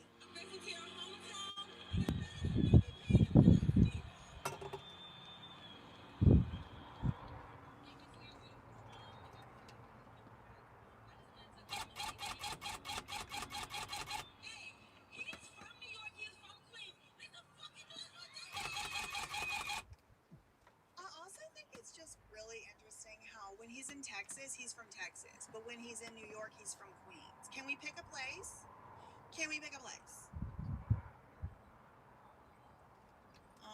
She's very dense. I think she's got some serious problems. Anyway, I'm not a fan. So, let's see. SZA needed a David when she was younger. Maybe she could come out and do National Association. Now, this is something interesting that I saw, which is somewhat related to this case, because right, Tina Marie, good point. Thank you for picking no, so we have a lot of that.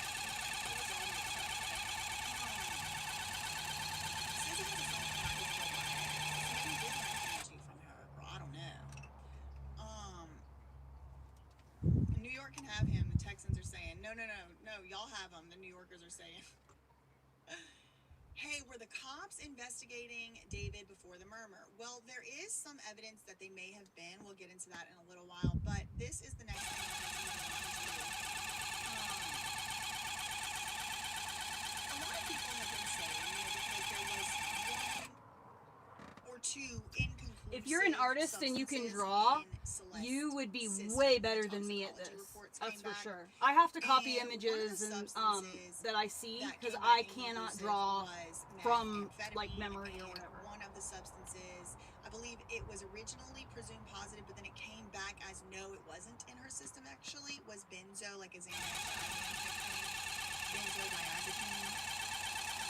And before the autopsy results were made public, it was widely speculated that maybe Celeste accidentally died. Maybe she accidentally died from a substance situation. And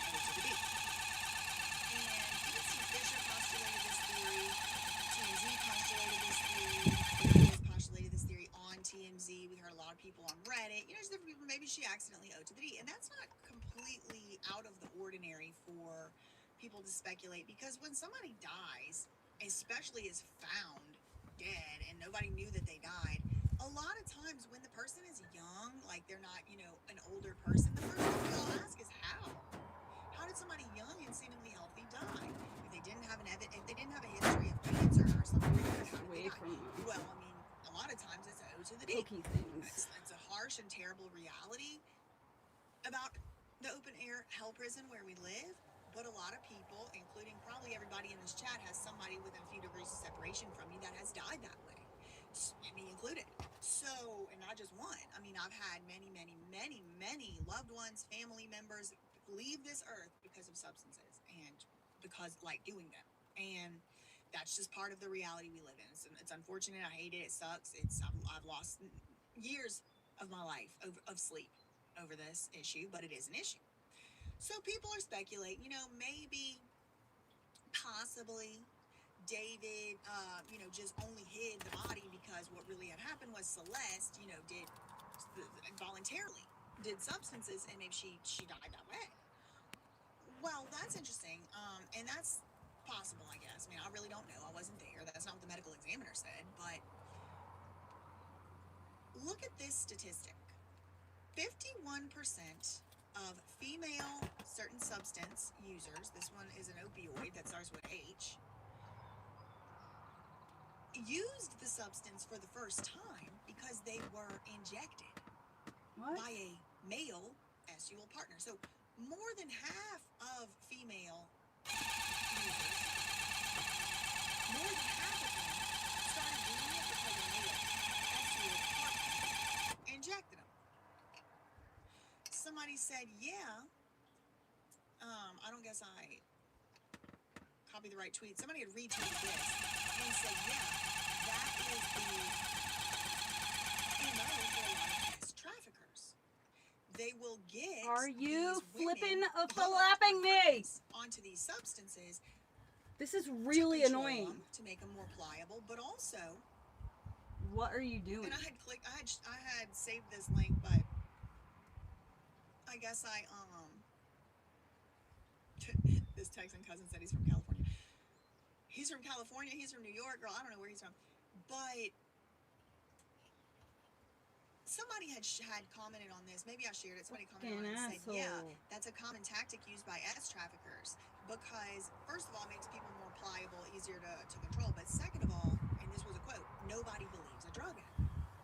And it's like, it made me go rushing back to things that we have seen happen in the past. It's like, it's so true. Once Bam Margera was labeled schizophrenic and a drug user, the cops did not want to listen to what he was saying, even though it was true. Amanda Rabb, she's just a schizophrenic crackhead, they would say. She's a street urchin. Everything she says is crazy and insane because she's addicted to crack and she's got schizophrenia. Dahlia and Dia, they were just crazy schizophrenic drug addicts that had been to rehab 60 times. Don't listen to anything they say.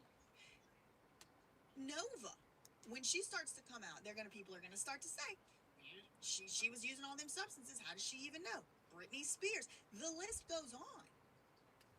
The list goes on. Nick Reiner, thank you. Valkyrie said that's why they'll give you a taste for free, because they know they can get you hooked. And once they get you hooked, you're going to be back.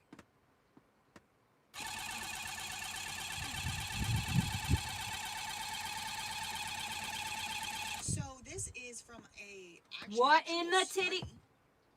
Santhi Patel. Quote, the men or man she socializes with during this period often transition her from prescription drugs to the work available on the streets to increase her vulnerability to exploitation. Now, please be very clear. I'm not saying David did this. I'm not saying maybe David did this. What I'm saying is how substances can be used to control women and then to later control the perception. Don't step on my yarn right now. When she ever does try to go get help.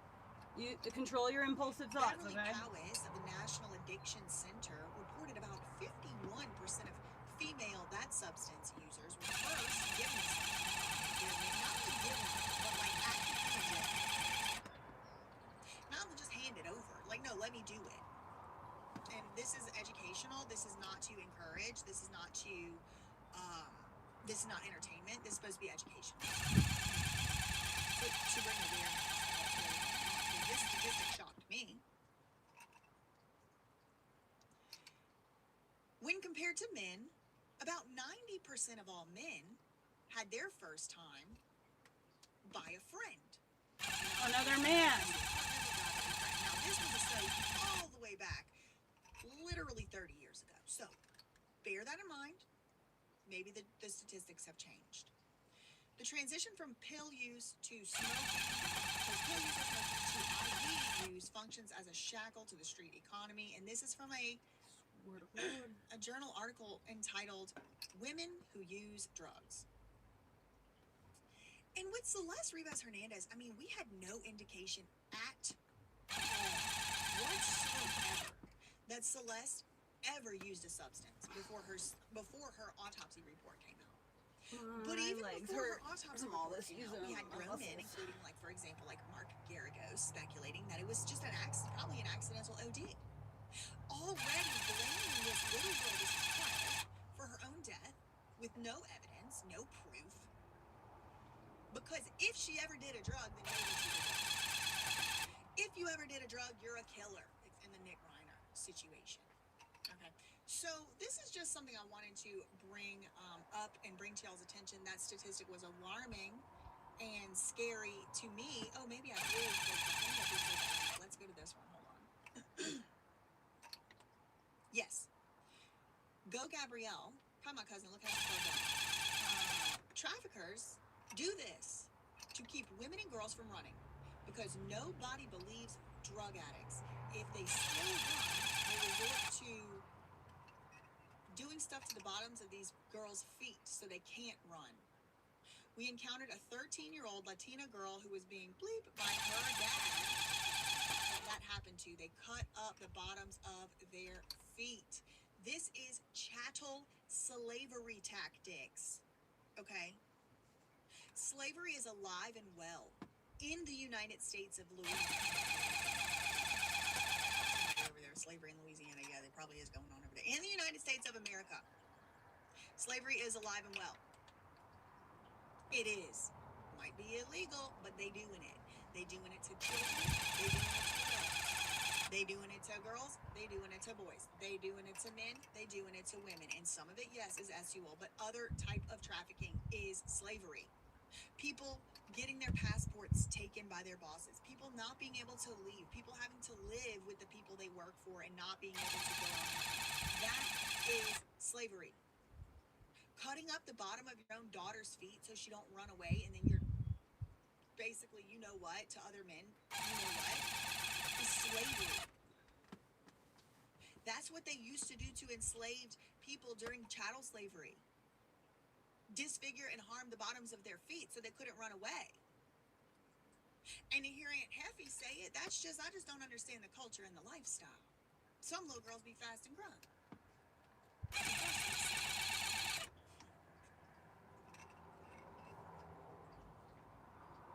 I'm gonna read a couple of y'all's comments here. Let's see.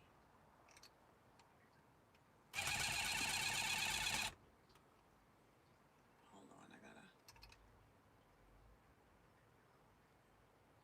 Scaramucci, get the fuck off my channel. Obviously, you're lost. Okay, anyway, back to what I was doing. I just want to remind you, this is my channel and I do what I want to say, what I want to talk about, what I want. If you don't like it, you can literally leave. You can also unsubscribe and I will not notice. Goodbye. All right. So then we have this other and also, I'll be here as long as I feel like. I'm not on a schedule. Put a 5 in the chat. You're not on a schedule. You don't have nowhere to be. You could just be here as long as I'm here. Let's just show the scurries of the world. Let's just show them. We don't know where to be. Okay, this is anti. This is you have now found yourself on the anti side of YouTube. Okay, this is where the antis are. I'm happily, proudly an anti. This is not the 6-7 side of YouTube. Okay, this is not where you come to hurry up, like get the news, go bye. No. This is the anti side of YouTube. This is where the aunties are. This is where the uncles are. This is where the cousins are.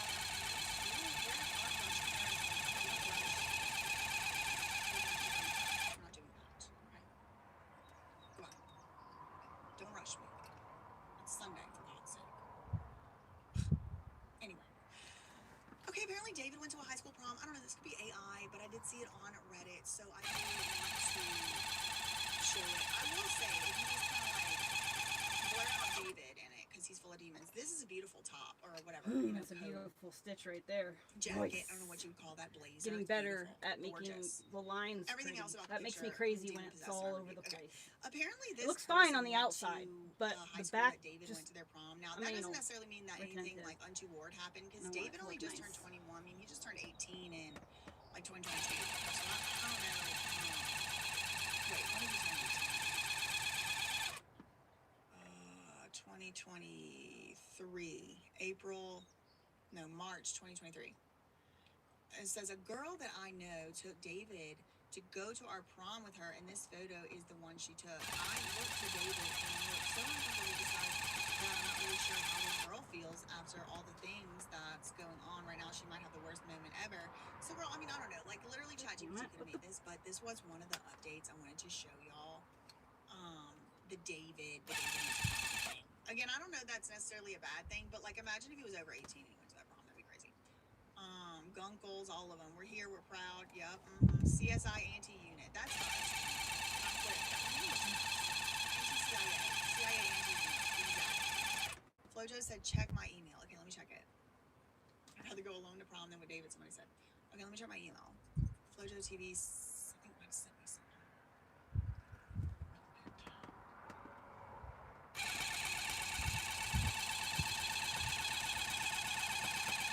You know what song is stuck in my head right now, all of a sudden? How's it go?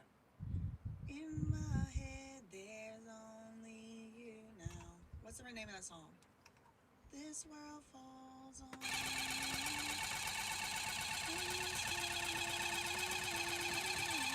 Oh my God, what is that song? Why is it, it's like in the front of my head, like screaming right here.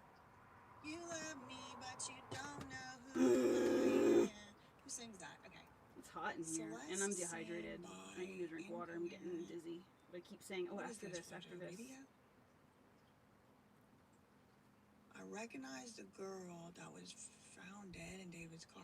What is this? What'd you... Oh, okay.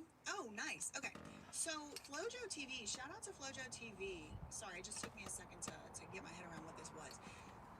Celeste seen incoherent by a store employee. Now, this might have been something that came out previously.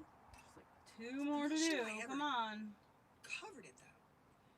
Maybe I did. I don't exactly remember. Okay, so... Come on, butthole. Celeste seen incoherent by store employee, and this is apparently a store employee, and the caption on the video says, I recognize the girl that was found dead in David's car. Who's this from, Flojo? Oh my God, my ring was scared of scratching. As many of you may know, a body was recently found dismembered in a Tesla belonging to David, a popular singer.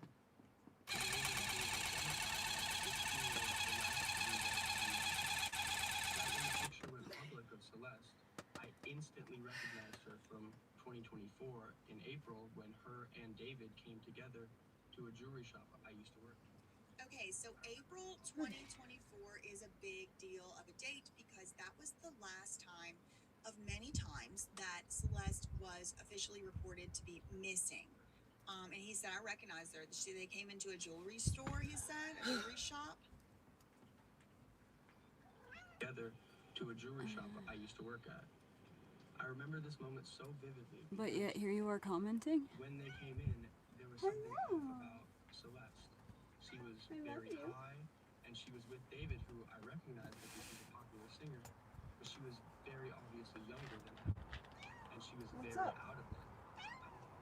I am very concerned. It's been 42 seconds. I haven't seen this kid blink once. People are saying, does he blink? Does he blink? It looks like he doesn't. It looks like he don't blink. I see y'all saying it, like, why is he not blinked? Maybe he has one of those AI things. Like, there are AI masks you can put on that, like, make it look like, you know, your eyes are open. Okay, hold on, I'm going. I hear you. So that situation really stuck in my brain, and I really remembered the I rewinded it. But she was very obviously younger than him, and she was very out of it. I was helping her out with jewelry, and she was just all over the place. So that situation really stuck in my brain, and I really remembered her face. So when her picture was released to the public, I instantly recognized her as the girl that was with David. And the fact that she... Oh, wait, hold on. Shout out. We have some more content creators in the chat. Shout out and huge, y'all need to go over there to his channel. Maybe after this video, maybe after the live stream. But we are going to be talking about a a video from True Crime with Strategic Eyes. Shout out to him, and thank you to him and his research team. He's got a research team over there, where they came up with a whole theory over there about some of the things we've talked about in the past, putting it together in a new and different way about a specific anime or a manga. Girl, I don't, obviously I'm in my anti-era. I am not the anime, manga, audience or whatever, so I'm not trying to say the wrong thing or whatever, but basically like a Japanese cartoon or a Japanese graphic novel that got turned into a, I'm still tripping up on saying the United States of Louisiana a while ago. That's so funny to me. Anyway, so yes, we actually, shout out to you, and I do have your video coming up. I haven't even started covering that yet, so I don't know if you have time, you're going to be around or whatever. If not, hopefully you'll be able to come back around and watch that, because we will be chatting about both the Renovation. Thank you so much for coming by the live stream. Thank you very much for the shout out. We often will react to information. Oh, nice. Always make sure to direct the audience to your show. Thank you so much. Yeah, sure. Yeah. We all want justice for Celeste. Shout out to you. We got Flojo in here, True Crime Strategic in here, and Kadisha Lynn was in here earlier. Sometimes we'll get Rabbit down the Rabbit Hole News, and all of us are doing our part to try and get this information out to the public. And I really do appreciate being part of kind of a community in a way, even though none of us are really like, chit-chatting all the time. We're kind of all working toward the same greater good, I think. Oh, and Sloan. How could I forget Sloan? Because Sloan's a piece of shit. Unbelievably sad and horrific, and my heart just goes out to the family and the friends and everybody who's involved. But there's a lot of questions around this, and a lot of unanswered questions. So please find answers. Okay, and a lot of people were saying a similar sentiment to what Lizzie said here, and I kind of agree to some extent. She said, I still wonder about what he's saying and if it could be true. It's been 7 months. You're just now coming forward, right when everything is still super popular. I don't know. I just don't trust people, and maybe it could be for clout. Well, I do think, for one thing, I do think that this person did make this video a long time ago. It was months and months ago that came out. But I do understand what you're saying on the other part. We don't know what anybody's true motives for covering these cases are, and especially when somebody is coming forward and claiming to have exclusive sources, exclusive information, but they don't really have any receipts. I think it's fair. I think it's responsible even to question, is their motivation? Could they be lying? Could they be telling the truth? I don't necessarily think that guy is lying. However, I don't know him. I do think that was the reason that I didn't specifically cover his video in the beginning, because it was just kind of like no way to know for sure. But I mean, now at this point, I think it's worth at least looking at. Let me see. We have another one from Brick Red. That'll work. Flojo. Oh, okay. Another prom photo. Okay, cool. Thank you for sending me this too. Let me pull this one up. All right. So we have another prom photo of David with the girl he went to, allegedly went to prom with. This kind of does, again, grain of salt. I wasn't at the prom that they went to, so possibly, I don't know, could be AI or something. Don't look like it to me, but you just never know in this day and age. It is a beautiful suit he has. I don't know if that's a custom or what. That is a beautiful suit. It reminds me of Indian clothes. That's why I probably like it the most, but this is pretty too. Okay, shout out to her. She's working, serving, slaying. This is a cool little outfit. I mean, if you just cut the head off, not really, literally, just of the picture. So there's another photo. Thank you to Flojo TV for sending that over. Yeah, no, we don't know anything. We don't know anything. I certainly don't know anything. I'll tell y'all that. I don't know anything. Apparently that was his friend's sister he went with. Interesting. Maybe just these 3 colors? Abraham said, I would rock that suit. Okay, so let me see. Do I have any? Okay, hold on. I think that was all the email tips. Just double check.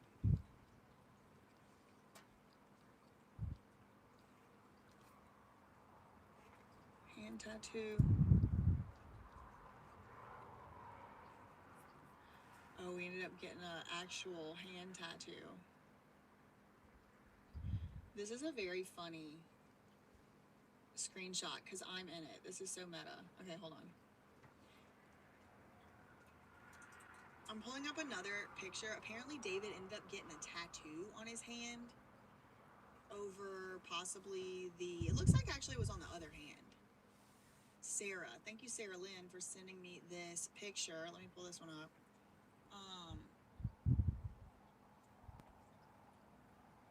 Apparently David ended up getting a tattoo right on that spot on his hand. Now it could be, look, she took a screenshot and there I am.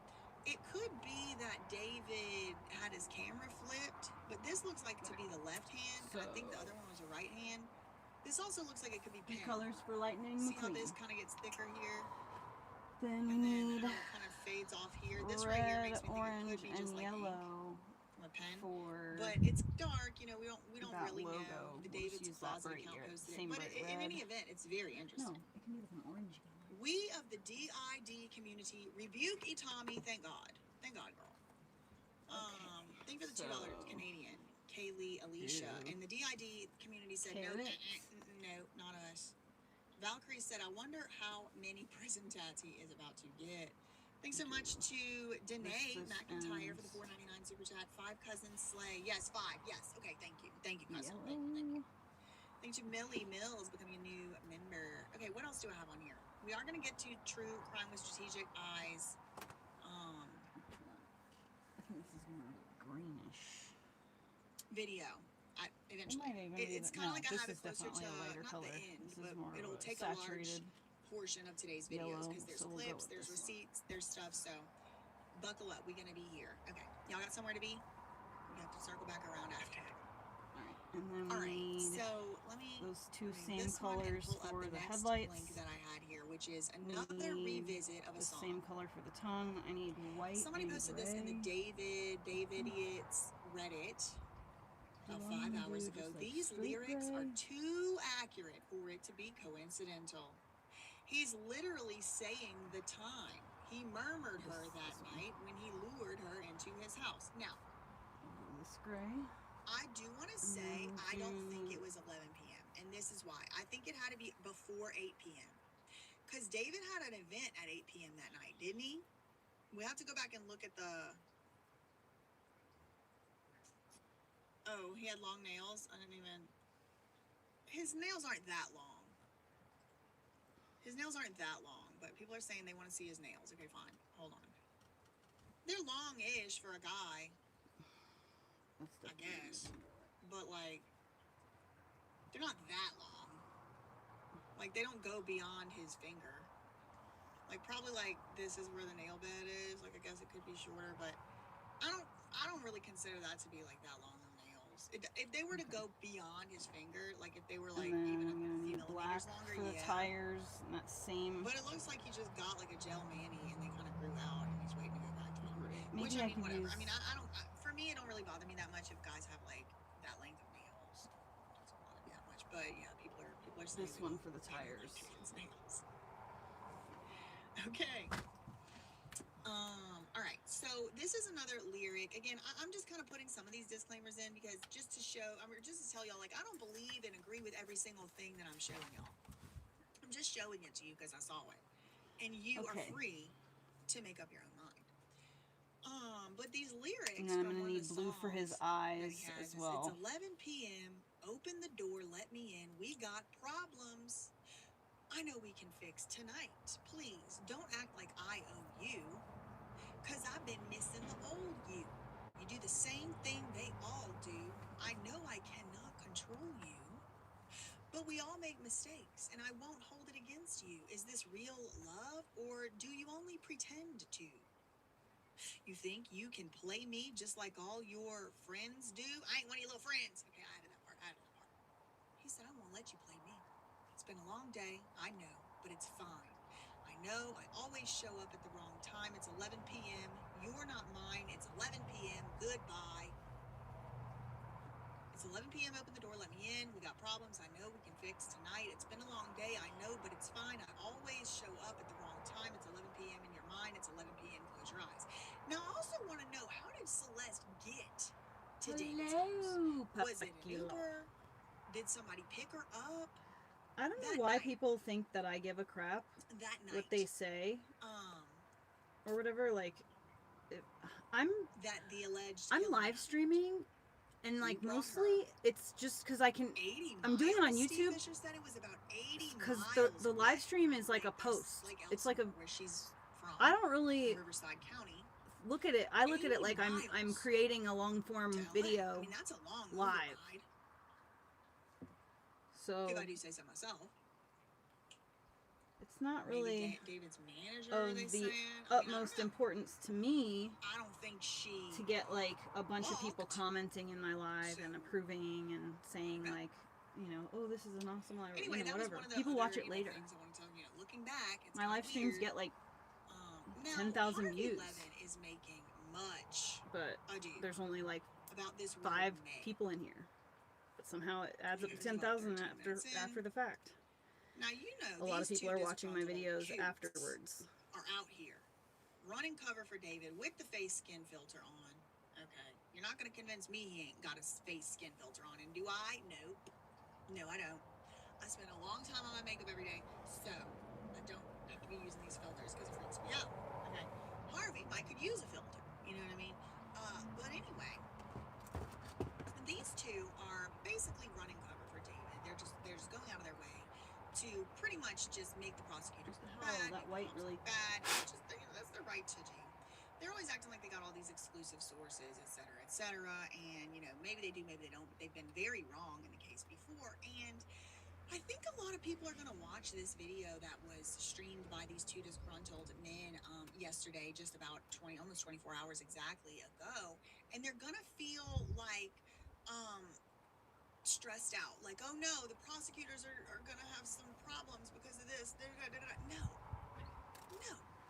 this is great news, okay?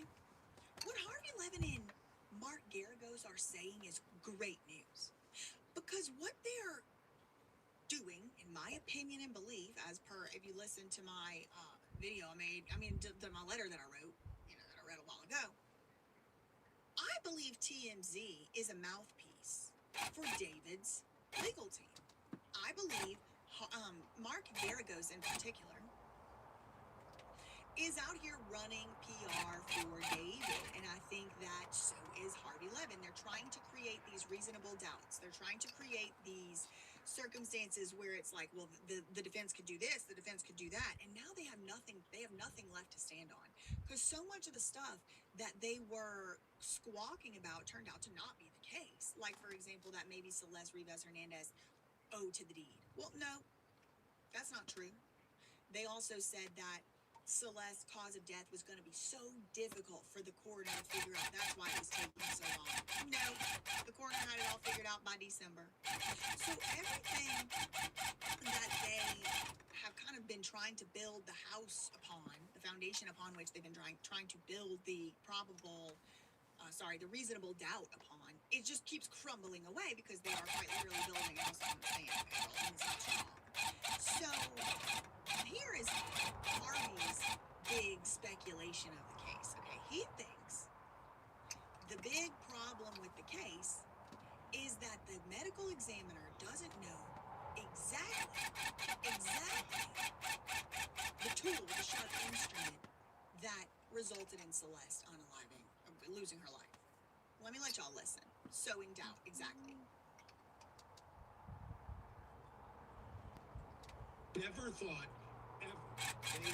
They thought coming on the heels, mind you, major crime, same unit in the DA's office, just had not one but 2 lawyers in the Nick Reiner case, both asked for more time. So coming on the heels of that, you're kind of reflexive. If you're the DA, you're thinking, oh, the defense is going to come in, we're going to dump 40 terabytes of information on them. They're going to say, we can't be ready, Your Honor, we need more time, we'll waive time, give us 2 more months. Then they would have backfilled their case at that point, hoping that maybe he would say something stupid while he's in the 77th Street station, or that he would have made a phone call and said something stupid that would have been used as an admission that would tie him to the complaint. So it's going to go before a judge. Okay, here's Harvey's theory here. Is it going to have coroner, the medical examiner, equivocated when by using the word may, that he may. Okay, hold on. That actually wasn't the part. Let me do the transcript search. Because Harvey says it like so.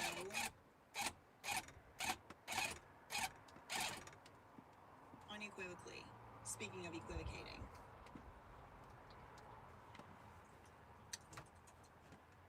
Okay. This is actually the very beginning of the video. So let's just start there. It's the 24-second mark. If there were a poll, should David be electrocuted, put in front of a firing squad, in some way killed right now, forget about a trial based on what people have heard, what percentage of people do you suppose in the climate we're in would vote for that? Okay. He's about to say right now. I'll tell you something. I read the autopsy report for Celeste Rivas, and there is one word in that autopsy report that I think is going to become the center of this trial, and I think it's a big problem for prosecutors. Okay, what could it possibly be? It's going to become a big problem for prosecutors. It's going to be one word that's going to be the big heart of the trial. Oh my God, what is the horrible Achilles heel of the prosecutor's case? What is it that's going to ruin the case? Okay, I'm over this. I don't even really care about this case that much. I was just trying to find something to listen to. Tehran was almost made uninhabitable by drought, and the drought was engineered in part by U.S. radar systems that were blasting energy to ionize the atmosphere to steer clouds away from Iran and to actually cause a drought. It's just classic geoengineering, multiple ways to achieve this. But what has happened is that since those large radar installations around the Persian Gulf have been destroyed by Iranian drones, the rains have returned. Remember what Zbigniew Brzezinski said, who was the advisor to Jimmy Carter. He started the Trilateral Commission. He's the father of Mika Brzezinski on Morning Joe Ball. And Big news, I think is how you pronounce it. Big news, Brzezinski. He said technology will make available to the leaders of major nations techniques for conducting secret warfare, of which only a bare minimum of the security forces need be appraised. Techniques of weather modification could be employed to produce prolonged periods of drought or storm. Well, son of a gun, we've got evidence that that's exactly what they've been doing in Iran. Iranian expert accuses U.S. Israel of weather manipulation to deepen the drought. An Iranian water resource specialist has accused the United States and Israel of manipulating regional weather patterns to intensify Iran's severe drought. According to the Middle Eastern Media Research Institute, they claimed in a July 30th interview on the Iranian YouTube channel that both nations had been deliberately diverting clouds away from Iran for over 4 decades. That's a violation of the treaty not to do that, Joe. That is. There's a treaty, international treaty that was signed in the 70s that made it illegal, or they all agreed to not use weather modification. Because we did it in Vietnam, too. Because we did it in Vietnam. Iran's rain clouds aren't being stolen, but its drought is worsening. So the establishment media comes out immediately, tries to make you think that's wrong, that's not happening, because that's what the establishment media does. Was Iran being forced to use their plague of bees weapon on Israel in retaliation? Iran's embassy in Kabul posted a strange tweet. They say in it, after Iran destroyed the secret center for cloud seeding and weather manipulation in the United Arab Emirates, everything changed overnight. And with the end of the secret center, the region's weather map flipped completely. So it's raining so much. Their reservoirs were down to 1%. They were thinking that they would have to move people out of Tehran, a city of 9 or 10 million people. They were going to move everybody because they had no water. But now we opened the gates of Iraq's largest dam due to 100% capacity. The dam hasn't reached 100% capacity in years. Underground water sources have started to overflow, and this is what it looks like. That's what it looks like now in Iran. Water everywhere. Money, love. Water coming up from under the ground. And here, Iran destroyed America. So when Iran hit, they say they destroyed their weather modification plants, right? When Iran was hitting all the Gulf states because we had bases there, and then they also took out their weather modification. This is what the reporting is, right? So I can't, nobody can confirm this for sure, but this is certainly what it looks like, and especially after Iran Kabul tweeted that out. Here's what Tucker Carlson and our good friend Dane Whittington had to say about it. And, Tucker, they're being used as a form of warfare. And we know that. We have countries like Iran, constantly demonized, of course, as you well know. Immediately after 9/11, we have the list of countries to be targeted given to General Wesley Clark. A list that clearly existed before 9/11 even occurred. Subsequently, every one of those countries, every one of them, was endured a once in 1,000 year drought. Statistically, mathematically, that's impossible without climate intervention operations. And we have the leader Oh my of god, Iran so juicy. on the floor of the UN. Good job, Heather. Record stating NATO was cutting off their precipitation. We have Iranian top scientists recently stating NATO's been doing this for 40 years. Destabilize the food supply by destabilizing the rain, and you destabilize the population. Here's more from Dane. I'm saying that we know the technology exists to steer storms of that size. So why would we think they're not using these type of operations? We have historical precedent. Project so good. Vietnam was so successful at controlling precipitation. By 1976, they passed the INMOD treaties forbidding weather manipulation for wartime purposes, but not over a country's own population. The Chinese government has long since openly stated they were engineering snowstorms with endothermic reacting elements. These are patented elements that can literally transition a rain event into snow. They were so successful in China, they caused billions of dollars of damage to Beijing, at which time they began to be less open with this. Everybody covered it. CNN, Popular Science, The Guardian. But if you bring that up here, suddenly you're a tinfoil hat wearing nutcase. We'll be right back with more of the story after a brief message from our sponsor. All right, quick break to talk about something I've just started using, Rumble Wallet. If you've ever been curious about buying and investing in crypto, Bitcoin, stable coins, USAT, or even gold-backed stable coins, but felt I like don't it think was so, too Jimmy.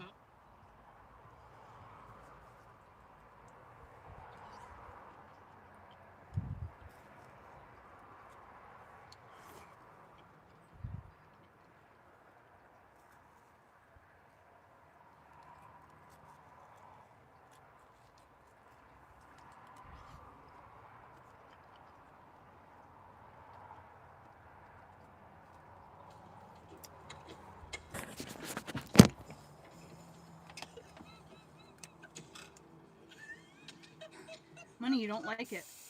So I recently made the executive decision to sit down and rewatch every single Fast and the Furious movie. It's literally the same thing that you didn't From want. the humble beginnings of stealing DVD players to, well, driving cars in outer space. Now you might be asking, why?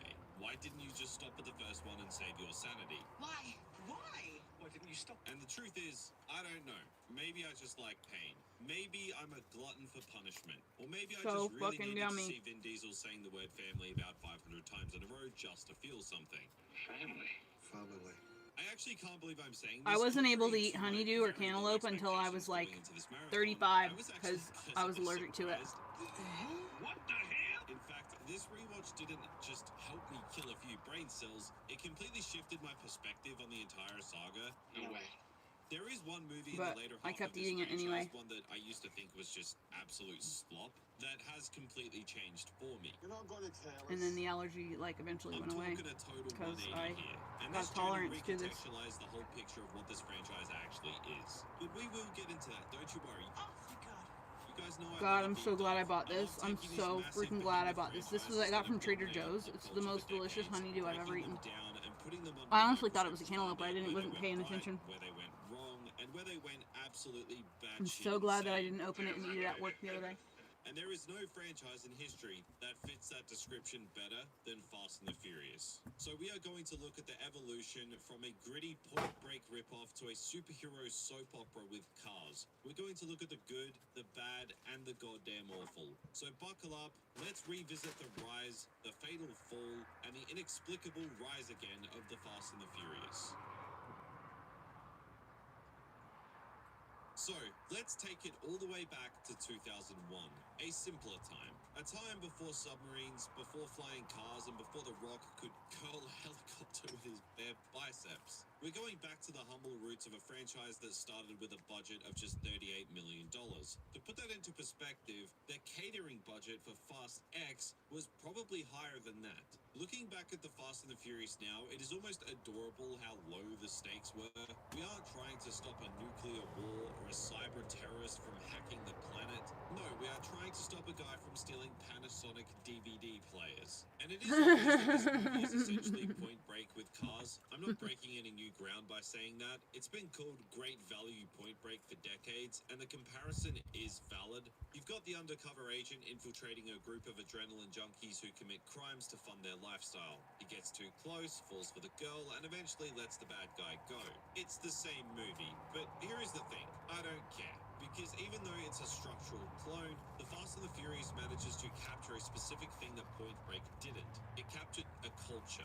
This movie is a time capsule. Watching it today is like injecting the early 2000s directly into your veins. We're talking flip phones, bucket hats, giant sneakers, and a soundtrack dominated by aggressive new metal and techno drum and bass. It is a neon-soaked love letter to an era of questionable fashion and even more questionable car modifications. But that aesthetic, that vibe, that is what gave this movie its soul. It felt authentic to the street racing subculture of the In time, South Florida. or at least the Hollywood version of it. You could tell what town a guy grew up in Part of why this works comes down to the script work by based on the Mayor, modifications of his the car. Training Day and Suicide Squad guy. Port St. He Lucie took the guys setting had like from really New loud York to mufflers. LA and injected it with the diversity and grit he grew up with. He gave these characters actual Jensen Beach flavor. guys had these Originally, Jeeps Vin with Diesel systems hated in the them. script. He was ready to walk, but he sat down with Ayer Some are Jeep and Cherokees, hammered some out are a Jeep code Jeeps. for Dominic Toretto. And thank God he did, because without that code, Dom is just a thug stealing electronics. With the code, he's an anti-hero. He's a leader. And of course, we have to talk about the racing. Look, from a technical standpoint, the racing in this movie is hilarious. We all know the memes. A quarter-mile race that is supposed to take 10 seconds somehow takes 2 minutes of screen time. These guys are shifting gears about 50 times in a straight line. The visuals of the engine internals firing like we're inside of a combustion chamber. It's completely surreal. It's abstract filmmaking wearing the costume of a big dumb blockbuster. But it worked. It made me believe that a Honda Civic with a spoon engine was the coolest thing on the planet. But the real reason this film holds up and the reason it spawned a multi-billion-dollar empire isn't the cars. What's the retail on one of those? More than you can afford, pal. Ferrari.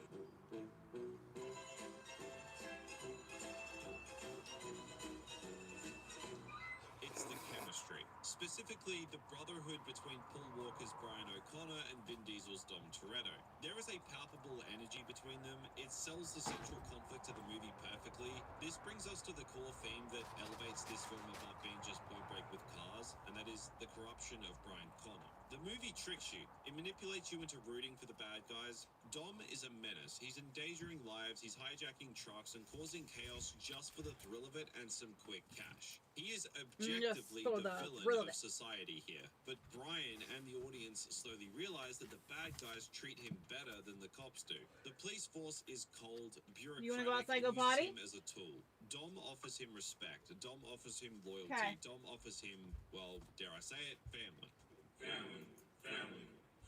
And I know the family meme has been beaten to death, but in the first movie, it wasn't a meme. When Michelle Rodriguez fought for Letty to be more than just a trophy girlfriend, demanding she actually throw a punch, it added layers to this crew. They felt like a real dysfunctional unit. So when we get that final race and Brian hands Dom the keys to his 10-second car, saying the iconic line, "I owe you a 10-second car," it feels it's the moment Brian chooses chaos and brotherhood over law and order. It's a fantastic character beat that defines the rest of the series. The Fast and the Furious, honestly, it's not a masterpiece of cinema in the traditional sense. It's cheesy, it's dated, and the physics are already starting to get a little loose, but it has heart, it has a soul, it established the rules. It doesn't matter if you win by an inch or a mile, winning's winning. And for a budget of $38 million, this movie won by a mile. It set a perfect foundation. We had our heroes, we had our dynamic, and we had a box office hit. The future looked bright. Surely the studio would take this winning formula, keep the cast together, and immediately capitalize on that incredible chemistry for the sequel, right? Yeah, about that. Because as we move into Too Fast, Too Furious, we're about to find out what happens when you take the most important ingredient out of the recipe. And things are about to get colorful, confusing, and very, very hungry. We hungry. We hungry. I'm hungry. So, the first movie made bank. It cost peanuts to make and brought in a tidy profit. Naturally, Universal wanted a sequel and they wanted it fast, but there was a problem. A Vin Diesel-shaped problem. See, Vin Diesel looked at the script for Too Fast, Too Furious and basically said, "This ain't it, Chief." He wanted a continuation of the story, not a rehash. He also wanted about $20 million, which is a ballsy move after one Where's hit my thing movie. at? The studio balked, Diesel walked, and suddenly the family was broken before it even really started. We lost Dom, we lost Letty, we lost Mia. For all intents and purposes, this should have been the end of the franchise. It felt like a straight-to-DVD sequel in everything but budget. And yet, I kinda love this movie. With Diesel gone, the studio pivoted hard. They moved the action from the gritty streets of LA to the neon-soaked Park City of Miami. And man, is this movie a vibe? If the first movie was a new metal music video, Too Fast, Too Furious is a ludicrous track come to life. Director John Singleton stepped in and, instead of trying to recreate the serious tone of the first film, he leaned more into the absurdity. He wanted it to be fun, and he encouraged improvisation. And this is where the franchise starts to show its true colors, literally and figuratively. The movie is I didn't take bright, any of your loud, babies. and incredibly stupid. Just We get dropped Brian the O'Connor, thing on it. now a disgraced ex-cop living on a houseboat making money street racing. And since Dom isn't around to be the brooding tough guy, Brian needed a new Oh, foil. you thought worried He is about your played baby? by You just Tyrese thought that I was Gibson. getting you a I'm just gonna treat? say Is it, that right? Tyrese is the MVP of Okay, this well, I guess movie. I'll give you He one. brings the Since frantic you went to all that energy trouble. that the franchise needed. His We're chemistry almost with out of Paul treats. Walker is also flawless. In fact, you could argue it's almost too flawless. We also get the introduction of Tej Parker, played by Ludacris, who at this point in the timeline is just a garage owner and race organizer, long before he becomes a master hacker and theoretical physicist. It's hilarious seeing these characters in their infancy, knowing that in a few movies they'll be saving the world. But here, they're just trying not to get killed by a drug lord. Speaking of drug lords, Cole Hauser plays Carter Verone, and he is surprisingly menacing. He's not trying to destroy the world, he's just a rich, sadistic motherfucker. The scene with the rat in the bucket, that is legitimately terrifying and feels like it belongs in a completely different movie. It's a really weird tonal clash in a film that otherwise feels like a live-action cartoon.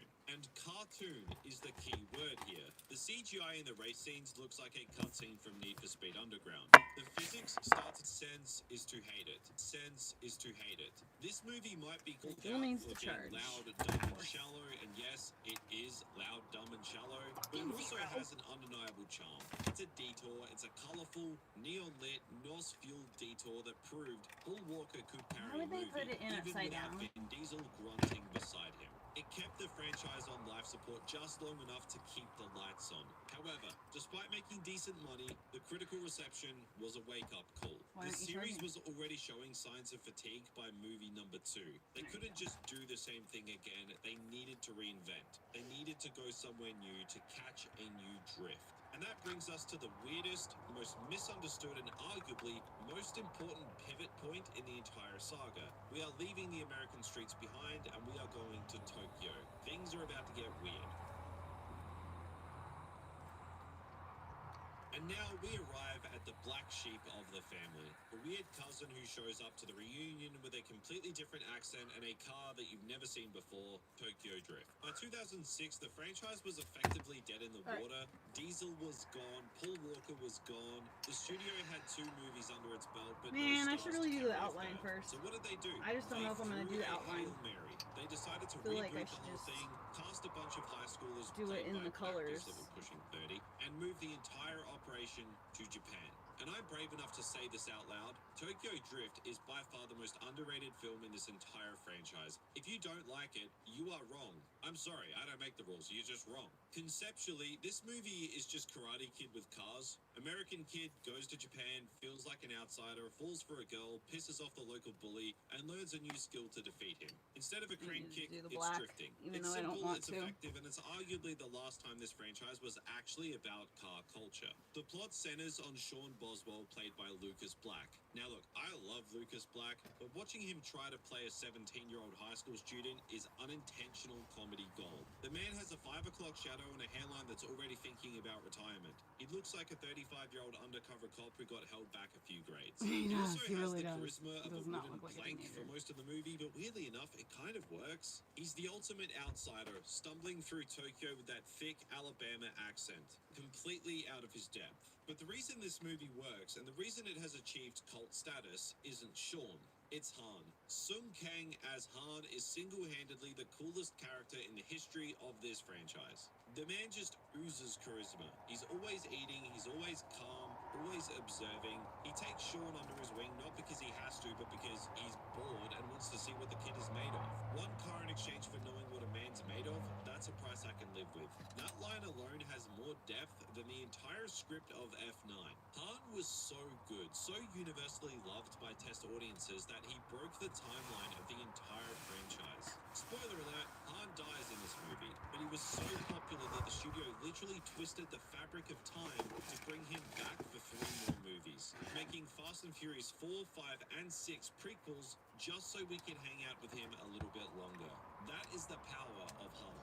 Now, visually, this film is a masterpiece of its genre. Director Justin Lin, who was basically an indie filmmaker before this, brought a style that was distinct and vibrant. The drifting scenes are hypnotic. There's no CGI cars jumping skyscrapers here, just raw mechanical skill. The scene where they drift through the crowded Shibuya crossing, iconic. It's kinetic, it's loud, and it feels dangerous in a way that later movies just don't. But in 2006, nobody cared. The movie bombed in the US. It made less than half of what Too Fast, Too Furious did. It seemed like the nail in the coffin, but Universal had one last card to play. They convinced Vin Diesel to come back for a literal 30-second cameo at the very end in exchange for the rights to the Riddick franchise. And that one scene changed everything. The theater erupted. It confirmed that this weird little spin-off was actually connected to the main timeline. Dom Toretto was friends with Han. It bridged the gap and promised that the family was coming back together. Tokyo Drift proved that you didn't need the original cast to make a good car movie, but you did need them to make a box office hit. It was a failure financially, but creatively, it introduced Justin Lin, who would go on to save the franchise. It introduced Han, the heart of the team, and it proved that this series could actually evolve. So while it was a commercial flop at the time, in retrospect, Tokyo Drift is the most pivotal movie in the saga. It forced the studio to rethink their strategy. They realized that they couldn't just keep making spin-offs. They needed to go back to the source. They needed the original crew. Next time, they weren't going to be stealing DVD players. They were going to be stealing something much, much bigger. So the experiment in Tokyo was a critical success, but a financial stumble. Universal realized that while drifting is cool, what puts butts in seats is Vin Diesel's biceps and Paul Walker's blue eyes. So for the 4th installment, they decided to go back to basics. They even stripped the title down to the bare essentials. We went from the Fast and the Furious to just Fast and Furious. Cleaner, maybe. Confusing for anyone trying to organize their DVD shelf? Absolutely. This movie is my the stomach great hurts reunion. so bad. I We feel get so Dom, pukey, Brian, dude. Mia, and Letty back on screen together for the first time since 2001. And the charisma levels in this movie are off the charts. You see them standing together and you instantly remember why you cared in the first place. But while the cast is back, the vibe is completely different. Fast and Furious is a funeral. I'm serious. This is easily the most dour, self-serious, and depressing entry in the entire franchise. The vibrant colors of Miami and Tokyo are gone, replaced by this washed-out gray filter that screams late 2000s gritty reboot. Everyone is sad. Everyone is angry. Paul Walker is wearing a suit and looking miserable working for the FBI, which, by the way, how did he get reinstated after the events of the first two movies? The man is a literal felon who let criminals go twice, and the FBI is like, yeah, welcome back, here's a badge. Sure, okay. Now the catalyst for all this misery is the death of Letty. Welcome Yeah, back. they kill her off screen in the first act. This turns the movie from a racing film into a full-blown revenge thriller. Dom stopped racing for pink slips and respect. He's hunting now. We see the first real glimpse of Dom Toretto transforming from a street racer into a borderline superhero vigilante. He's deconstructing crime scenes in his head like he's Batman. He's dangling guys out of windows. He's getting shot and barely flinching. This tonal shift is interesting, but in execution, it's kind of a slog. The movie takes itself so incredibly serious that it forgets to be fun. Mia is just pissed off at Brian the whole time. Brian is dealing with this internal conflict of duty versus family again, but without the romantic charm of the first movie. The villain, a cartel boss named Braga, is painfully generic. There's a line where Brian asks a henchman, how did this happen? And the guy replies, you are still breathing. It's meant to be tough, but it just comes off as edgy for the sake of being edgy. However, we have to give credit where credit is due. This movie is the true midpoint of the franchise's evolution. It bridges the gap between the street-level stakes and the insanity that follows. The opening heist sequences with the gas tankers in the Dominican Republic is arguably the best scene in the movie. It's massive, practical, and intense. And then, Dom drives his Buick Grand National under a bouncing, burning oil tanker. That shot right there, that is the exact moment the franchise said goodbye to physics. It was a handshake agreement with the audience. We are going to do cool shit, and you are not going to ask questions about gravity. But not all the action holds up. The climax involves a chase through underground smuggling tunnels that relies heavily on 2009-era CGI. It looks like absolute slop. Dark and muddy, it's a rare miss for Justin Lin, who usually nails the kinetic energy of these things. Also, we have to talk about the timeline gymnastics that this movie performs. Han is back. He's in the opening scene, eating chips, being cool. But didn't he die in Tokyo? Yes, he did. But because Sun Kang was so charismatic, like I said, and Justin Lin loved him so much, they decided to retcon the entire timeline. Fast 4, 5, and 6 are now officially prequels to Tokyo Drift. It's confusing, it's messy, and it's kind of soap opera logic. You know the that door I is open. absolutely Oh, live well. for. Ultimately, though, Fast and Furious is a weird Now I'm entry. hot. It made a ton of money, $360 million, the highest yet. That tells us the family formula was the golden ticket. But as a film, it's forgettable. It's a necessary stepping stone. It did the heavy lifting of getting the band back together, clearing Brian's slate, and setting up the pieces on the board. It ends with Brian blowing his cover again to break Dom out of a prison bus. And that final shot of the Charger flipping alongside the bus, that is the promise of something better. It's the franchise shedding its skin. Fast and Furious walked through the mud and the misery so that the next movie could run. Fast 5 is the wake where everyone gets drunk, starts a brawl, and accidentally burns the house down. This is the moment. If you ask 99% of fans, critics, or just casual moviegoers, they will tell you that Fast 5 is the peak of the franchise, and I pretty much agree. It's the moment the franchise stopped pretending to be about street racing and finally embraced what it was destined to be, a heist movie. I thought this was supposed to be about Avengers. I'm not a human being anymore. I'm an embroidery machine. That's who I am today. That's my new identity. This video is brought to you by Skillshare. So let me ask you a little question. Are you still invested in the mushroom whimsy aesthetic in the big year of 2026? Because I certainly still am, and I don't know whether to be embarrassed about that or not. What I am trying to be over in the year of 2026 is the concept of trends and the idea that you just suddenly stop liking something because everyone else seems to be over it, onto something new. Just let me put mushrooms on everything. I need this. So in the spirit of still wanting to put mushrooms on everything, you might remember that we've been here before. Many times, actually. But we've been here before as early as probably one of my first whimsy sewing videos that I did, period. Back in like 2022. I think it was. I made a mushroom skirt because the TikTok girlies were making their cute mushroom outfits and it was inspiring me. And I was like, I want to be cute. I don't want to be left out of the whimsy. I love that mushroom skirt. I was so proud of it at the time. It's one of the first things that I made whenever I was getting back into sewing after years of kind of taking a break. and also years of not really sewing properly. But I think that I've improved a lot since then, both in sewing skill and... Sounds like you're up to no good. What are you doing? Little one. What are you doing? Trying to get in that spot you're not allowed in. That's what you're doing. Clearly.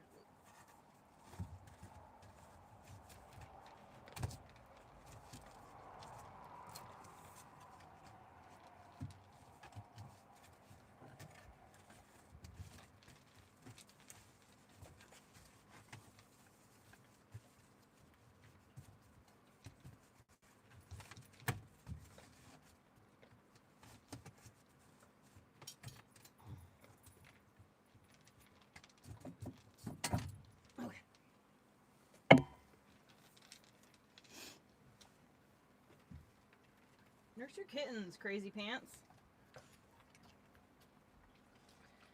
Oh, I forgot.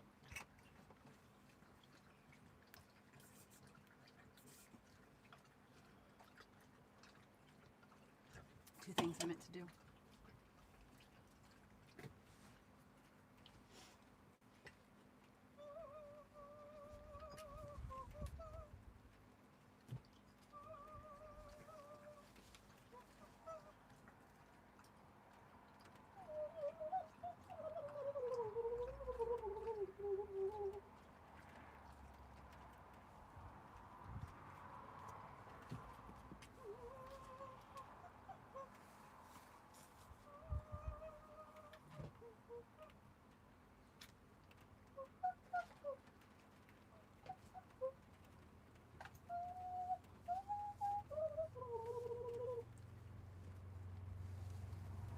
Do not rub your butt on the floor.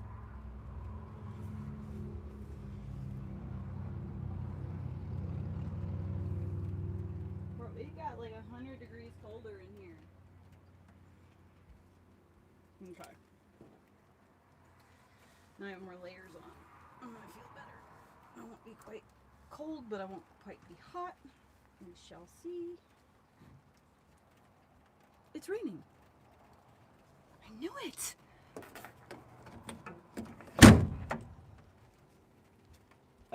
Okay.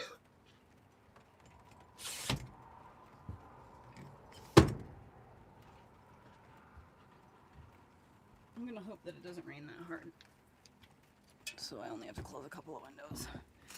Like the windows in front of my books. Okay.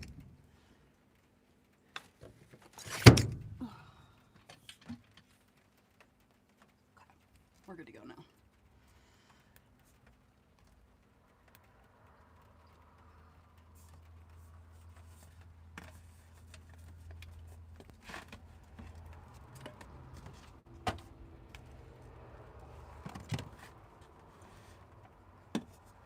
Listen, Muns, let me fix this for you, okay? Hold on.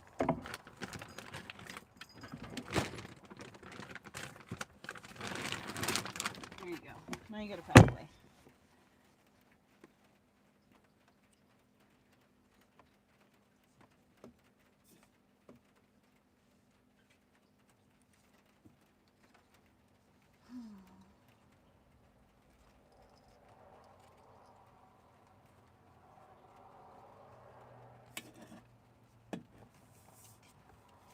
Definitely not trying to do something here at all. No. Hey! You little shit! Psst, no! Psst, no!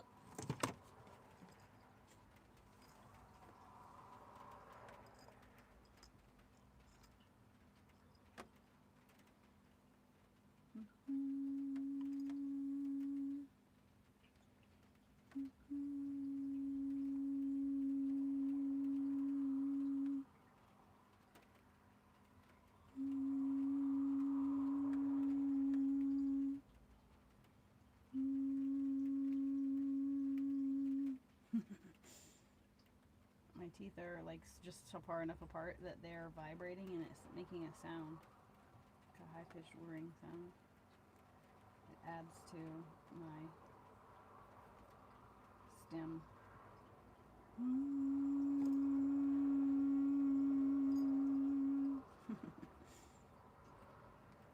Tickles my brain.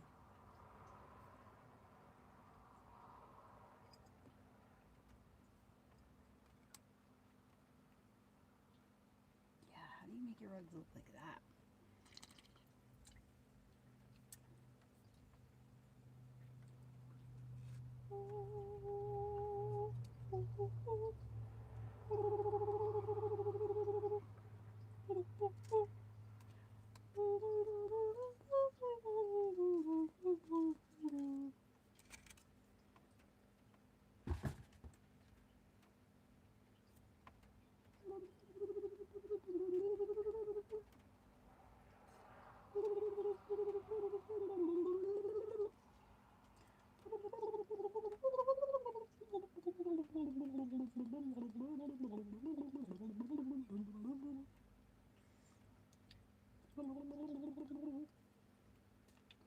I just want to watch something like a documentary, a breakdown. This is fucking 6 hours. Really be on top. He thinks he's in the club though. Galadriel also talks about the ring, and we see the flipping We should go watch shot something that that's was used in the copywritten. Fellowship. We also get a play on the prologue in the first film with the same music being used to discuss the men. Men who are so easily seduced by its power. This entire section could work as its own prologue, and I wonder if it was a carryover from when it was just going to be 2 movies. The time of the elves is over. Do we let them stand alone?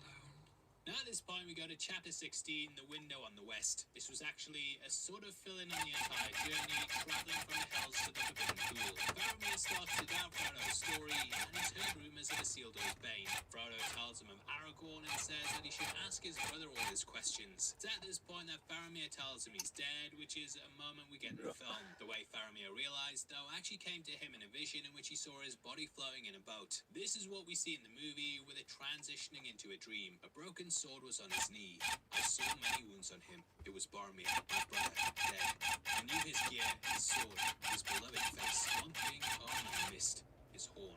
As we know, this was sliced at the battle at the end of Fellowship, and thus it shows his connection to his brother's spiritual. In the film, Jackson shoots this all without dialogue, and we get the readings solely from his face. David Wenham was cast due to his likeness to Sean Bean, but he brings so much more than just being a lookalike. Distrusting Frodo, and due to the fact Frodo doesn't know Boromir died, is something we see the character wrestle with. In the book, Faramir chalks this up as meaning that they weren't good friends, or they part on bad terms. Knowing his brother, he also realizes they probably fought over something which was likely an object. What in truth this thing is, I cannot yet guess, but some heirloom of power and peril it must be. A fell weapon, perchance, devised by the Dark Lord.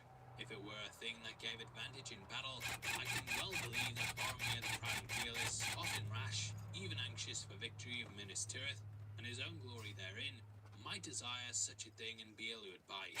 We also talked about his own goals in general. Faramir says he'd like to see the White Tree bloom again, and ponders whether this weapon could help them. He then tells his men to blindfold the pair, which is what we see them wearing as they travel in the film. Normally, you just blindfold someone's eyes, but here you can see they cover their whole face. This was actually done for practical reasons, as it covered up the doubles. In the extended edition, we then get a flashback scene in which Boromir defends Osgiliath. Guy cuts his speech short, so there's more time for drinking, and he has a lot of banter. According to IMDb trivia though, Bean actually had returned to England after Fellowship due to shooting all his scenes. However, he was requested to return for this flashback. They then cut it from the theatrical, and I'd be fuming because it's like a 24-hour flight, that. Now this is also the introduction of Denethor, whereas he was saved for the 3rd film in the theatrical versions. We really get just how much he favours Boromir as he berates Faramir for nearly losing the city. The orcs single-handedly, and doesn't want to give glory to anyone else. Even his second son, Boromir, stands up to his dad though and says Faramir is trying his best, but Denethor just can't see it. As it said, he didn't give him enough men, which is a mistake he repeats in Return of the King. I think he just doesn't care about his safety and is happy to send him to his death. That coming full circle in that movie is set up perfectly here, and I really feel like the scene is crucial. We see as Denethor tells Boromir the ring's been found, and he warns him that the ring can corrupt the hearts of men.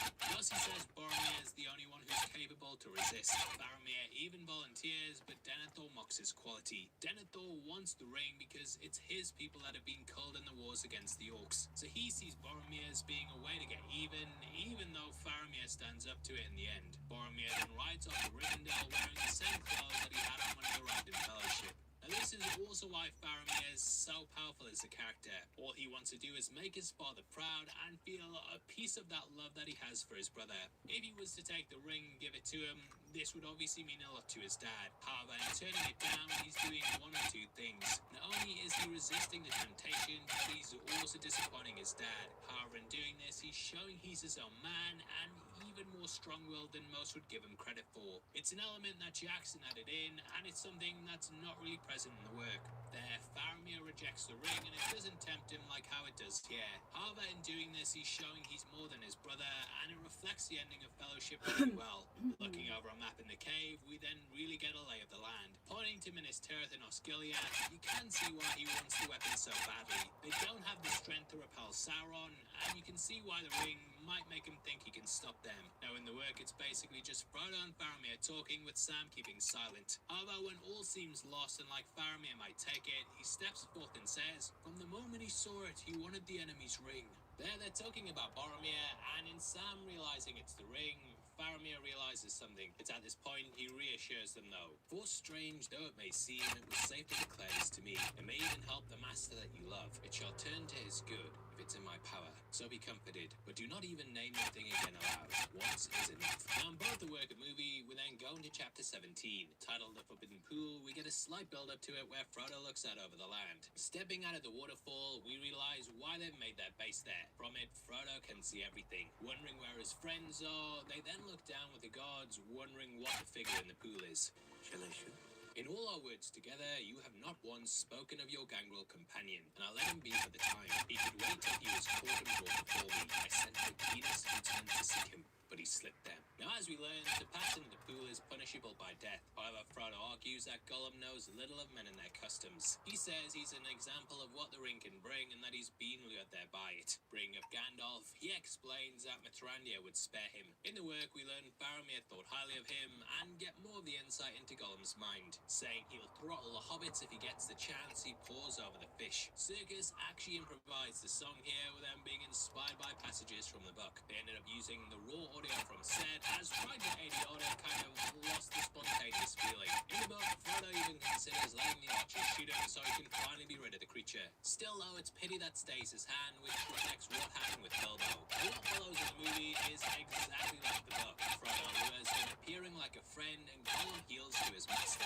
Presently out of the darkness, Gollum came crawling on all fours, like an erring dog called to heel. He had a half-eaten fish in his mouth and another in his hand. Now we instantly get how Frodo feels like he betrayed him. This was too much like trickery. Then leads into the torture where he screams about the rope. Eric Voss brought up in his breakdown that originally Jackson planned a much darker scene. Gollum was going to have the ends of his fingers cut off by the men, and this is why he'd be writhing on the floor. In the book, he screams about the rope again and desperately prays for Frodo's help. But the movie has the Gollum side coming out and literally caressing his back. Rubbing it with one hand, we see as this side takes over.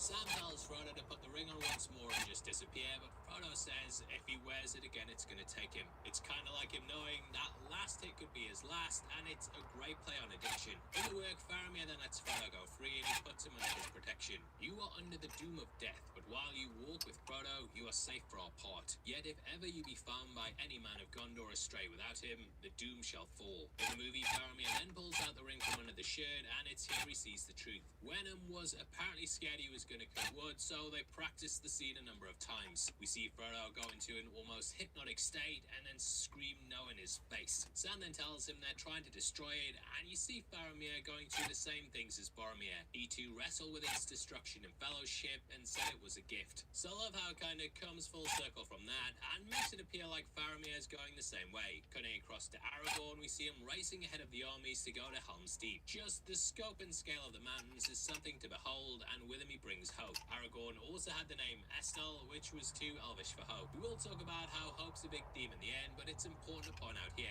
However, it's quickly shattered when Theoden refuses to call for aid. He sees Gondor as being selfish and says they haven't helped him in the past. The folly of men lies in our division, and it's almost this that costs the characters everything. We must help each other to vanquish evil, which is something reflected in the Ents. We see them mounting up with us meeting the rest of them. Here we see the other faces of the creatures, with these being designed by Alan Lee. Lee worked on the book Fairies and reused a lot of the same styles. Jumping back to Helm's Deep, we see the women and children then making their way to the caves. Amongst these people was Elijah Wood's sister Hannah, with Alan Lee appearing amongst the men over Aragorn's shoulder. Now, I always found these moments really unintentionally funny. Legolas and Aragorn talk in Elvish and basically say they're all gonna die. Aragorn then has an outburst about how he'll die along with them, and I'd be like, you what, mate? What are you talking about? I didn't sign up for this. We also see him with the kid telling him how good his sword is. Always just thought he was like, hey, pretty good this, mate. You keep my sword, mate. That one's better, I promise. The boy is the son of Philippa Boyens, though, with Mortensen's son also cameoing here as well. It's very much the calm before the storm, though, with Theoden saying this poem. Where is the horse and the rider? Where is the horn that was blowing? In the book, this was set by Aragorn, and it appeared when they arrived at Edoras. There it was supposed to discuss the king, whereas here it's about Eorl the Young. The speech is also whispered and said aloud at the same time, with them layering the audio. They also shot it in slow motion and then sped it up to add this dreamlike quality. It's extremely hopeless, but the mood's changed by the arrival of the elves. There is always hope. I love how Aragorn drops that line, and we then see them coming in. This is a change up from the book, as none of the elves other than Legolas were present at the battle. What it shows, though, is everyone coming together and showing they won't be conquered. When reading the book, I did find it a bit cowardly that the elves just kind of went to Valinor. This even happens at Minas Tirith, where they just kind of abandon us. So having their inclusion here just adds a lot and shows they won't leave us. An alliance once existed between elves and men. This obviously calls back to the last alliance of elves and men, which opened up the Fellowship. It's recapturing that and highlighting the bond the two have. This is led by Hal here, who makes a return from Fellowship. The guy ends up dying in the end, which also highlights his sacrifice. He could have easily gone to Valinor and lived out his days in the elven version of Florida. However, he stepped up when he was needed so that everyone else would have a future. Now, though I say they went to Valinor, we do learn some stuff in the appendices. Galadriel actually had the forces of Lorien fighting the orcs at this time, but it's nice they just included them in this battle.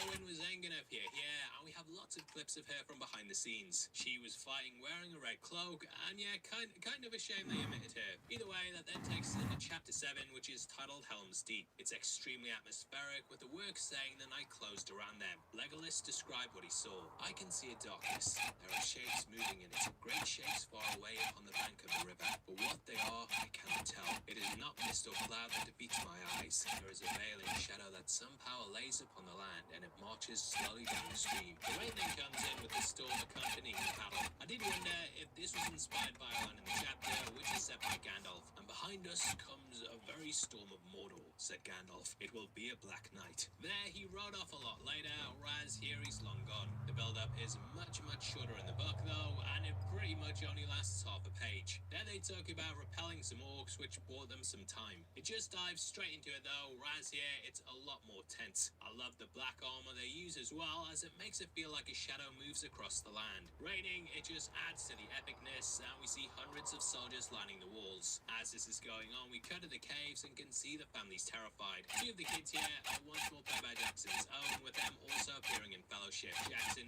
also cameos in the film at one point as well, with him playing a soldier on the wall. Uruk-hai then begin chanting.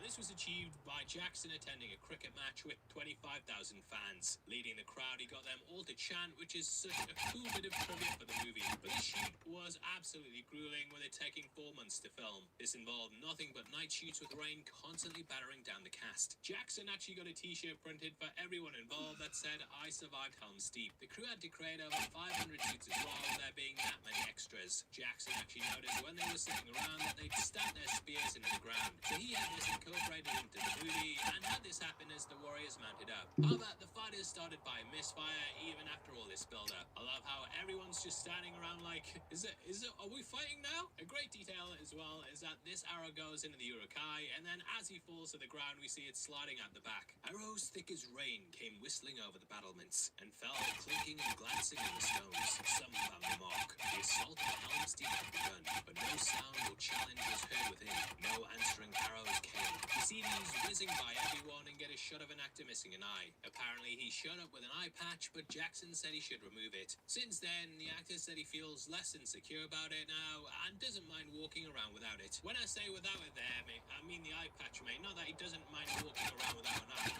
Just realise I worded that terribly. We had the urukai firing crossbows back as well. These were built by the production team and designed to resemble battering rams. Gimli struggles to see over, and then he and Legolas remember to do their count. The text is filled with them just shouting stuff like 2, 21, and 4. And it's a great way to break up the action. Everyone's just kind of huddled together and all on top of each other. This even adds to a little goof when Aragorn shouts.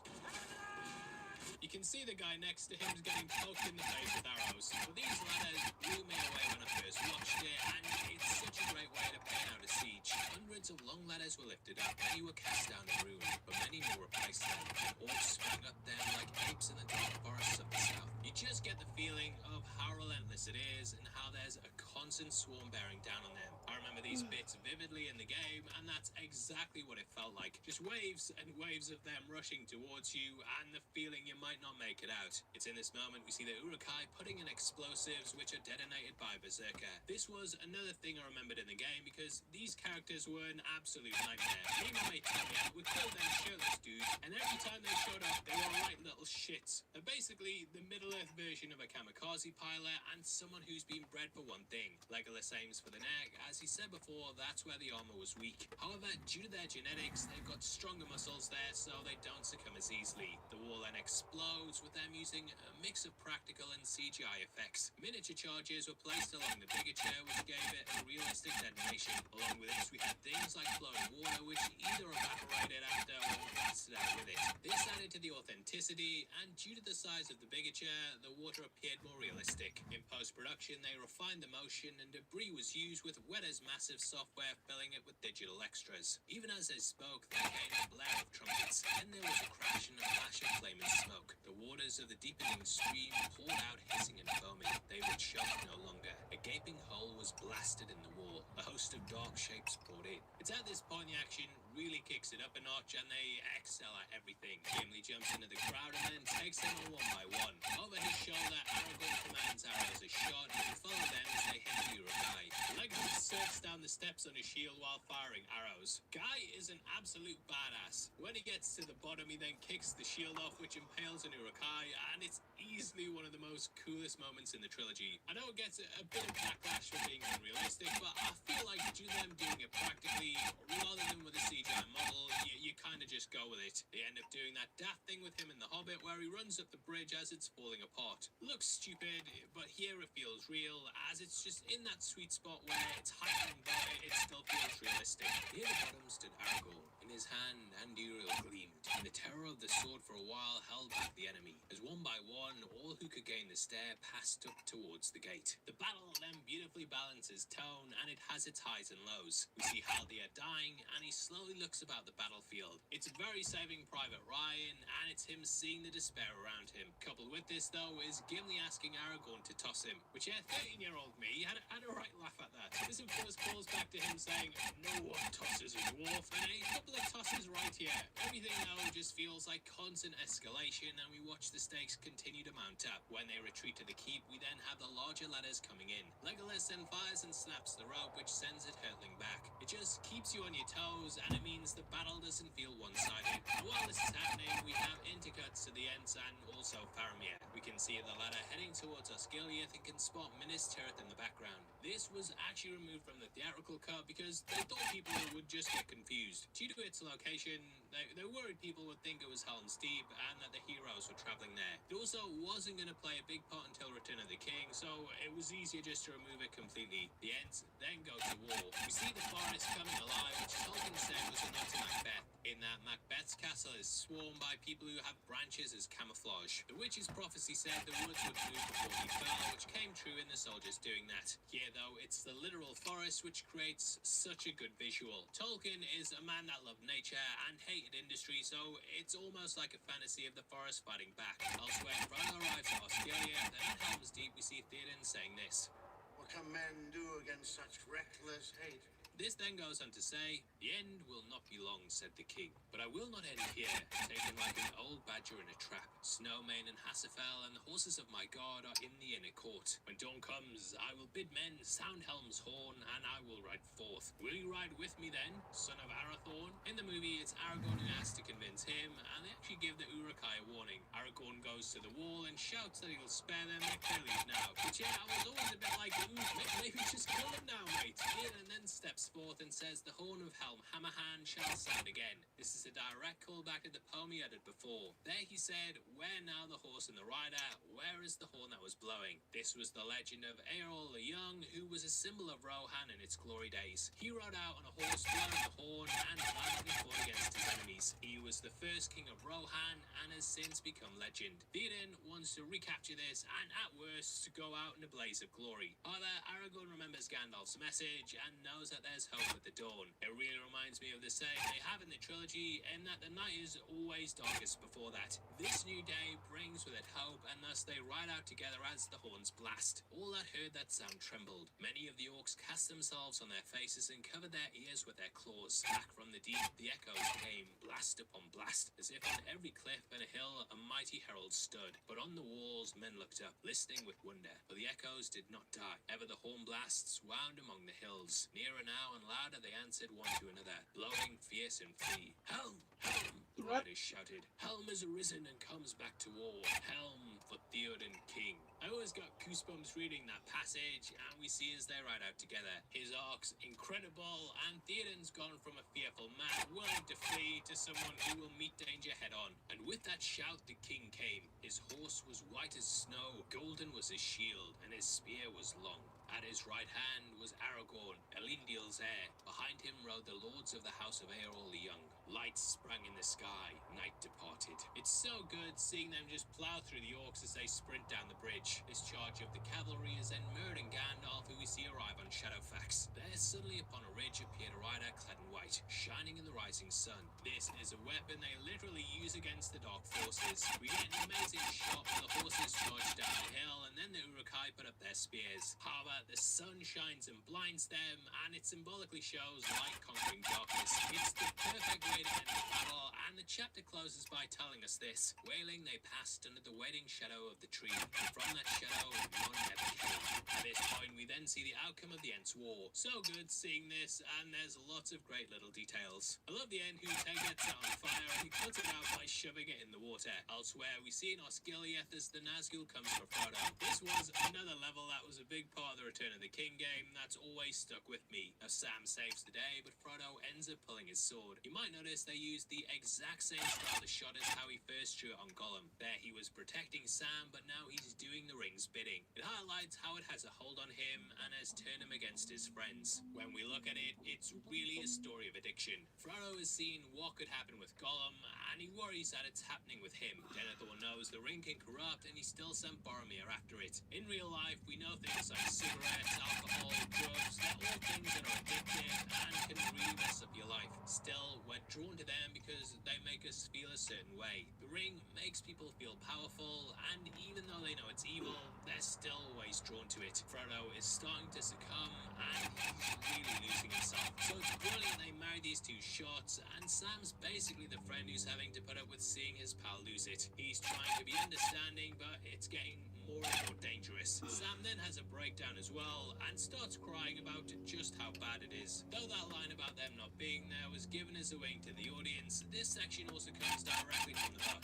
We shouldn't be here at all. If we'd known more about it before we started, but I suppose it's often that way. The brave things in the old tales and songs, Mr. Frodo. Adventures, as I used to call them. I used to think that they were things the wonderful folk of the stories went out and looked for because they wanted them, because they were exciting, life was a big dog, kind of a sport, as you might say. But that's not the way of it with the tales that really mattered, or the ones that stay in the mind. What Sam is doing here is holding on to hope. The people in the stories could have turned back, but they kept pushing on. Sam holds on to the idea there's still good in the world and that hope can win. Just in the same way we had a box of salt at the beginning, we're seeing how he's keeping the fire burning. It's all worth fighting for, and it's an incredible moment. I know book purists often complain about this section, but when it gives us this, I think it's really worth the change. We see why Sam will always win out with Frodo, and why Gollum's way won't. Cutting to him, he looks sad hearing it, as he knows he can't connect to that. He's desperately craving the ring,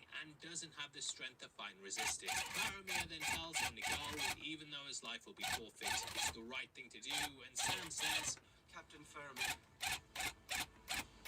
you've shown your quality, sir. This brings things full circle from this. A chance for Faramir, Captain of Gondor, to show his quality. I think not. This clearly played on Faramir's mind, as he also added it in the cave. Chance for Faramir, Captain of Gondor, to show his quality.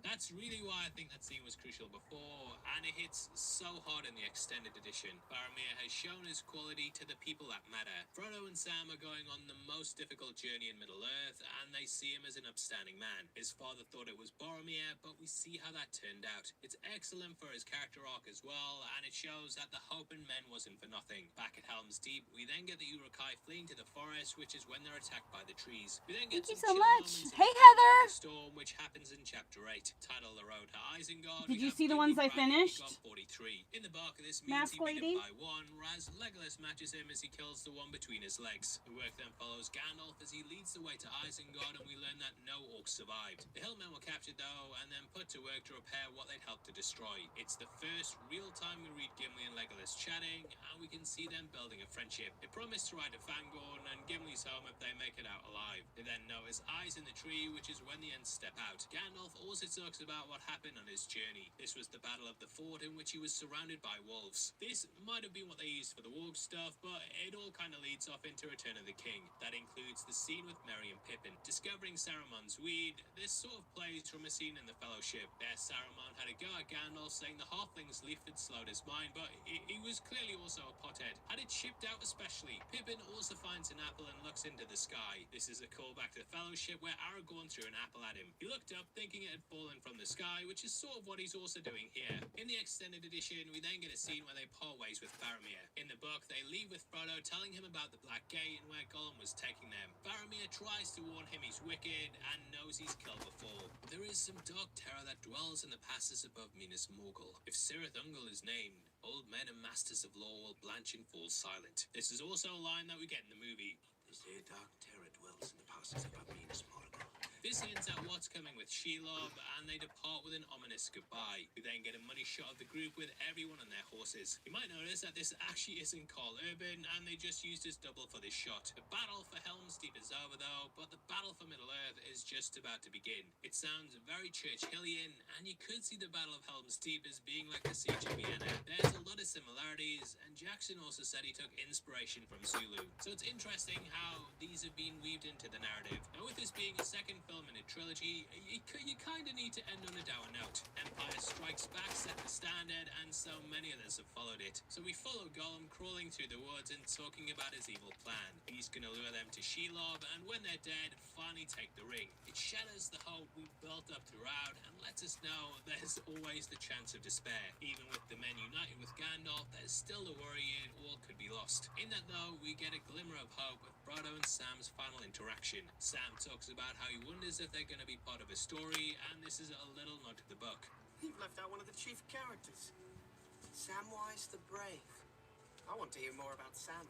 There he told the story of the Cimmerils and realized he was also part of that story as well. He realized that even the most insignificant seeming people like Sam can play a big part. What? Though he might not be remembered as the ring bearer, you could argue he's even more important. He kept Frodo on the right path and helped him when all hope seemed lost. Adam. The first film was about how the littlest creatures like the hobbits can have such a grand importance to everything. I feel like that was some really dry tuna. Panning up to reveal they're right next to Mordor. I love how this builds off the ending of the Fellowship. There we could see it in the distance, whereas now it's got juice in it. I can mix it up. It's a great way to end the movie, and we close out with my favorite song from the franchise. That adds some moisture, for Christ's sake.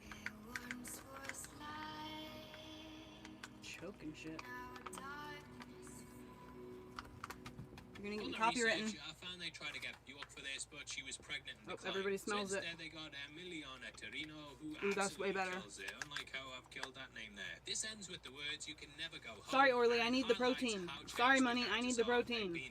Literally everyone's up my ass right now. And it's about to get a lot worse. Everybody in this house loves fish. Is not given to you to deny the return of the king. Okay, so in case you're a psychopath, you hear her? Watching this without seeing our Two Towers breakdown, then here's a disclaimer about the filming books. Originally, Jackson wrote the adaptation this one's mine. Scripts before he was convinced to sell it as a trilogy. However, a lot of the work had been done in terms of what was going to be in those two films. Because of that, a lot of the Two Towers is stuff that the writing team made up or expanded on. So a lot of things that happened in the first 2 hours, that can't be right. 2 hours is just the first half of the movie. Here, oh god, this is a 4-hour and 20-minute long film. Back up. Because of that, a lot of the things that happen in the first half of the movie are actually things that happen in the Two Towers book. Due to that, I'll be referencing that a lot too, and going over the things in that book as well, which was very fun to keep notes organized for. Thanks, guys! Anyway, the movie begins with a scene that was originally shot for the Two Towers. This would have appeared when Frodo reminded Gollum that he used to be called Smeagol. We then zoom into his eye, which would transition into the scene here. In Two Towers, he eats a lot of fish, and this would build off the back of that as we'd see him fishing. This is with his cousin Deagle, who he ends up killing for his precious. Listening closely, you can hear Sauron laughing as this happens. Titled The Fall of Smeagol, this scene was directed by co-writer Your Fran mom. Bush. Now, with it being reworked, you might wonder what would have originally kicked the film off. Well, we were going to go along the path of the dead and then reveal this as Aragorn's dream. The title would then say Return of the King, and it would highlight this is how Aragorn would win. The King of the Dead would It's pretty interesting how you say that, oh my god, this sandwich in front of me has shit in it. Ugh, gross, there's shit here. If you don't like it, don't consume it. Evil can be vanquished, or if it'll cost the hobbits like how we see here. I do quite like that they found a way to show Circus's face, and originally you want to this continue to consume this shit sandwich, that's on you. Just gonna do a voiceover. Can't complain. His performance and then used him for motion capture. Realizing you're choosing it. To the film, they then added this moment. You have the world at your fingertips, and you choose to watch stuff you hate. Chapter 2. You literally have the world at your fingertips. You could learn a new skill. You could learn a new skill. About a month and a half ago, I didn't know how to do this, but I learned how to do it on the internet because I felt like it. You know, you could do that. In case you need permission, you don't. But here you go.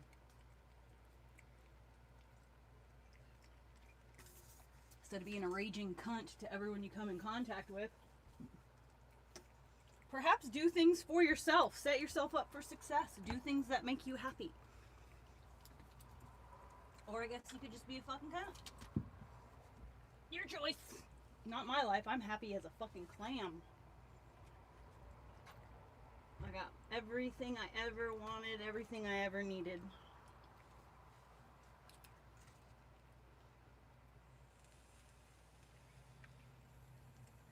I could live in a bus the rest of my life and I will still be the luckiest person on the planet because Elliot is my child and I literally get to be his mother. Like, are you fucking kidding me?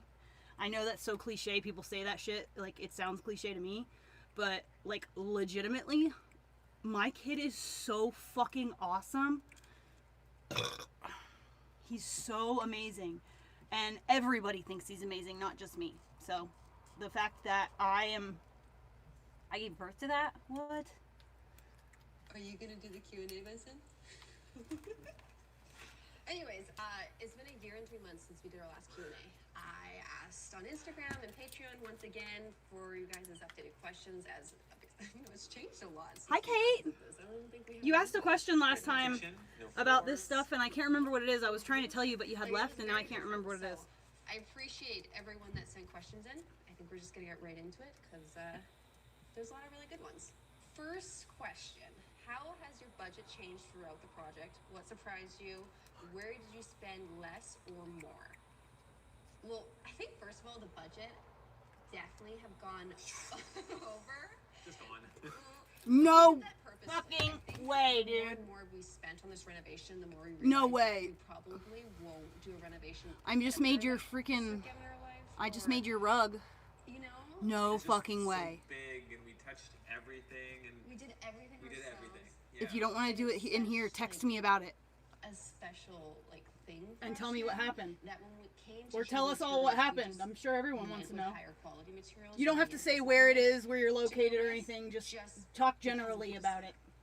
We also want to live in this house So that way you for a don't very get long doxxed. time. So if you choose between material A and material B, and you know material B will last longer, like our flooring, for example, it's just But you can extra text me about durable, it. 9 I'm layer super UV curious. finish that can withstand these little guys and just lots of traffic over the years, but it costs more. So add all those Oh no, where'd it incremental go? things up together, and we definitely went way over budget. Oh no! Does Nick still have a full-time job, or has he switched to co-YouTuber? I'm officially a YouTuber now. Co-YouTuber. Oh God, there it is. I Thank God. have my Instagram page that I started up a few weeks back. And 2 hours ago, I drove by there, and they're all outside. It started an event and burned the side of the. Holy shit! Working to the home. That's kind of how I've been contributing to the project. Is I've also been doing that now. It's pretty fun. Holy Are you fucking guys going shit, to sell dude. this house for profit after you're done? No. I hope not. That's not our goal, is to resell it Holy shit. afterwards. Yeah, I just think I can give you that. We really Oh, thank built God, this that home went for right in the us middle. and poured our heart and soul into designing every element of the home No for us. fucking way, So I don't know if there's dude. a single home out there that would be better suited for us, other than this home. Yeah, because you sell it, but then you go get another one, but then I don't think it would be as good as this one. No. And so that's it's not the same. No, and it's also, we know that we did everything really well here. We know we did it right, and I don't know, it's kind of nice to walk around the house and see parts of your craftsmanship that you're really proud of. So, definitely, I can't see myself selling it, that's for sure. What inspired the decision of buying and renovating your home? I don't even know if we really have an answer to this. I think we wanted a project. Yeah. I think that was we wanted a home, and so we're like, but it'd be really fun to have a project with this home and something we can continue to work on.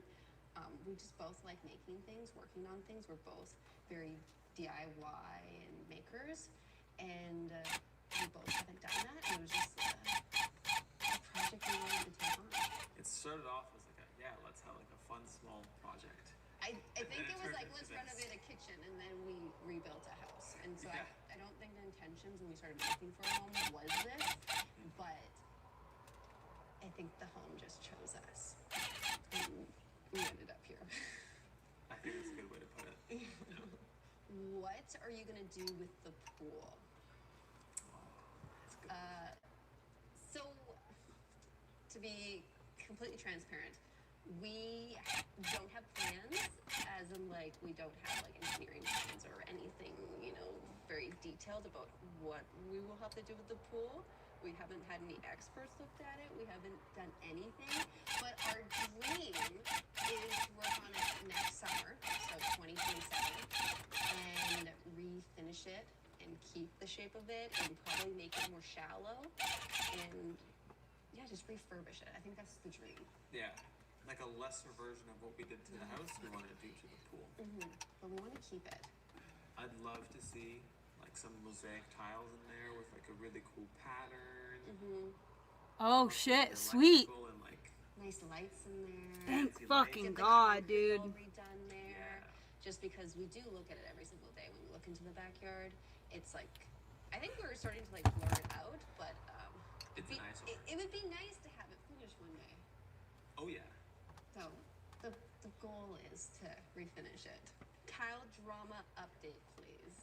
Okay. So, as of today, when we're filming this, we have gotten $0 back. We have been in constant contact with the company that we got the tiles from, and they just keep telling us that the money's coming, the money's coming, the money's coming. And I think from the day that they told us that day one, I knew the money was never coming. And we kind of treated it like that, and we gave them a few chances. And now we are talking directly with the country's manufacturing government place? Regulating body? Yeah, we're trying to deal with the government just to report them so they can get some sort of flag when they export. And so if anybody wants to use this company, it will show up that there has been incidents. Just as a warning to whoever deals with them in the future, I don't think it happens all the time with this company. I do think that we're kind of like an outlier for sure. Unfortunate, and they've deleted their Instagrams, so I don't know that anyone found them. I don't know, yeah, what's going on, but Yeah. I'm still talking to them like on a weekly basis, trying to push them, but Yeah. so far, no luck. No, but we have like reported and sent everything into the government, so something happens. I believe in karma, so just we'll see what happens, but We'll see what happens. unfortunately, no good news. So you probably already know this, but I'm a really big animal lover, and I've been playing this game recently where all you do is just rescue animals, and then you create this little sanctuary with your rescue animals. It's a really fun game, and it's called Paradise Paws, and they're sponsoring today's video. Let me just show you my sanctuary quickly. Here's my sanctuary. My favorite animal right now is Poppy. Oh, I'm getting distracted. But anyways, it's a pet rescue game where you build your own little sanctuary, take care of animals, and you slowly just bring everything back home.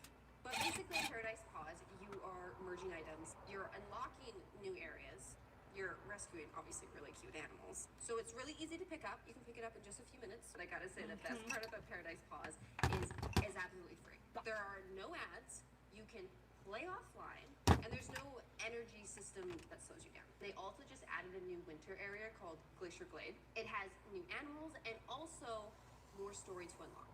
So if you want to check out Paradise Paws, be sure to use my link down below in the description or the QR code on screen. And if you're one of the first 100 people to download it, you'll get an in-game exclusive reward that will help you get started. What keeps you and Nick motivated outside the desire to see the finished product? I feel like it's our job. Like First of all, it is our job. It's definitely my job. It's literally Yeah, your it's job our right now. job waking What are you up gonna do when the and house is coming finished? home and That's what I making want to know. content. That is both of our jobs. And so we have that motivation there. You know, you just don't just not show up to your job every day, you know, when you don't feel like it. And so we take it very like our job, everything we do. And so we work a lot. But there's also this other, we're very passionate about what we're doing, and we genuinely enjoy it and love it and excited about it. And so it's really easy not to feel like it's a job. And so I think there's a lot of different motivation there, that it's our job, but also it's just something that I think we're both crafters, we're both makers, Yeah. we love making things, and a house is the best.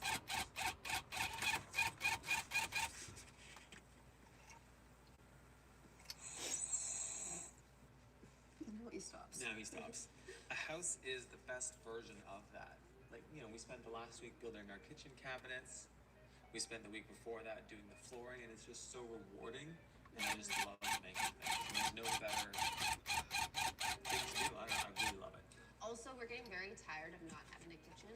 And so we're also getting this other motivation where we're like, we really would love just to have like a functional home now that we live here. Where we're like, cooking on the floor on like a little cooktop is like very old. Like our stove is literally on the floor right here. We have to use our laundry sink in the powder room now. And so we chose it. Like we chose to not do this. complaining, but we do have that motivation that we do want to have like our friend in the kitchen one day. How do you guys research So glad that I how to do everything to such a high standard for did every not single start DIY? doing it until Well, I I think looked this at is that. all you. Like, I play a huge role in the design, So like I think the floor plan was like mainly me, the design of the kitchen, all the cabinetry was me, Should have choosing outlined flooring was the me. glass when And these so things, but I wanted to do it in the colors. I can take credit for I that. should outline that But in black. as for how everything gets installed in the craftsmanship, everything is all Nick. And so I kind of just like show up every day, and he's like, "This is how we're gonna do it." And so. Yeah, I think you said it pretty well. There's like two parts to it, right? The first part is like the final look that you want. And that has a lot to do with like the craftsmanship and everything that goes with it. Because you can build something really well, but it could be a dated thing and it won't look good. So part of that's definitely Jenna's job of like curating since things, you came off crafting already. things, designing things to be really pretty. And then when it comes to assembly and like material selection, it's just hours of research.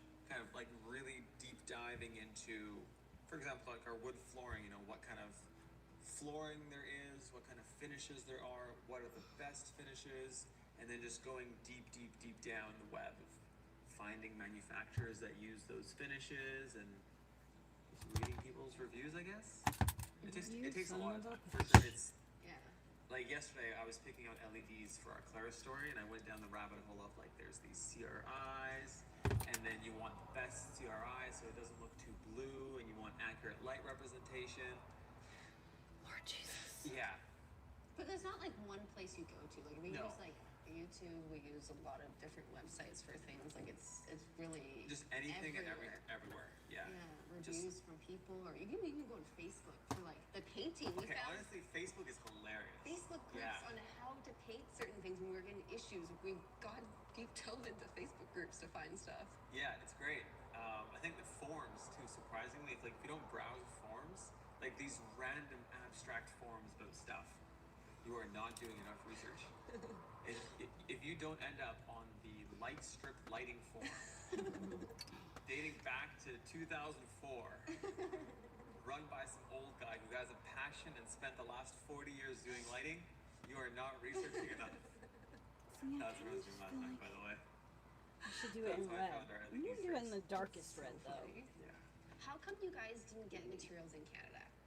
I think a lot of our materials were actually in Canada. Like our flooring is from Canada, actually made in Canada. We got all our tiles, like our porcelains, the liege, terrazzo in Canada. All obviously our trades, building paper, drywall, roof, insulation, outline them. all that has been from Canada. Yeah. It's just our cabinetry and our siding. I think that's not from Canada. Yeah, I'm gonna do that in orange, and then put yellow That's inside. it. Obviously, our original terrazzo was I'm not just from gonna do that in Canada, red. but we rebought it in Canada. So I'm not even gonna use this. Yeah. To do that anyway. What kind of skills did you have prior And to then, building your but house? I do need that darker color for I a think I second. put wallpaper up and I painted before. And I've done some DIY furniture projects. I think that was my extension. I'll just come back to that I've never red. touched electrical. Damn it, I did or all this plumbing now. Or actually framing. This was my first time actually using 2x4s and framing a wall. And so mine very limited. Yeah, for me, I think I have an engineering background, so putting things together is like a little bit more, kind of like makes a bit more sense to me. You understand it differently. Yeah, I kind of see it a little bit differently. So that definitely makes it easier. And then I did quite a bit of tinkering and renovating, I guess, as a kid with my family. So yeah, it made it a little bit easier for us to get things off the ground. We are putting them to sleep. I know. Sorry, we're so boring. I don't know how much more I can shake this guy to keep him awake. You want to leave Benson? No? Okay. When will you be installing your siding? Hopefully in like the next couple months. We want to do it this spring, summer. Yeah, we're mainly just waiting for it to get a bit hotter so that it dries out the insulation and any moisture that might be caught in the insulation from the winter. And then we're going to cover it because we really just don't want to trap that moisture behind the cladding. No good. But we have it here. It's going to be installed soon. What kind of wood did you choose for the herringbone? It's a red oak. Red oak. It's a red oak. It's not a white oak. Red It's a oak. red oak. So if you look closely, you can see these like little It's like a little pink undertone. little pink I undertone. like that really warmness to it. Yes, and it's also got these like little, I don't want to say rice grains, but you know those like little rice grains, and they're like a darker red color. It's a red oak. It's nice. Can we see furniture? Okay, we actually have a a bed frame, Yes. and we're picking up a carpet for our bedroom. I think you'll see next week's video coming up. We just haven't gotten much furniture because we just wanted to get more things down, like our cabinetry, before we brought stuff and get in the way. And also, I've been very indecisive about furniture and picking the right furniture. I think our bedroom, I'm getting close, but like the living room, I am still fighting internally for what we're gonna do for the couch and the chairs there. To be fair, it's also really hard to fully visualize a space before you have everything. Yeah. It's, you know, you kind of have to have all your millwork in, everything fully done, and then you can be like, okay, so and so and so will go be in this. We don't even have our slat wall up. We don't have our millwork up on the wall. I think there's a lot of things still missing before we can truly like decide on a couch. Yeah, it's tough. How does Nick find good quality how-to videos to learn from? I search and I can't. Yeah, I think you just really have to read. Sometimes Just read, reading, no videos? I think sometimes reading is better than video, especially when you're going down, I don't know, like the rabbit hole of stuff, like to install the herringbone. Ultimately, like I found this thread where this guy was using, at the very end, it was too late for this, but I found a thread where this guy is using just like a 10-foot long straight edge, and he said this is like been installing herringbone for the last 40 years, and this is like the best way to do it. So a lot of the time, I feel like reading people's experience is a really good way to learn. Sometimes not even watching videos. This is a two-part question. What design choice did you doubt, but positively surprised you the most? I have mine right off the bat. What is it? The herringbone. Did you not think it was I thought it may clash with our straight ceiling planks. Damn it. Honestly, I was scared because, you know, you're putting this like V-shaped pattern against our straight ceiling, but it looks so good. It honestly looks incredible. I would not do anything different. Trust Jenna. Okay, thank you. What would you do differently? Or what would you do? I think the one thing I was the most stressed about and worried about was our cabinetry color. All of this. I was really nervous that we had this one sample, and I just looked at it for the past year, and I just put in different lighting and different everything. And in some lightings, I was like, oh, I don't know if it looks good in this lighting. It looks very, very orange, or a lot of people it's like orange. And I was like, we don't have an orange house, but it looks so good in like a natural light. And so I really had a mental battle within of like, did I just order the wrong color for the entire house? Like, I was in a huge we can use it. Yeah, you can't do it. No, and so that was one I was really scared of, but now installing it, I like love it. It turned out exactly how I wanted it to, and so I feel very relieved, but that was one that I internally had and didn't say anything. I was like, did I choose the wrong one? Because sometimes I didn't like the color. And then the second part, any task that you're most proud of to have completed successfully. I think the herringbone, that was like, this was a mental, it was a stressful couple weeks doing this. It might not have seemed like that, but we were stressed it wasn't gonna look good because it wasn't as easy as other rooms because it was such a big space and we had that middle wall, but this one was, we were worried. During the whole process, which times in the reno were most challenging / mentally straining for you guys? I'm gonna say again, especially towards the end of this room, I'm not gonna lie, some mornings I would wake up and I just did not want to work. It's like, oh, I don't want to do this again. Every single day it's the same thing. Especially on the day when we messed up the wood and we had to peel it all up and I knew there was like 100 boards to scrape. No, I know, but I think you're forgetting about how cozy we were at the time. I think that was like, at least the hardest for me was like working in the elements for a whole year and going through every single season. I think was just the building. Yeah. At least was, yeah. That was my favorite.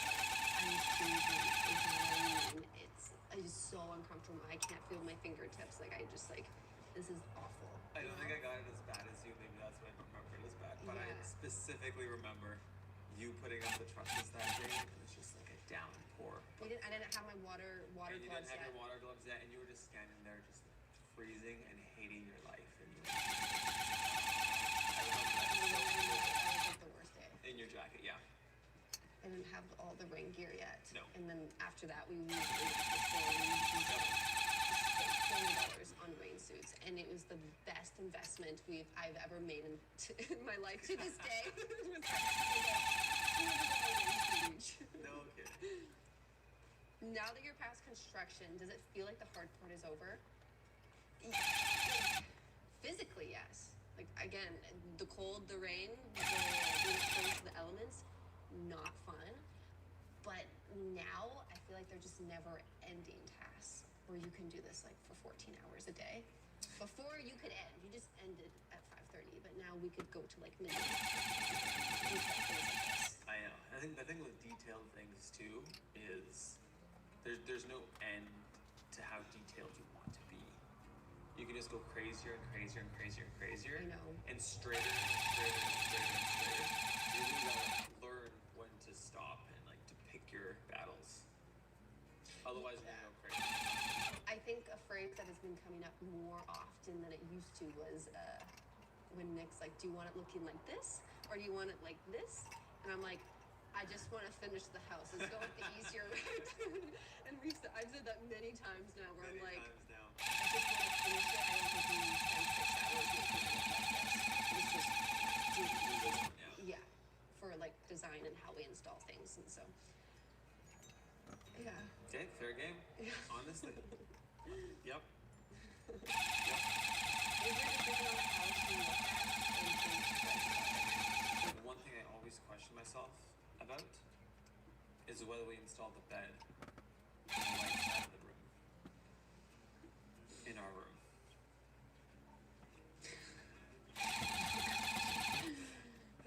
I think we did the right thing. I think if Nancy was here looking at us and just talking about our decision, he'd be like, yeah, it's the right way to do it. But sometimes I'm like, reading your guys' comments, I'm like, maybe it would have been nice to look at the view. I think mine's the front door. Oh. How the mat doesn't line up. And the less light because we don't have that side light too. We changed the original door, and that was one thing I think I regret was changing that door. Yeah. We had to because there was different structures like metals and stuff in the way, and so we were kind of forced to change it. But I wish, it was like a smaller door or something. Yeah. I think that's one thing. But it's not like a game changer though. It's just more like, it's just a little thing I notice now. Do you have your biggest regret so far? Do you have a biggest regret? Mine's the door. No, like I think, yeah, it's just like small things here and there that you're kind of like, oh, dang. And then there's nothing like really big that I'm very upset about. Sir, what are you doing? Sir, to sit behind you. Sir, okay. I think we're gonna get into our personal questions now. First one, this one's a fun one. Did you and Nikki have a plan B in case the relationship fell apart during the reno? No plans. This was it's gonna work kind of a thing, you know? We were both fully committed and it had to work. We didn't even have that conversation, like, because I guess neither of us would want to bring it up, say, so if this doesn't work out, what's gonna happen? Like, we just didn't even have that conversation. I think we just had plan A. How do you stay so positive even when the bad things keep happening? This is Jenna's #1 talent, by the way, guys. Keep going with bad things? Yeah. Every single time something bad happens, and I'm just here, like, just... And you're just so calm. I guess, like, this project is very stressful, and when things are out of your control, I just, like, don't want to waste energy. She's a And more Pisces. stress on that, you know? Like, there's no good in just being more angry or more mad or more stressed with it. And so I try to, every single time something bad happens, that I look at the positive in it and saying this happened for a reason, something better's gonna, you know, come out of this. We don't know why, but it's going to. And that's just kind of what I've always thought through when, you know, bad things happen. That's just like my motto. It's just like things happen for a reason. And this wasn't meant to be. And I kind of Red just patron. look at it like that, or it was a The learning. size is perfect. And, Oh, hi. you know, this is Jamar, why it hello. happens, because we learned. And I think that just really helps me stay more positive in life and just live a better life, because things will always, you know, bad things will always happen, and it's just like It's easier to just like not stress about little things. Because you guys have the best equation I've seen. I don't know for relationship gurus. I just know, I guess, how I want to be treated and what I really appreciate, and so I just tried to replicate that. Like, I know there's a lot of things that you do, and I'm like, wow, I really appreciate that, or I really love when you do that, and so then I try to do that, and I think I'm just like constantly learning how to do that partner, that person, better everything. And I think the biggest thing for like me is communicating. I think we communicate a lot. Yes. Saying how we feel. Resolving things. Resolving. Never leave anything unresolved. Do not sweep it under the rug. Don't do it. No, and I just like know that I'm not perfect, and I know I'll make mistakes, but it's just always about how you resolve those mistakes. I think that's one of, you know, the biggest things that I've learned is just, yeah, how you react to things, and so that's what I try to really do. Yeah, I'd say for me, it's don't try and split things. I don't know if it makes sense, but like, a lot of people get too obsessed over, you know, they go out for dinner and they just count down to the penny, oh, like this and this and this and that. And you can't take that back to a relationship. You know, we're working on this project as a team. We're building a life together as a team, and a lot of the things that we do, it's just a collaborative effort, and it's what we do together. It's not dividing what we have. It's what can we build together. I think it's a bit of like a mindset shift. Yeah, it won't be fair. Like it will never be fair. Always be uneven. It will never be fair. But you just have to have trust in the other person. How is your dad doing? Haven't seen him in a bit. My dad is doing good. He is a retired man. He's been very busy. He's been he's like hockey, and he has tennis, and he has all these friends that he sees, and we've also just been into like a lot of nitty-gritty stuff where we didn't need a third person. I just feel like he's like stand around and watch us. Yeah, it's just been different work now. Yeah, he also hurt his arm too, and so he couldn't really lift things for a while.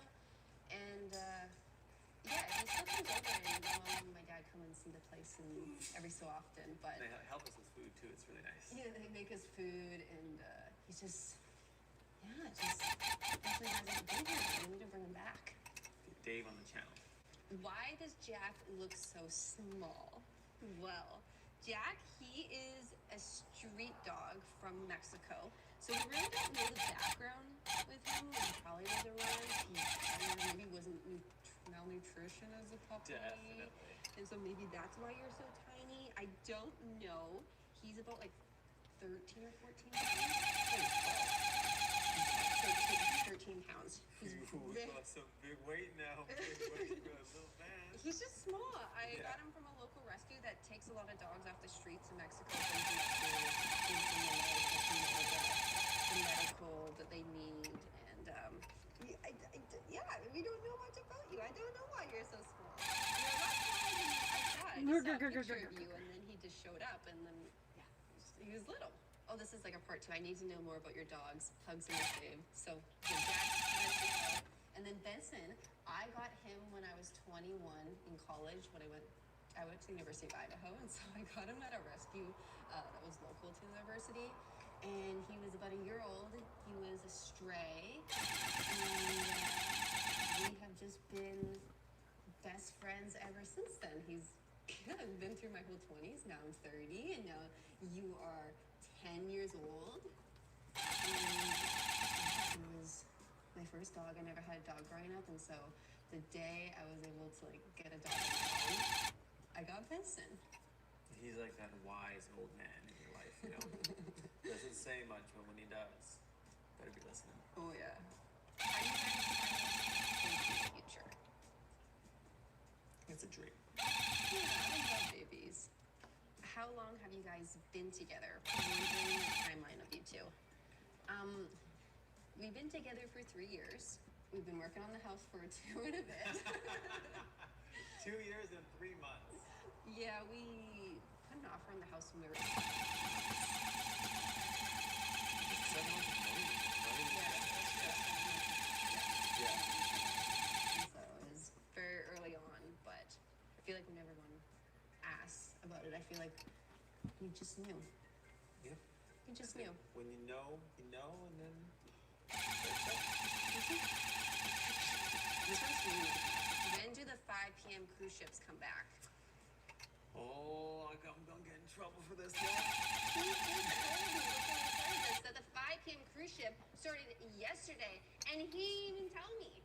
I was cooking dinner, right? And you didn't tell me to write that. I just had the air fryer going. I've been waiting because the last one was tell Jenna. September. And then I forgot to tell Jenna. Yeah, like cruise season, and so we're just coming up. I think usually like May is when we start getting into it, but I missed the first cruise of the season.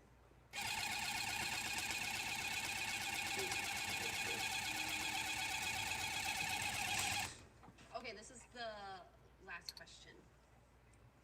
When is the wedding? This one, I think that was like the most asked question. If people ask me about if we're married or are we getting married? Yeah. When are we getting married? Yeah. So not married. Not, you know, first of all, yeah, we're not married. We're not engaged. We're not even engaged. No. When is the wedding? I don't know. When is the engagement? That's the better question. Yeah. Yeah. Like we want to get married. We do want to get married, and so we don't have the timeline or anything out yet, but that is something that we do want. We're just very occupied with the home right now. But that was my last question. So thank you everyone on Instagram and our Patreon for sending in those questions. We really appreciate it. Thank you for watching our videos, for being along this journey. It's kind of crazy that it's been over 2 years of us renovating, and you guys are still here watching us continually work on this house. So we really appreciate it. Thank you for watching us talk about the house for this Q&A, and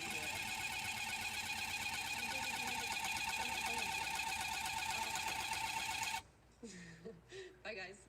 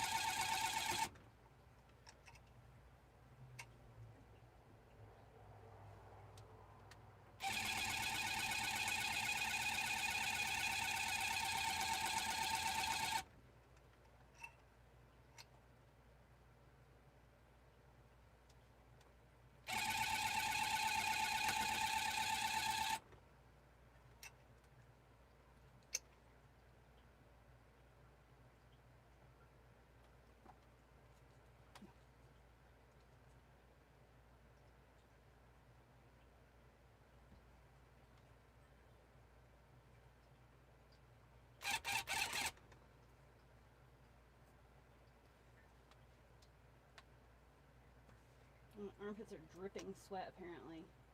Gross!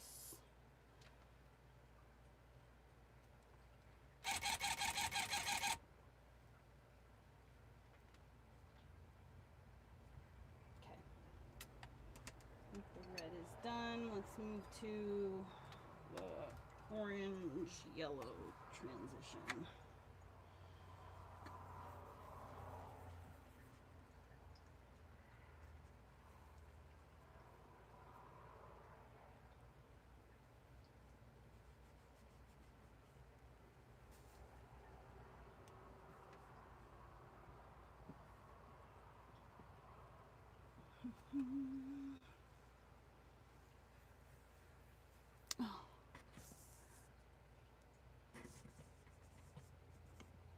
love the yin yang, the monstera. The monsteras, I was going to include one of the monsteras in your yin yang. It's like a coaster is the goal. I'm going to give everybody a coaster. I'm going to keep one for myself. Dude, you know what I want to make too?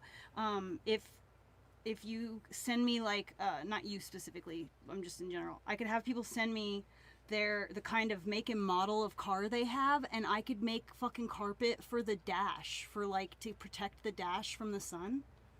I have one on my truck. It's been there since the truck was bought. My dash looks brand new. And it's a 30 or 20 some odd year old truck. My truck was from 2000. So 10 out of 10 recommend.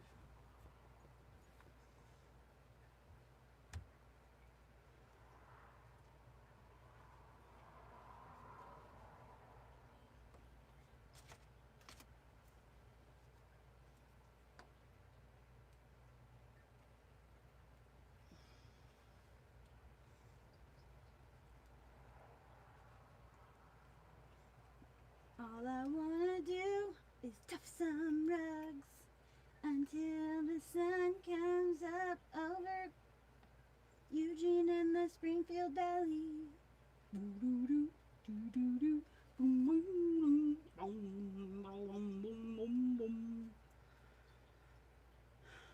All I wanna do is tuft some rugs.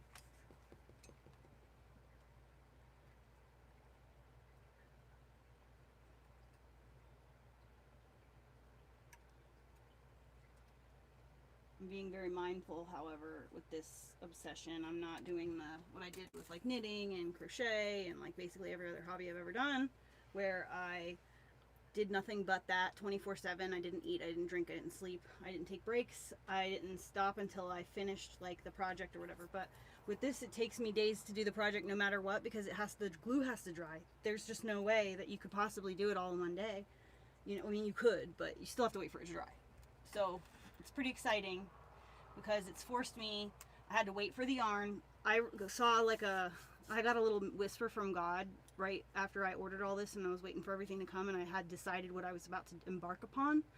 And I was like, I hadn't told anybody yet. I was just keeping it to myself. I had gotten everything that I needed, and I was going to start without saying anything to anybody. And I was really excited about that. But I had a little whisper from God that said, unplug, literally unplug. Do not stress out about how long something's taking or whatever. You need to just trust in the process. Don't worry about it, and just relax. And so that's what I chose to do. And I have to say, So I want to try it to worked. build a Victorian storefront in our workshop. Okay, we're back. You see, for the past couple of months, we have had to basically tear down our entire workshop due to some mandatory upgrades. Thank you, state regulations. But either way, we are taking this opportunity to try to build our ultimate dream workshop, the way it should have been from the start. This is the current state of things. First of all, as you can see, we have got our wizard study back up and running. So all well there. We have leveled the floors in our entire workshop and covered it in vinyl. All the walls and the ceilings have been covered in that mandatory plasterboard that is now fireproof. Great. We got lights back in the ceiling. But of course, most of our workshop is still just stuffed into our warehouse in this nightmare labyrinth. I swear, every time I try to go to find anything in here, it's a quest. But it's let's fucking not hot get in into here all now. that. One thing at a time. Rain's like The plan is to make a 2 minutes. Victorian-style office in this nook. And while we were making our stained glass door in the previous room, Hansi had the idea that we could turn the entire wall leading into our office into a Victorian storefront. Like, yes, say no more. I am on board.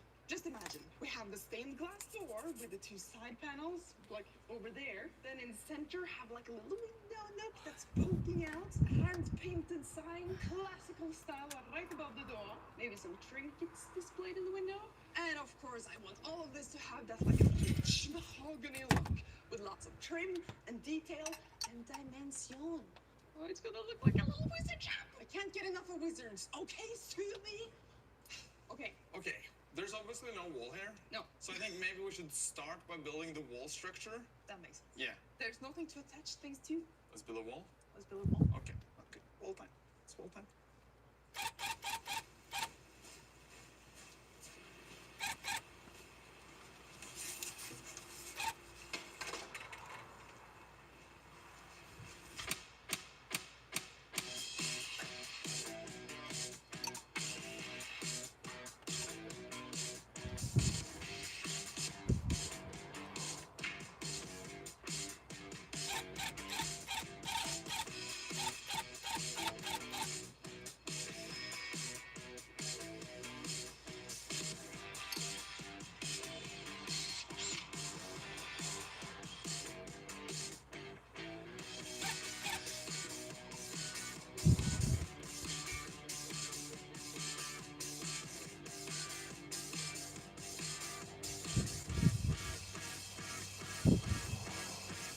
And there we go. Base structure, check. I am very happy with the shape of this little window nook. Imagine that once we get some trinkets in there and actual window panels on all the sides, it's gonna be adorable. And that was, I think, the easy part of the project done.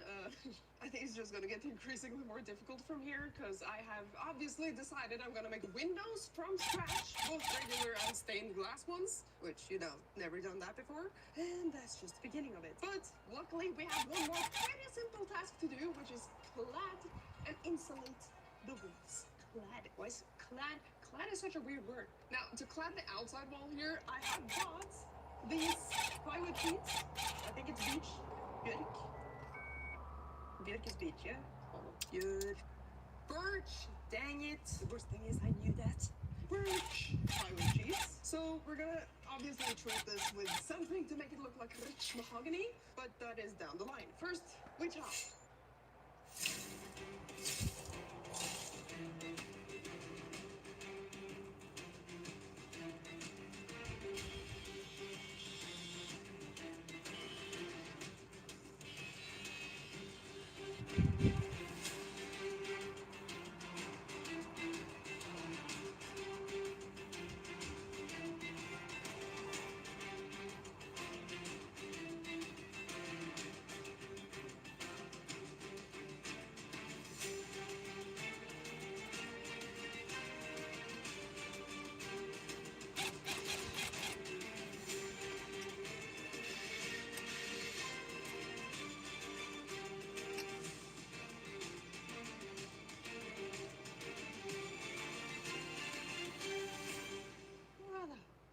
You know how long this has taken? 1.5 weeks. There's so many weird like angles and things here, and like you know how they say measure twice, cut once. Try measure 3 times and cut 14. It's like I've been running back and forth between here and the warehouse like a little ant. Just. Anyway, we have a clad wall, and we can finally move on to some of the more fun parts of the build. Oh, and by the way, if you can hear a bunch of like construction sounds in the background, that is because Hansi and Isabel are currently making our kitchen. I mean, just ignore the chaos here, but like big changes are happening. We're making the kitchen. Hansi, we're gonna have water for the first time in 5 years. Oh my god, do I know the feeling, girlfriend? I know this might not sound like a big deal, but to give some context, this has been our grey water tank for 5 years. Our pink bucket of shame. Yeah, I know, it's kind of gross. No water in the tap either. The thing is, as not gross, awesome it's as just our grey Fallout water. kitchen looked, it just wasn't very functional on the day-to-day. Like, the Which fridge is was weird because these broken, kids are it like all filthy took up rich. a lot more space than we actually needed for a kitchen, and that raised floor platform right there. I guess they never that's are at samples. home. The They're rest of always our at their workshop warehouse, kinda but now they're suffered the moving same into their fate of warehouse. aesthetics above function, while also being the temporary workspace That's what I want to do. type of workshop. I want a No workshop area was planned out. that I can move Honestly, into. It was all just like thrown together at the last second when we needed it. But I want you know? separate doors. So when our landlord let us know that we were required to have our ceilings and walls fireproofed with plasterboards, we decided that okay, this freaking sucks, but let's not cry about it. We had a great run, and we'll always remember you, Fallout Kitchen. 'Tis time for a new era, new workshop, new projects. And so far, it's been 5 months of tearing everything down, rebuilding it all from the ground up. Our wizard study first, then painting and building a bunch of walls, so many walls. To create a smaller but much more space-efficient kitchen in the corner here, add an extra room next to it, and of course make the Victorian office that I'm currently working on. Oh man, this space is going to be freaking magnificent once it's done. Okay, anyway, let's leave Hansi to it and get back to the project. Exciting stuff happening. Anyway, time to make some windows from scratch. Back through the chaos portal we go. Whee! Even though I have never made a window before, my plan is really just to cut some strips, route a little channel in there for the window or the glass pane to sit in, and then like build a square. How hard can it be?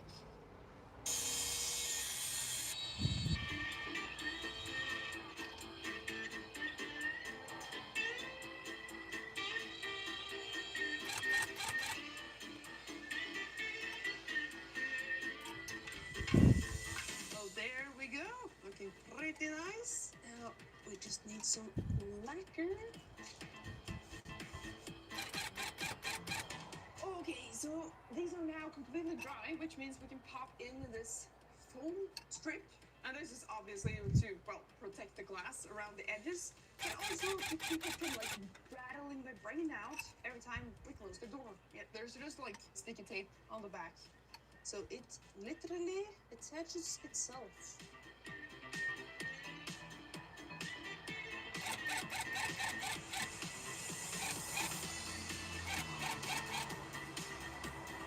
There we go, got the foam cut down. So now, before I actually screw this frame together, I want an outer frame as well to give it a bit more like structural integrity. So I'm just gonna glue this onto this, and then just glue it together.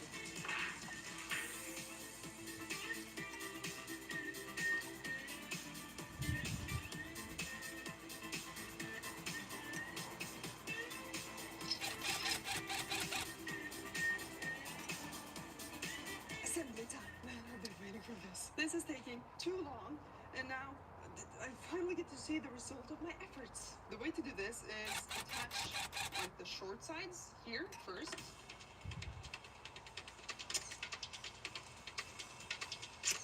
Perfect. I can then bring this to the glass, slot it in, and then sandwich everything in the end.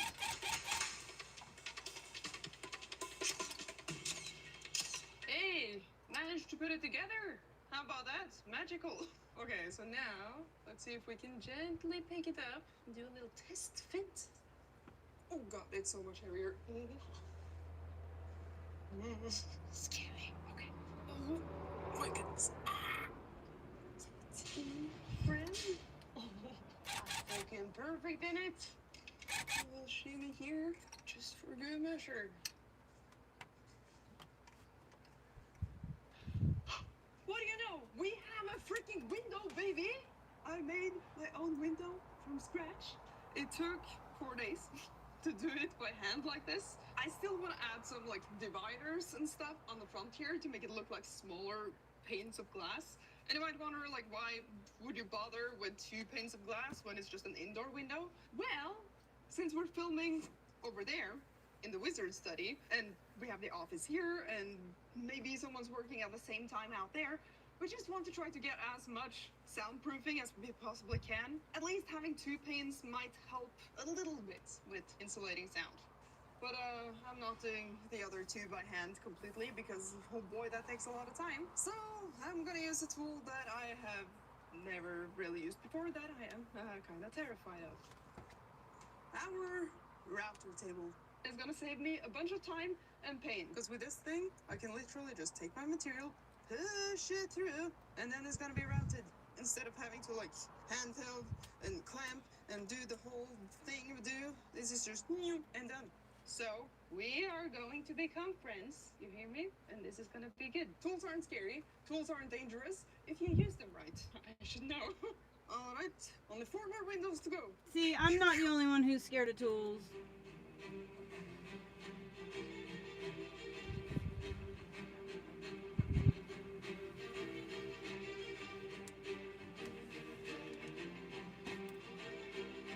Party the house.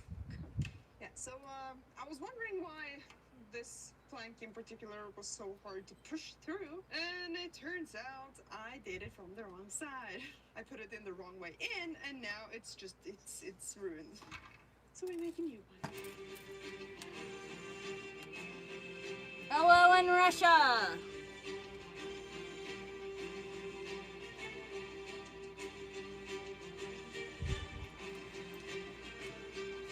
Dude, that was orders of magnitude faster than doing it by hand. My goodness. Listen, Alfred, I love you, and I think we've officially become best friends. Not scary at all. Like, what do you mean I could pump these out, like, all these sides in just a couple of hours? Like, huh? Okay, well, I guess we can move on to lacquering then. All right, well, I guess I just have to mop all of this up, and then we can lacquer.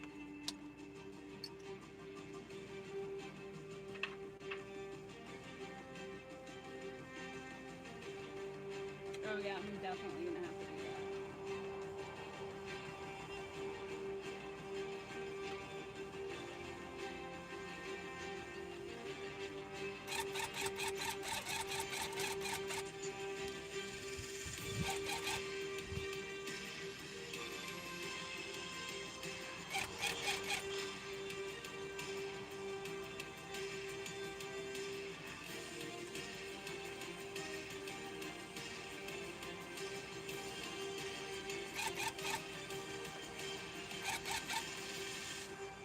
Well, would you look at that? 3 windows, completely made from scratch. That is actually so cool.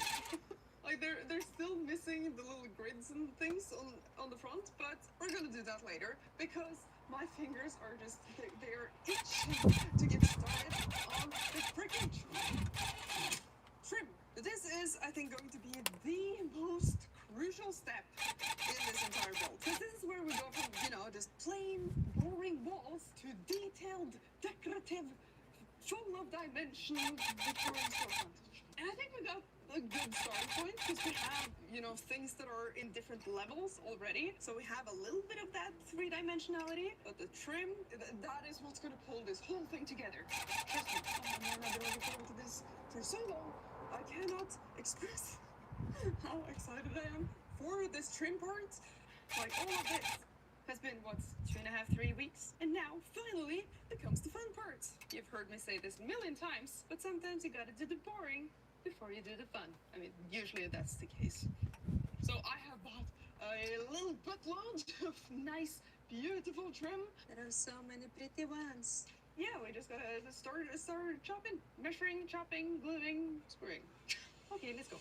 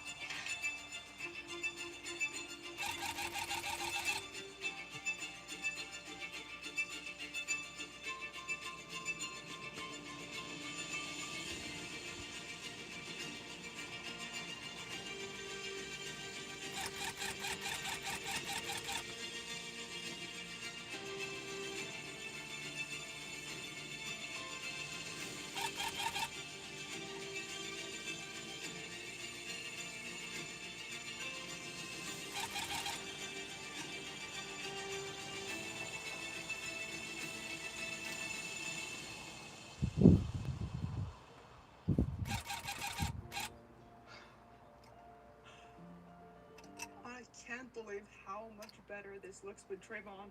Like, the difference it makes just adding a little bit of that wood trim. Like, legit, I mean, look at the before and after. That is wild. It's just, I freaking love the dimension it adds. And the fact that there are actually people out there who prefer these smooth, completely trimless finishes, I will never comprehend. Look at this, it is freaking gorgeous. I cannot wait to lacquer all of this. Oh, it's gonna be hell, but man, it's gonna look so good. Okay, I'm not actually looking forward to it. I'm looking forward to the result, not the lacquer. Now, we're missing a little bit of trim around here, which I didn't want to put on before we actually have the door and the side panels in place. So, it's time to put the door in. Let's go get it.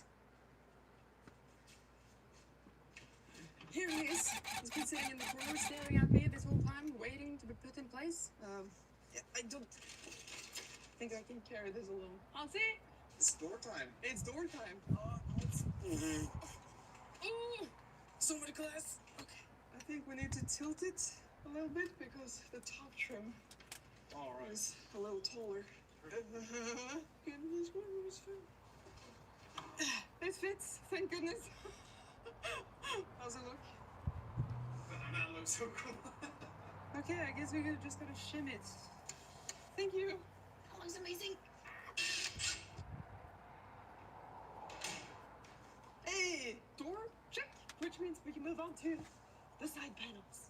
As promised in the previous video where we made that door from scratch, we have been spending the past couple of weeks making side panels to match the door. Going through the whole process of cutting individual glass pieces, grinding down the edges, adding copper foil tape around the edges to solder it all together into these big, beautiful stained glass panels, which will now become windows. And if you're interested in like the details of that whole process, you can of course find it in the door video, which I will link up there somewhere. While we've been making the side panels, we have also been working on the whole, workshop remodel, which is why this video has taken so long to come out. Let me tell you, it has been complete, utter chaos, and it's not good for my brain, okay?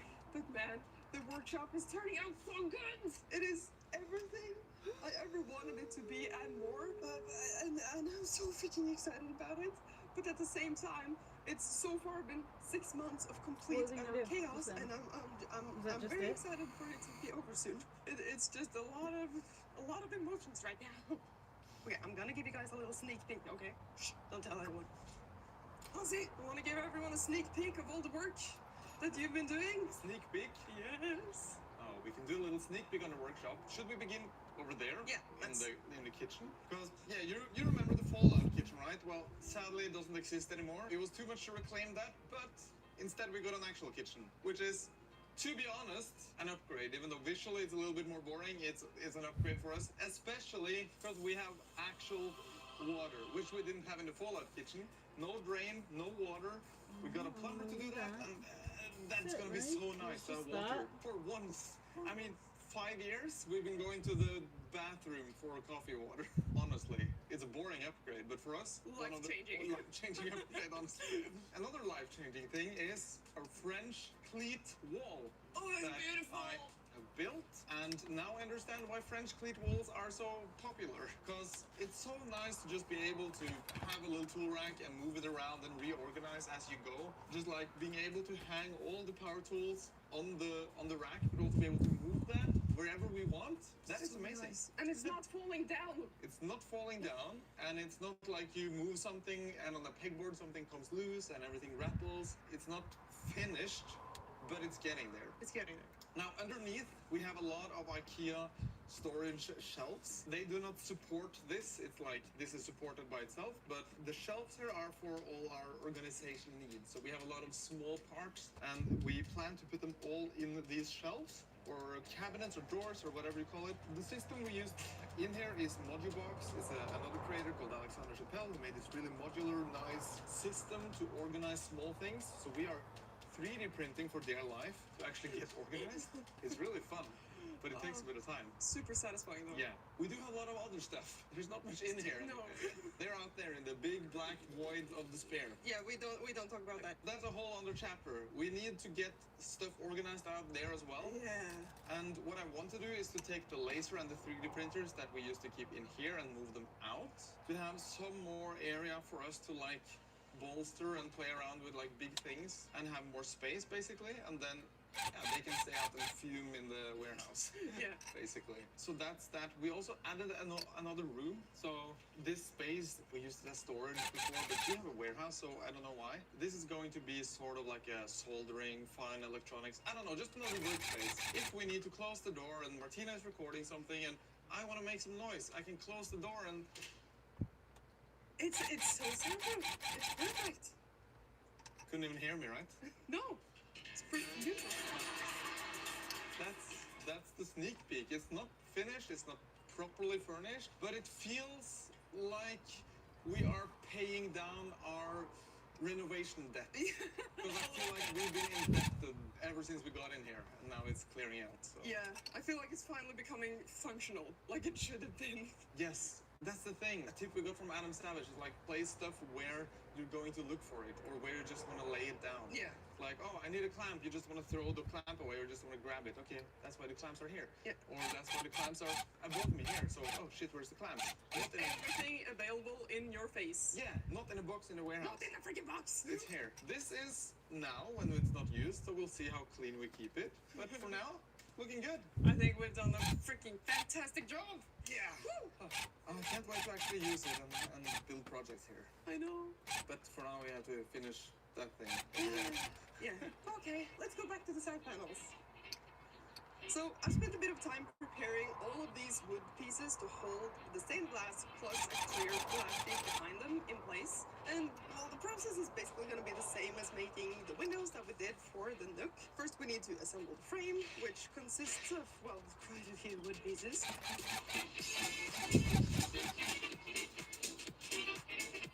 I'm gonna add some insulation to the top and bottom sections of the frame to get some better soundproofing. And once all the pieces are assembled, except for one of the long sides, we can, gently try to lower the glass into their respective slots, nice and steady.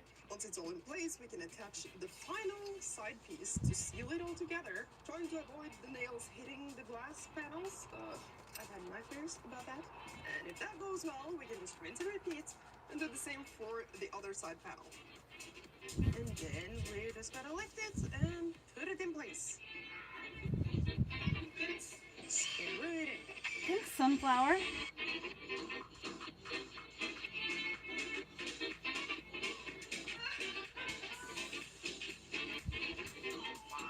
That looks so good.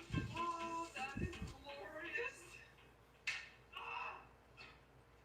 We have side panels and the door to match. And can I just point out the fact that I think the lines here, like you see this curved line here, it lines up pretty well. Like, it was a little bit of a nightmare trying to get the measurements right for everything here, but result-wise, I think it turned out pretty good. And I also added this trim frame around both the windows just to like cover up the tiny little gaps that were left. And I think that was the final piece of trim. You know what that means, right? It is freaking time to stain, baby! Not stain a baby, but like stain, comma, baby. So basically all that's left to do is lacquer the wall, paint the sign above the door, add that trim to the inside of the window and some shelves, and then decorate 7 weeks into this project. And we're finally reaching the finish line. Let's freaking finish this. 3, 2, 1, let's go.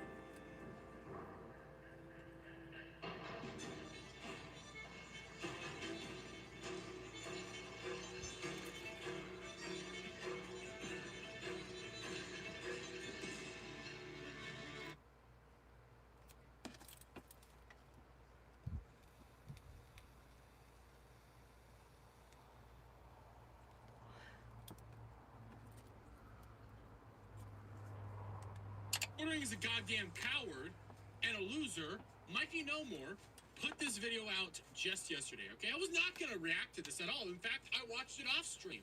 It's a bunch of shit I have already addressed. It's tons of stuff I've already talked about. But here's the thing, okay? I'm also recording this now because fuck you, Quartering. Literally, fuck you for this shit. Mind you, this video was struck down right here. Have a post, okay? We'll pull it up. We'll pull up the post. Vid got age restricted for sexual content, and the offending timestamp is literally just a screenshot of a black phone. Come on, Jer. Or blank phone. I can't read. I'm illiterate. Right here. That's the timestamp. I can even go to that timestamp, okay? That is about 2:45, 2:40. We'll hop on over to that timestamp real quick. We'll just play. That were also really bad and really embarrassing for you. But you suffer from 3 conditions that are honestly way worse than just being a designated short bus veteran. You've got a fragile ego, you're terminally online, and you're a notorious alcoholic. And so that's all you saw during that period of time. Where's the nudity? Where's the nudity? And we're gonna react to this whole video. I would understand it if you were doing it before around here, like when you had this going on, when you had the ricadas in the hot tub with steel toes. But what the fuck? This is pathetic. This is next level cringe shit. Like, if I play this video, there's some stuff that are in here that is like, yeah, you know what? That's a bit much. That's a bit much. But you didn't even go after the good stuff. I've already covered half this stuff. You gotta be kidding me. Oh, maybe it's because Mikey's effective in how he distributes this information and is actually entertaining. Maybe that's the reason this got struck down. But here, because I like Mikey so much, I actually watch his content. Here, I'm gonna drop 1, the link down in the chat, and 2, we'll play it. We're gonna play his fucking video because fuck the Quartering. Fuck him right in the puss. there's genuinely no such thing as too big to fail. Empires, corporations, sports dynasty. Hell, right at the beginning you have a bunch of Romans doing butt-ass naked there. You couldn't even hit that? These marriages and even YouTube careers can come crashing down in a blink of an eye, especially for content creators. Too many YouTubers think that once that subscriber count hits 7 digits, that it's wraps. But nothing is guaranteed. You aren't automatically safe. Because let's say you're anybody can be taken down on YouTube at any second. You're always in danger. That's why people like not internet historian, but game theory. That's why he left the internet. That's why you have people like PewDiePie that have left the internet. That's why you have big content creators come out here that say, hey, we're leaving the internet because they got their bag. They know that the internet, it can all go away tomorrow. Get in while the getting's good. Get the hell out.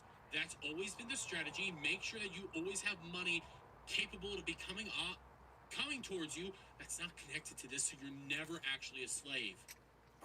I'm not saying you specifically. I mean, you specifically might be retarded. I don't know. I'm just talking about a hypothetical you here. Now, your hypothetical, mentally handicapped self isn't the byproduct of your mom drinking too much. No, it's... Well, I am, but that's just me. From you drinking... I'm sorry, I love my mom. Sorry for the joke. I'm sorry, Mama.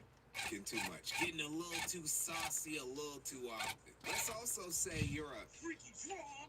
You're a freaky frog! Who's been afflicted with crippling goonitis since you were like a teenager. And your inner freakiness has occasionally gotten you in bad spots despite you being married. Let's also say you just happen to be friends with a Jewish brother who happens to match your freakery. And also likes to engage in swinging. Actually, you know what? I think I know why he this has a video gets taken fucking... down. I think I know why this video gets age restricted. friend that's... It's coming to me. I think I know why the video got age restricted, guys. We'll watch it, but Mikey does not care. I think I know what happened. All up in the solar plex of other men's wives like a bull on parade. And you personally invite this wife-smashing fella over to your place on a semi-regular. And let's also say this along with... You could probably figure out one of the things that Mikey gets into, but fuck the Quartering because screw you and your goddamn asshole. You can't be silencing this shit anymore. And going after this for nudity? Fuck off. Other information involving your buddy's freaky-like activities and his criminal history get out even more over the days. And certain individuals who have been cyberbullying you for the longest start spreading it way further than you're comfortable with. And it starts getting under your skin and eating at you from the inside out. The correct responses from you in this hypothetical situation would be to A, if it's true, just be frank about your friend's kosher Frank entering your wife, admit that you partake. Or just don't ever talk about it ever. Like, that would probably be a better way to do it. Just never ever mention it ever, and just, you know, avoid it like the fucking plague. In a lifestyle and be done with it. Or B, ignore it, dismiss all parts without empirical evidence backing them up, like your friend's criminal record and sexual proclivities, and just keep minding your own business, which has successfully earned you that 7-digit subscriber count in a very, very fat bag. These... Yeah. Nothing you said there is lies. Nothing you said there is a bad thing here. I'm also going to turn closed captioning. By the way, guys, we have 116 people watching right now and only 69 likes. Like the stream, get us up to 100. Let's go. Ugh, I can't stand it when people do that. But again, you are it's like if you were gonna like the stream, you would have already done it. City option and choose to obliterate everything. So why would I beg for your like? This is not a Raccoon City situation. I don't actually really give a fuck if the algorithm pushes my content to anybody. I'm perfectly happy with the people who stumble upon me. Got into that were also really bad and really embarrassing for you. But you suffer from 3 conditions that are honestly way worse than just being a designated short bus veteran. You've got a fragile ego, you're terminally online, and you're a notorious alcoholic. And the way he says alcoholic drives me crazy. Again, this is not about me, this is about quartering. I know I look like the dude, but I'm the new and improved model. I'm younger, more virile, and not a cock. These 3 turpitudes compel you to go terminal lolcow and commit one of the most audacious strokes of flagrant, flaming flaggetry I have ever seen. This hypothetical you happens to be named Jeremy Hambley, aka the Quartering. This art is so good. It reminds me of the Keffels art that got made a while back. If you guys remember that piece of art that Mudahar was in trouble for, that was some good art. You were drinking last night. That wasn't the weekend. Friday is the weekend. Shut up, Adam. You know, I really wasn't expecting to revisit Jeremy this soon. It hasn't even been 4 months. But in the first quarter of Big 2026, Jer has proved he's committed to this lolcow shit. Oh, did my high school senior picture look like Jer's too? God, no. I've been like this for a long time. Just had a worse beard. It's not just a passing trend.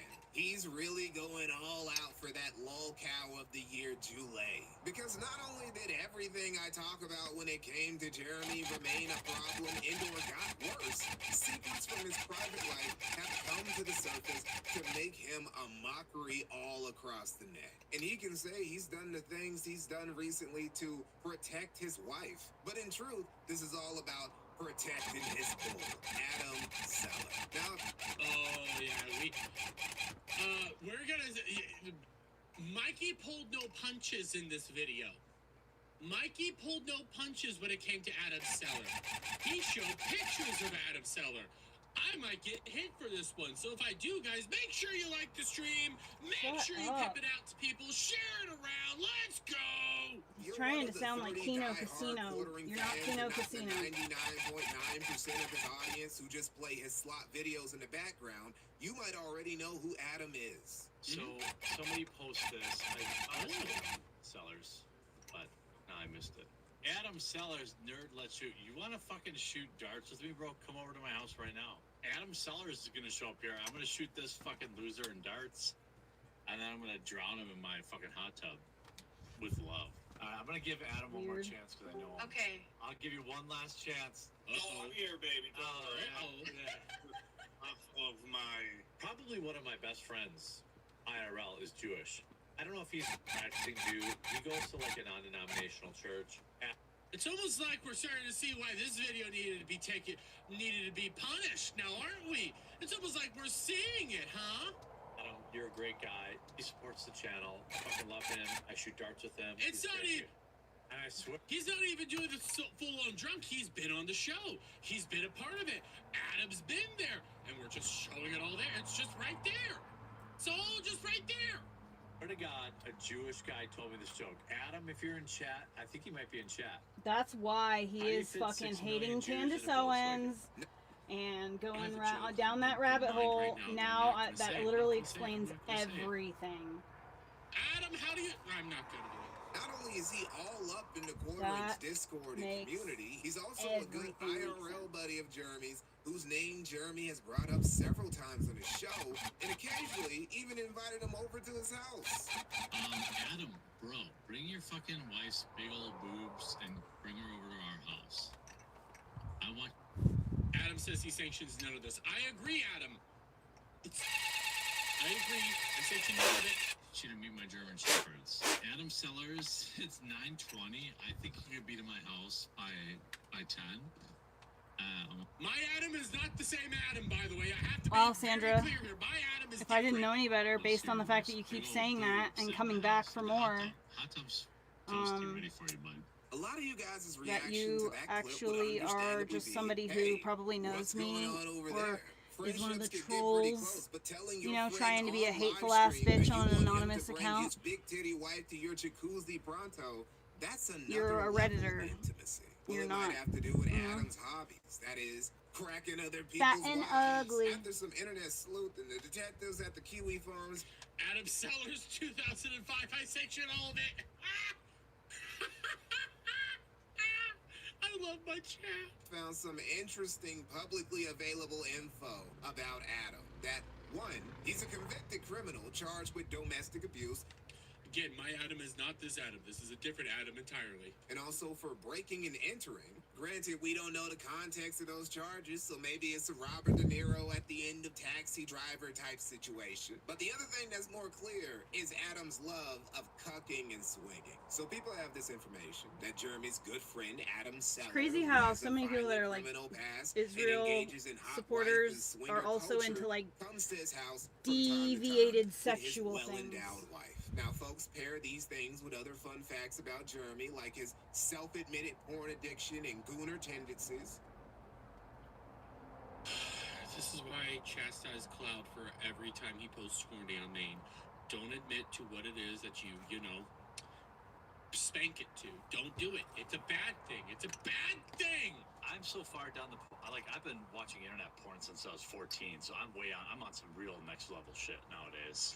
What is this? This is the Mikey No More documentary that just came out yesterday on the quartering. Was not planning on reacting to this, but it got age restricted for a bullshit reason. So, hey, we're here. Dang, man, you started late. And of course, his cuck fetish. Gina and I could do an excellent on-screen romance where, like, I'm the best friend. I'm like her best friend, but I pine after her. And then she just keeps banging all these other dudes. And then I'm, like, all sad. And then she, like, realizes that I was me all along. And that she comes to, you know, and then she comes to realize it. And then we live happily ever after.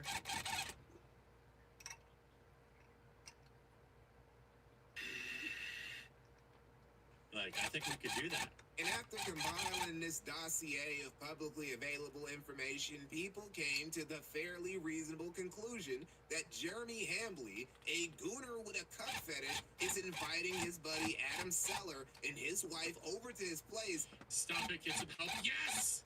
So Jeremy could introduce Mrs. Seller and her big titties to his German shepherds. Meanwhile, Adam could be like, A bunch of turbulence. A whole bunch of turbulence. Everybody strap your seatbelts. Because it's about to be some turbulence. with See, there's areas that I can see where you should be. Like, maybe you might have been a little far with it. I can see the areas, but that's not what got struck. None of that is what got struck. You know, everything else we're seeing, everything else that you're putting out there, you struck him for a blank fucking phone. Mrs. Hambley. I don't know what to say, Jeremy. It's looking like you're running with the Bulls. Once this info dropped, the Keno Casino, the top ops of the quartering in recent times, had some fun with it on their show. And Jeremy lost his shit. That boy was flailing. This was way worse in his eyes than the drama he had with Wizards of the Coast and the Magic the Gathering community or the Blood Sports. That's it, Adam. I'm trading you in for Adam Sellers. You're the lesser Adam now. community or any of the leftists he's beefed with over the years. Or shit, that time everyone was making fun of him for pissing in his basement. This drove I never made fun of him for pissing in his basement. I actually thought it was kind of keto. You know, just take a piss. You gotta piss. Sometimes you gotta go where you need to go. But at the same time, I'm a normal person. I pee outside. To levels of sick he has never been. So Jeremy, distraught, disheveled, dissociating, and most importantly, drunk, thought the best course of action after having his sticky business leak out to the web was to slide into the DMs of the guy who runs the Kiwi Farms, Josh Moon. There we go again for frosting for another $2 doodles. My open secrets, right? My open secrets are under attack by the woke left. That's right. His open secrets are under attack, just like his toilet is. That weekend, I was enjoying my weekend. I was watching a movie. I was having wine. Didn't get to finish it because I was interrupted by Jeremy Hamblin. PPP. I said to him this the offer, and he became so enraged by this offer that he immediately posted it to the public timeline. Unofficial truths, they delete the videos attacking our marriage. I never mention him again. By the way, not even just the videos making fun of her, very specifically attacking the marriage, which would probably include anything involving Seller. The more they do it, the more I want to flex my connections to bury them. This is a one-time offer. They can meme on anyone else they want. I don't care if they meme on my friend who... I still don't fully understand why you would DM Josh Moon. Like, out of everybody you could have DM'd, why Josh Moon? Is it because you have connections to the casino? Why don't you just DM them? Why don't you reach out to them? Why don't you actually try to be a part of all this? Why are you going through Josh? There's no real reason other than maybe midnight sweepings that you know damn well Josh will never do. Apparently has a questionable past, but this is an exploding offer. If they want to go to war, I will win. I assume all these messages will be public. But I like Andy, just get rid of the videos claiming I let some fuck my wife, and they continue to make $10K a month on YouTube, and I move on. But they continue to spread disgusting lies about my family, and I have no choice but to react. It's time for them to make a business decision. This is a win-win. I can burn it all down, LOL. There's no wins round. You burned it all down, and it was massive L's for you, you loser. I have 5 years guaranteed salary at Rumble. No, you don't. If they balk, that's not on you, and I still support Kiwi Farms. Broker the ceasefire, and everyone wins. So I'll just read the entire thing later, but that's the offer that I was instructed to send to PPP, which I did. And then PPP immediately posted this in public because it's obvious like extortion. Quartering unlocked his inner mafia don, trying to pull strings and solicit backstage deals using leverage and threats. For whatever reason, he decided to explain in detail what his gay op was going to be. Literally gave us the play-by-play before putting it into action. And this all made what happened next very bad for Jerry. Everybody got on this guy for how he was behaving, getting drunk and threatening to deplatform people like he was running shit, like he's got motion like that. The Keno Casino told him to fuck himself. And everyone... Well, he didn't just say go fuck himself. They said you need to go over and get your books looked at by Caleb Hammer! Told him to put the bottle down. And then... Everybody's been telling him to put the bottle down. He needs to put the bottle down. Putting the bottle down will be a good thing. He went with option C. Hey, everyone. Gant, okay? If you want to do the super chat, I will not be opposed to that super chat. But if you can't do the super chat, don't feel like you need to do the super chat, okay? I will never make you guys feel like you need to be sending money to me. I will gladly appreciate it. $100 doodles, I will gladly appreciate. But never feel like you are forced to send money to me. It is what it is. Everybody has their own times. Everybody has their own places. Everybody can only do what they can do. Never feel like you're forced to send me money. If you can't justify it, you can't justify it. I think my first tattoo was a yin yang too. It was a dragon with a holding a yin yang. Don't be a jackass and send $101 super chats. I will end you. I'm down by the quartering. He's actually bragging about it right now by showing cards on his main Twitter We weren't banned off of YouTube. We weren't ban-evading. You know, I was unbanned. I tweeted about this 3 days ago. Hey, I appreciate it, Gant. I really do appreciate it. I come out here to entertain you guys and have a good time with you. That's my goal. When I put the link, well, someone just sent me a little tweet there, and I checked the link. No, I am out of Fireball. I haven't picked up Fireball for a while, and you're not going to convince me to go over there to the tequila and vodka I have and start drinking those. Drunk. I hate those. It. Those are punishments. Those aren't rewards. Those are evil. He can hear the edge, his tongue. When people get drunk, their tongues sound fat.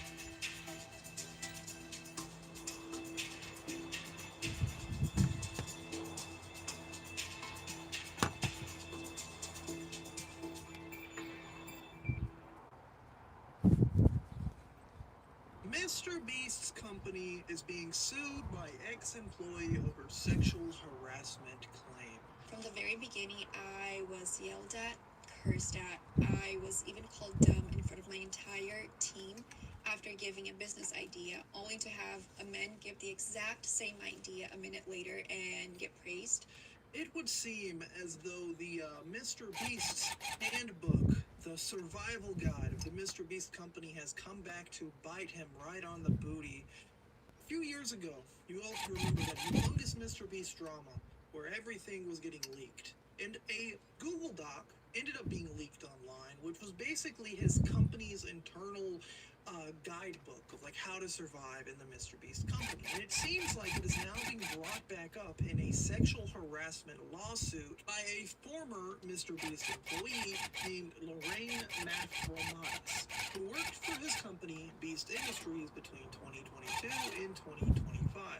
Alleging harassment of women employees was condoned and complaints were not taken seriously at the business. In court documents, she claimed she was sacked from her role after complaining about a workplace that suffered from the lack of basic employment protections, and in the lawsuit, she alleges sexual harassment of other female employees was both condoned and or perpetrated by their supervisors, adding that she was also treated differently than her male counterparts. In one example listed in court papers, Mathromatis says she asked former Beast Industries CEO James Warren.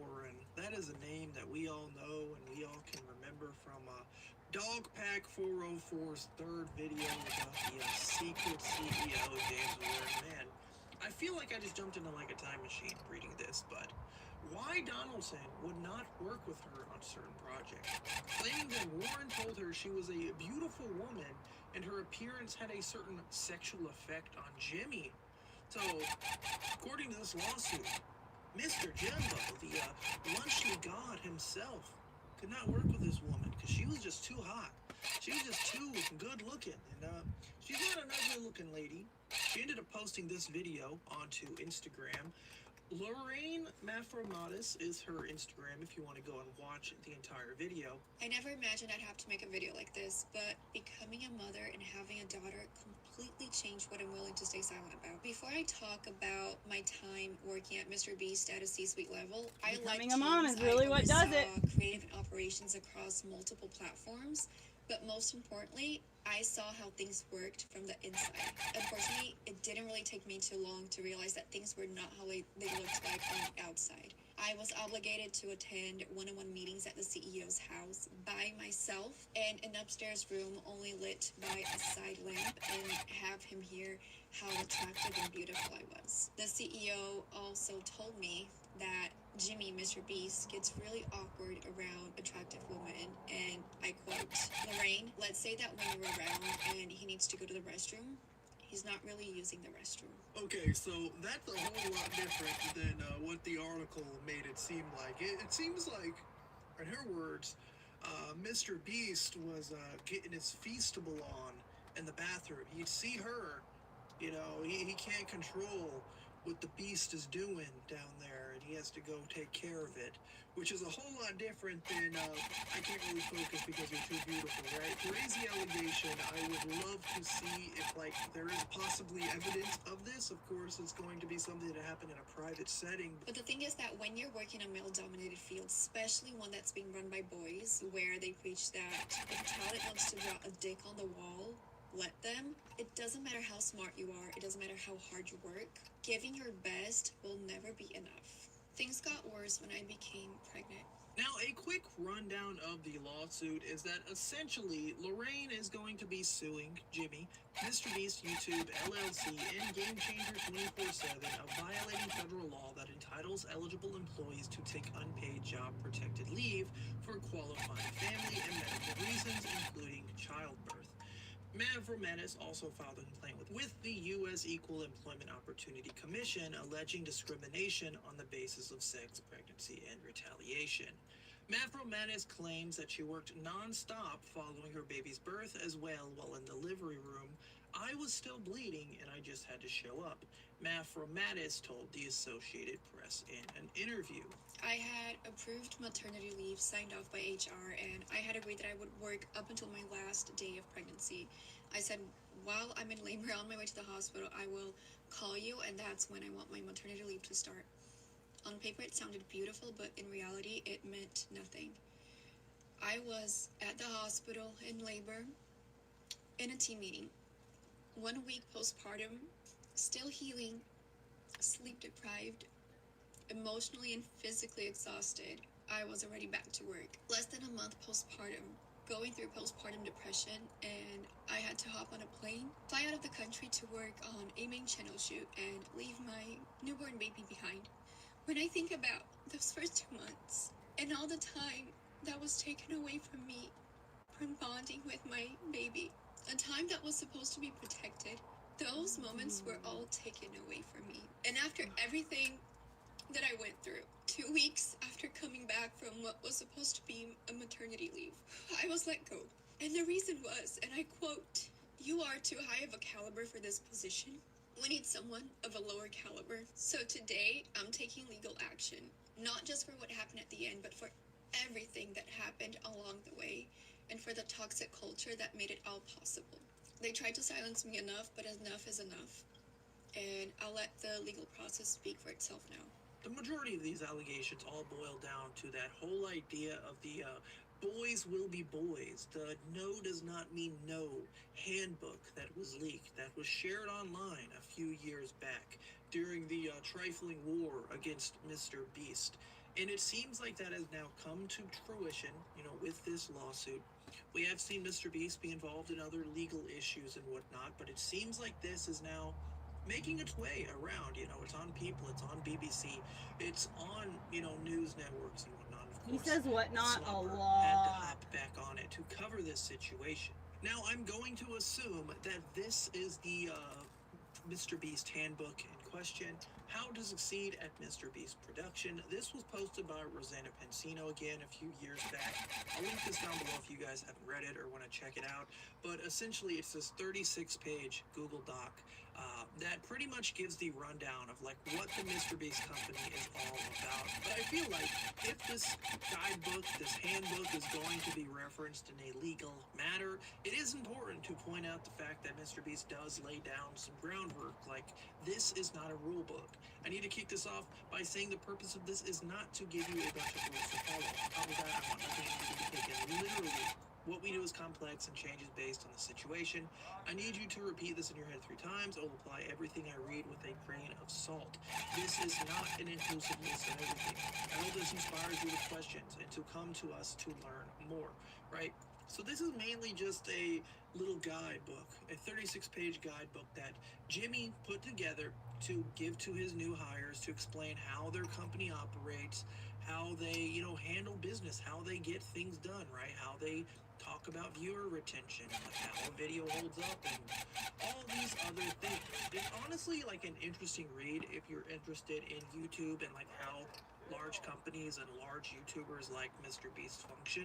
Quite frankly, like whether you like him or not, it's like a very extensive guide on like how his channel operates.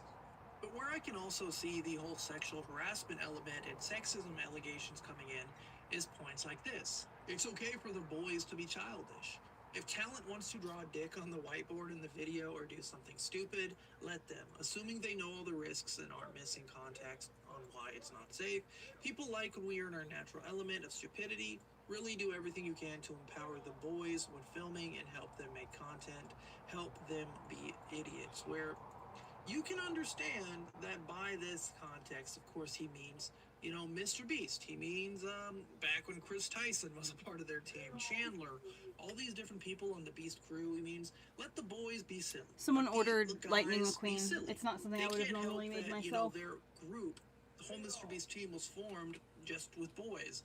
Now, I kind of understand the context of what he means, but I can also understand the context of like a woman or a female reading this and saying, oh, that's a little weird. Why is it only okay for the boys to be childish, right? Now, according to Deadline, Mr. Beast and his team already basically rejected these claims, saying that the opportunistic lawyers are looking to manufacture a payday from us, claiming that the suit is no more than a shakedown, claiming this clout-chasing complaint is built on deliberate misrepresentations and categorically false statements, and we have the receipts to prove it, saying there is extensive evidence, including Slack and WhatsApp messages, company documents, and witness testimony that unequivocally refutes her claims. We will not submit to opportunistic lawyers Get looking away, to Nat. manufacture Oh, is that a fucking baby spider floating in the wind? An interesting part saying to make its point, the company provided a screenshot of Mafro Mattis's March 27, 2025 signature in receipt of the employee handbook that laid out FMLA and parental leave policies at Beast Industries. Let's see what it looks like on the other side before it gets shaved. In the boys club environment at Mr. Beast, making public internal communications. Beast Industries, which grew fast and furious over the past decade. Oh, hells yes! It looks great. Those obviously have to be shaved down to make any sense. That looks great. Yay. Unfortunately, her whole sob story about like having to work and being forced to work during her maternity leave and all that, like is completely thrown out of the window. If you are on your leave and you decide to come off of your leave to go back to work, that's kind of your fault, right? There's not really like a way to I gotta get a video. when you do wait, a year later to now come forward and like have a whole crying fit and say how like bad this company was when you're the one who decided to come back. There's not a lot of right? Yay, he said the house looks beautiful. I'm playing the devil's advocate here. Obviously, I'm covering I just got a message from my client who said they just got home from out of town and they the house looks beautiful and they're super grateful. Mr. Beast company does indeed yeah, it have does. like I did a good job. Anyway, you were just drawing up. Yes, I know, right? Yep, I got it done today. I just finished it just now. You just caught me turning it off. I did doing the yin yang. I drew the owl. You know, I was drawing the owl last night. I'm decided I'm going to do the owl on my next round. But I'm going to do some of these leaves, and I'm going to do this. These are all paid for commissions. So I want to get those done. You know, I have to still, once I'm finished tufting them, I still have to glue them. And then like spread the glue here on the back, and then I have to carve them, and it takes like a day, you know, after work, because I'm doing it all after work. And my schedule is about to pick up crazy. I'm about to be doing Monday through Friday every day again. But anyway, so I'm going to be doing it after hours, you know, after work. So I can only really do like one rug a day.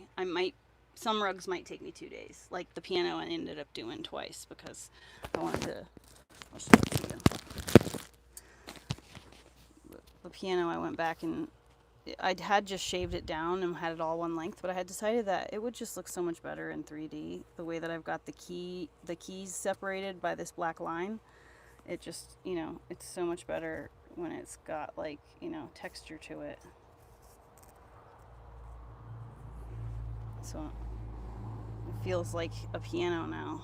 You can feel each key and you can feel each, you know. I fucking love it. I'm so excited.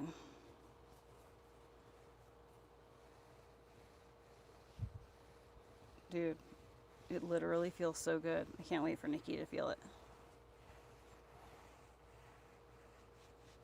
It's making my fingers go doo-doo-doo-doo-doo, like you go. Love it. But so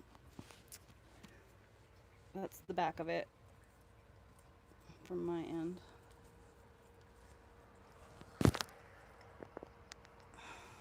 And I'm gonna start on this one after dinner. I'm gonna go get food, and then I'm gonna go come back and work on some more stuff. But I gotta get something to eat, and I think I'm gonna take a nap. Actually, I'm gonna take a nap for like 40 minutes, and then I'm gonna go get dinner, and then after dinner, so I'll be back about 6 o'clock maybe. We'll resume, and I'll finish this up tonight, and then we'll get to gluing it tomorrow. Maybe we'll glue it tonight. If I can glue it tonight, that'd be great, because if I could glue it tonight, then it'll be dry by tomorrow night when I get home from work, so then I can carve, and that would be nice. So we'll see what we get to do. I love you guys. I'll see you later. Thanks for